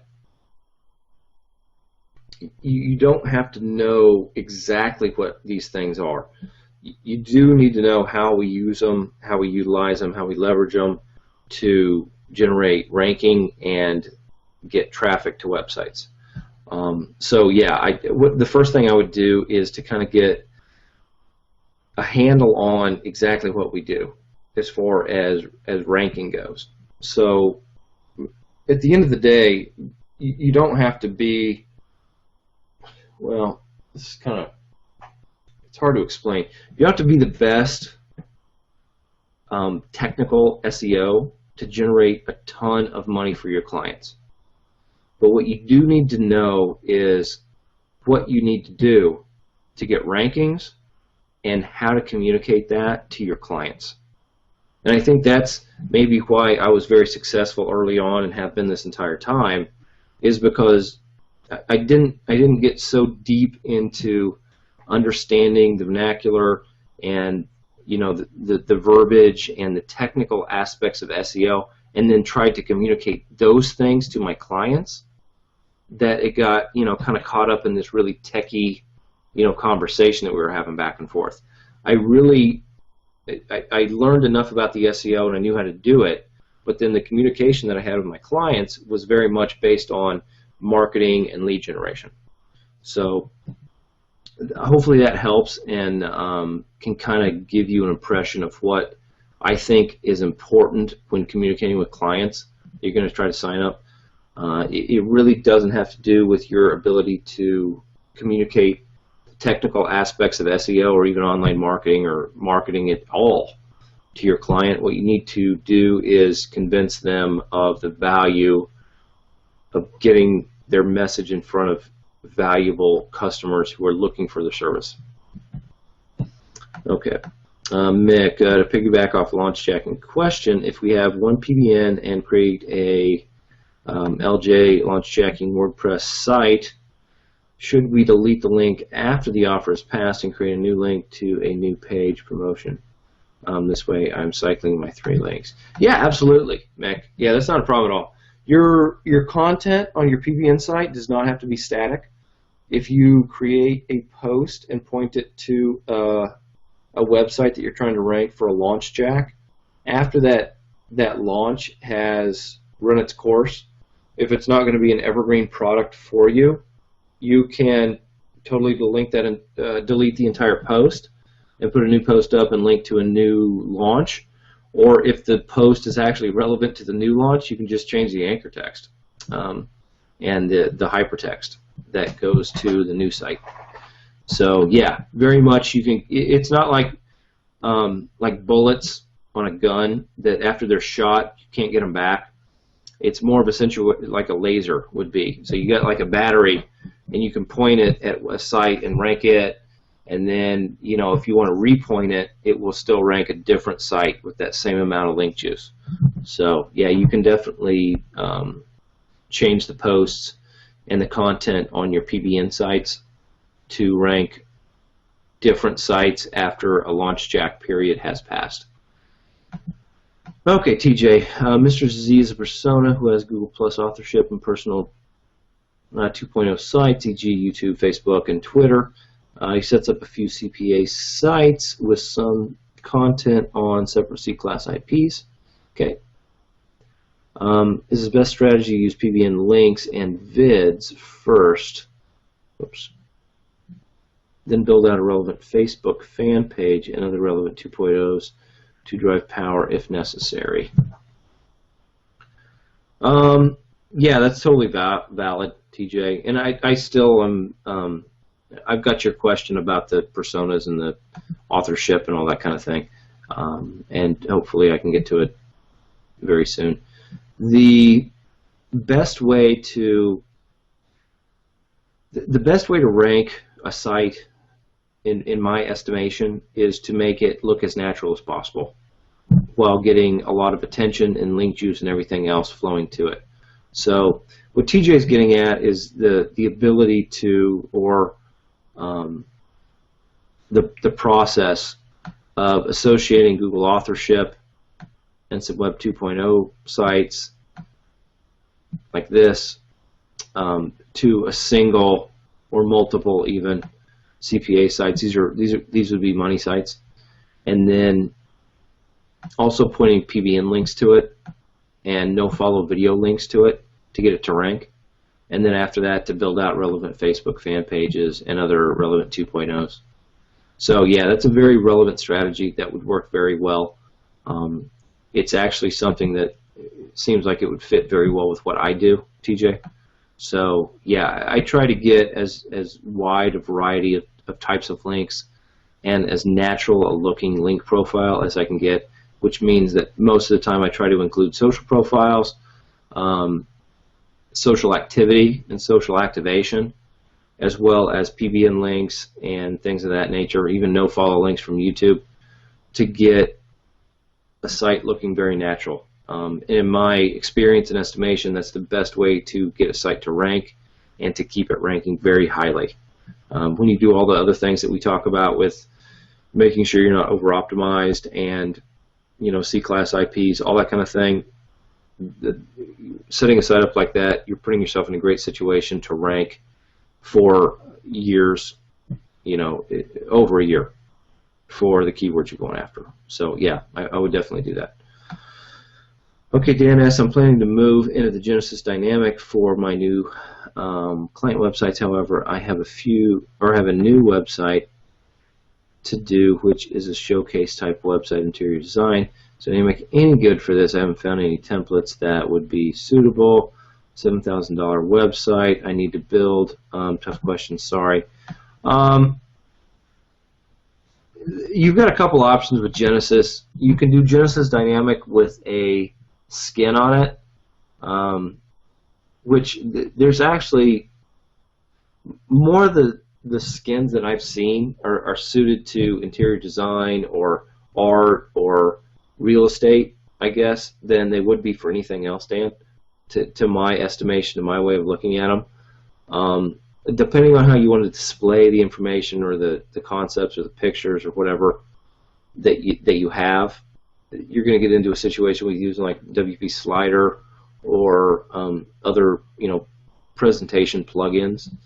I actually think there's some really decent skins using Genesis Dynamic for that type of thing, but you can also use Genesis with another child theme other than Dynamic, and if you do that, there's hundreds of child themes that you can use with Genesis. So yeah, I still like Genesis. It loads quick. It's easy to work with SEO wise. I try to keep, for footprints and stuff like that. For PBNs, I'll use things other than Genesis for sure. But for most of the sites that I am trying to do a lot with, money site wise, Genesis is still my favorite, and probably will be for some time, Dan.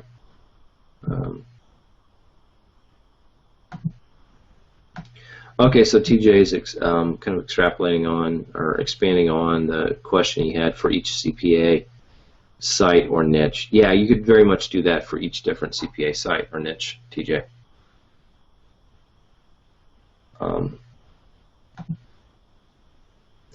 Okay, Welton, there's a definite distinction between learning how to rank and speaking about it with clients. I think you, Fletch, explained it well in your 60-day day job bids. I still go back to those bids every day and admit I don't understand everything about them yet. Yeah, thank you, Welton. That was one of the real purposes of doing that. And, David and Mike and myself all thought it was valuable for people, especially who may not have a lot of experience with SEO or kind of client consulting, to start to think about the way we communicate what we do to our customers. And with Day Job Killer, local client consulting, your SEO is your skill. That's really what you're going to do to deliver, but it's not the most important thing to make the sale.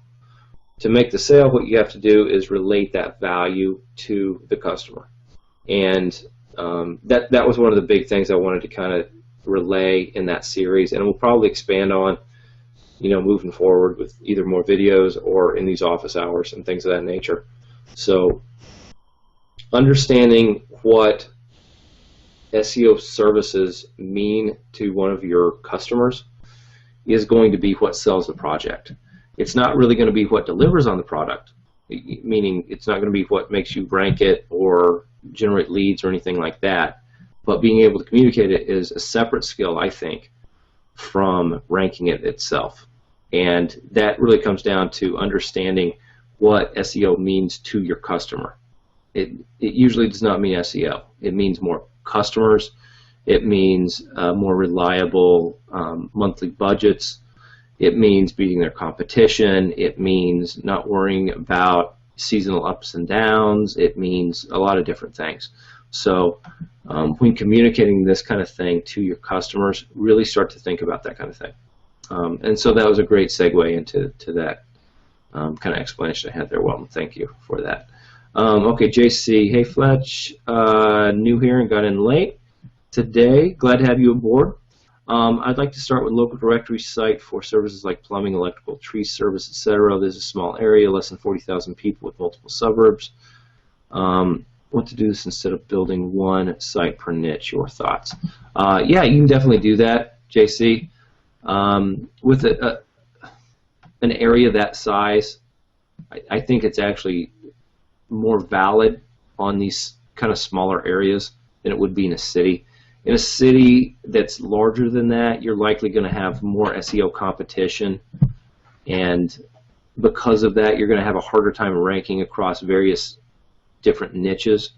But smaller areas like this, you can still do a directory site with these very disparate service types.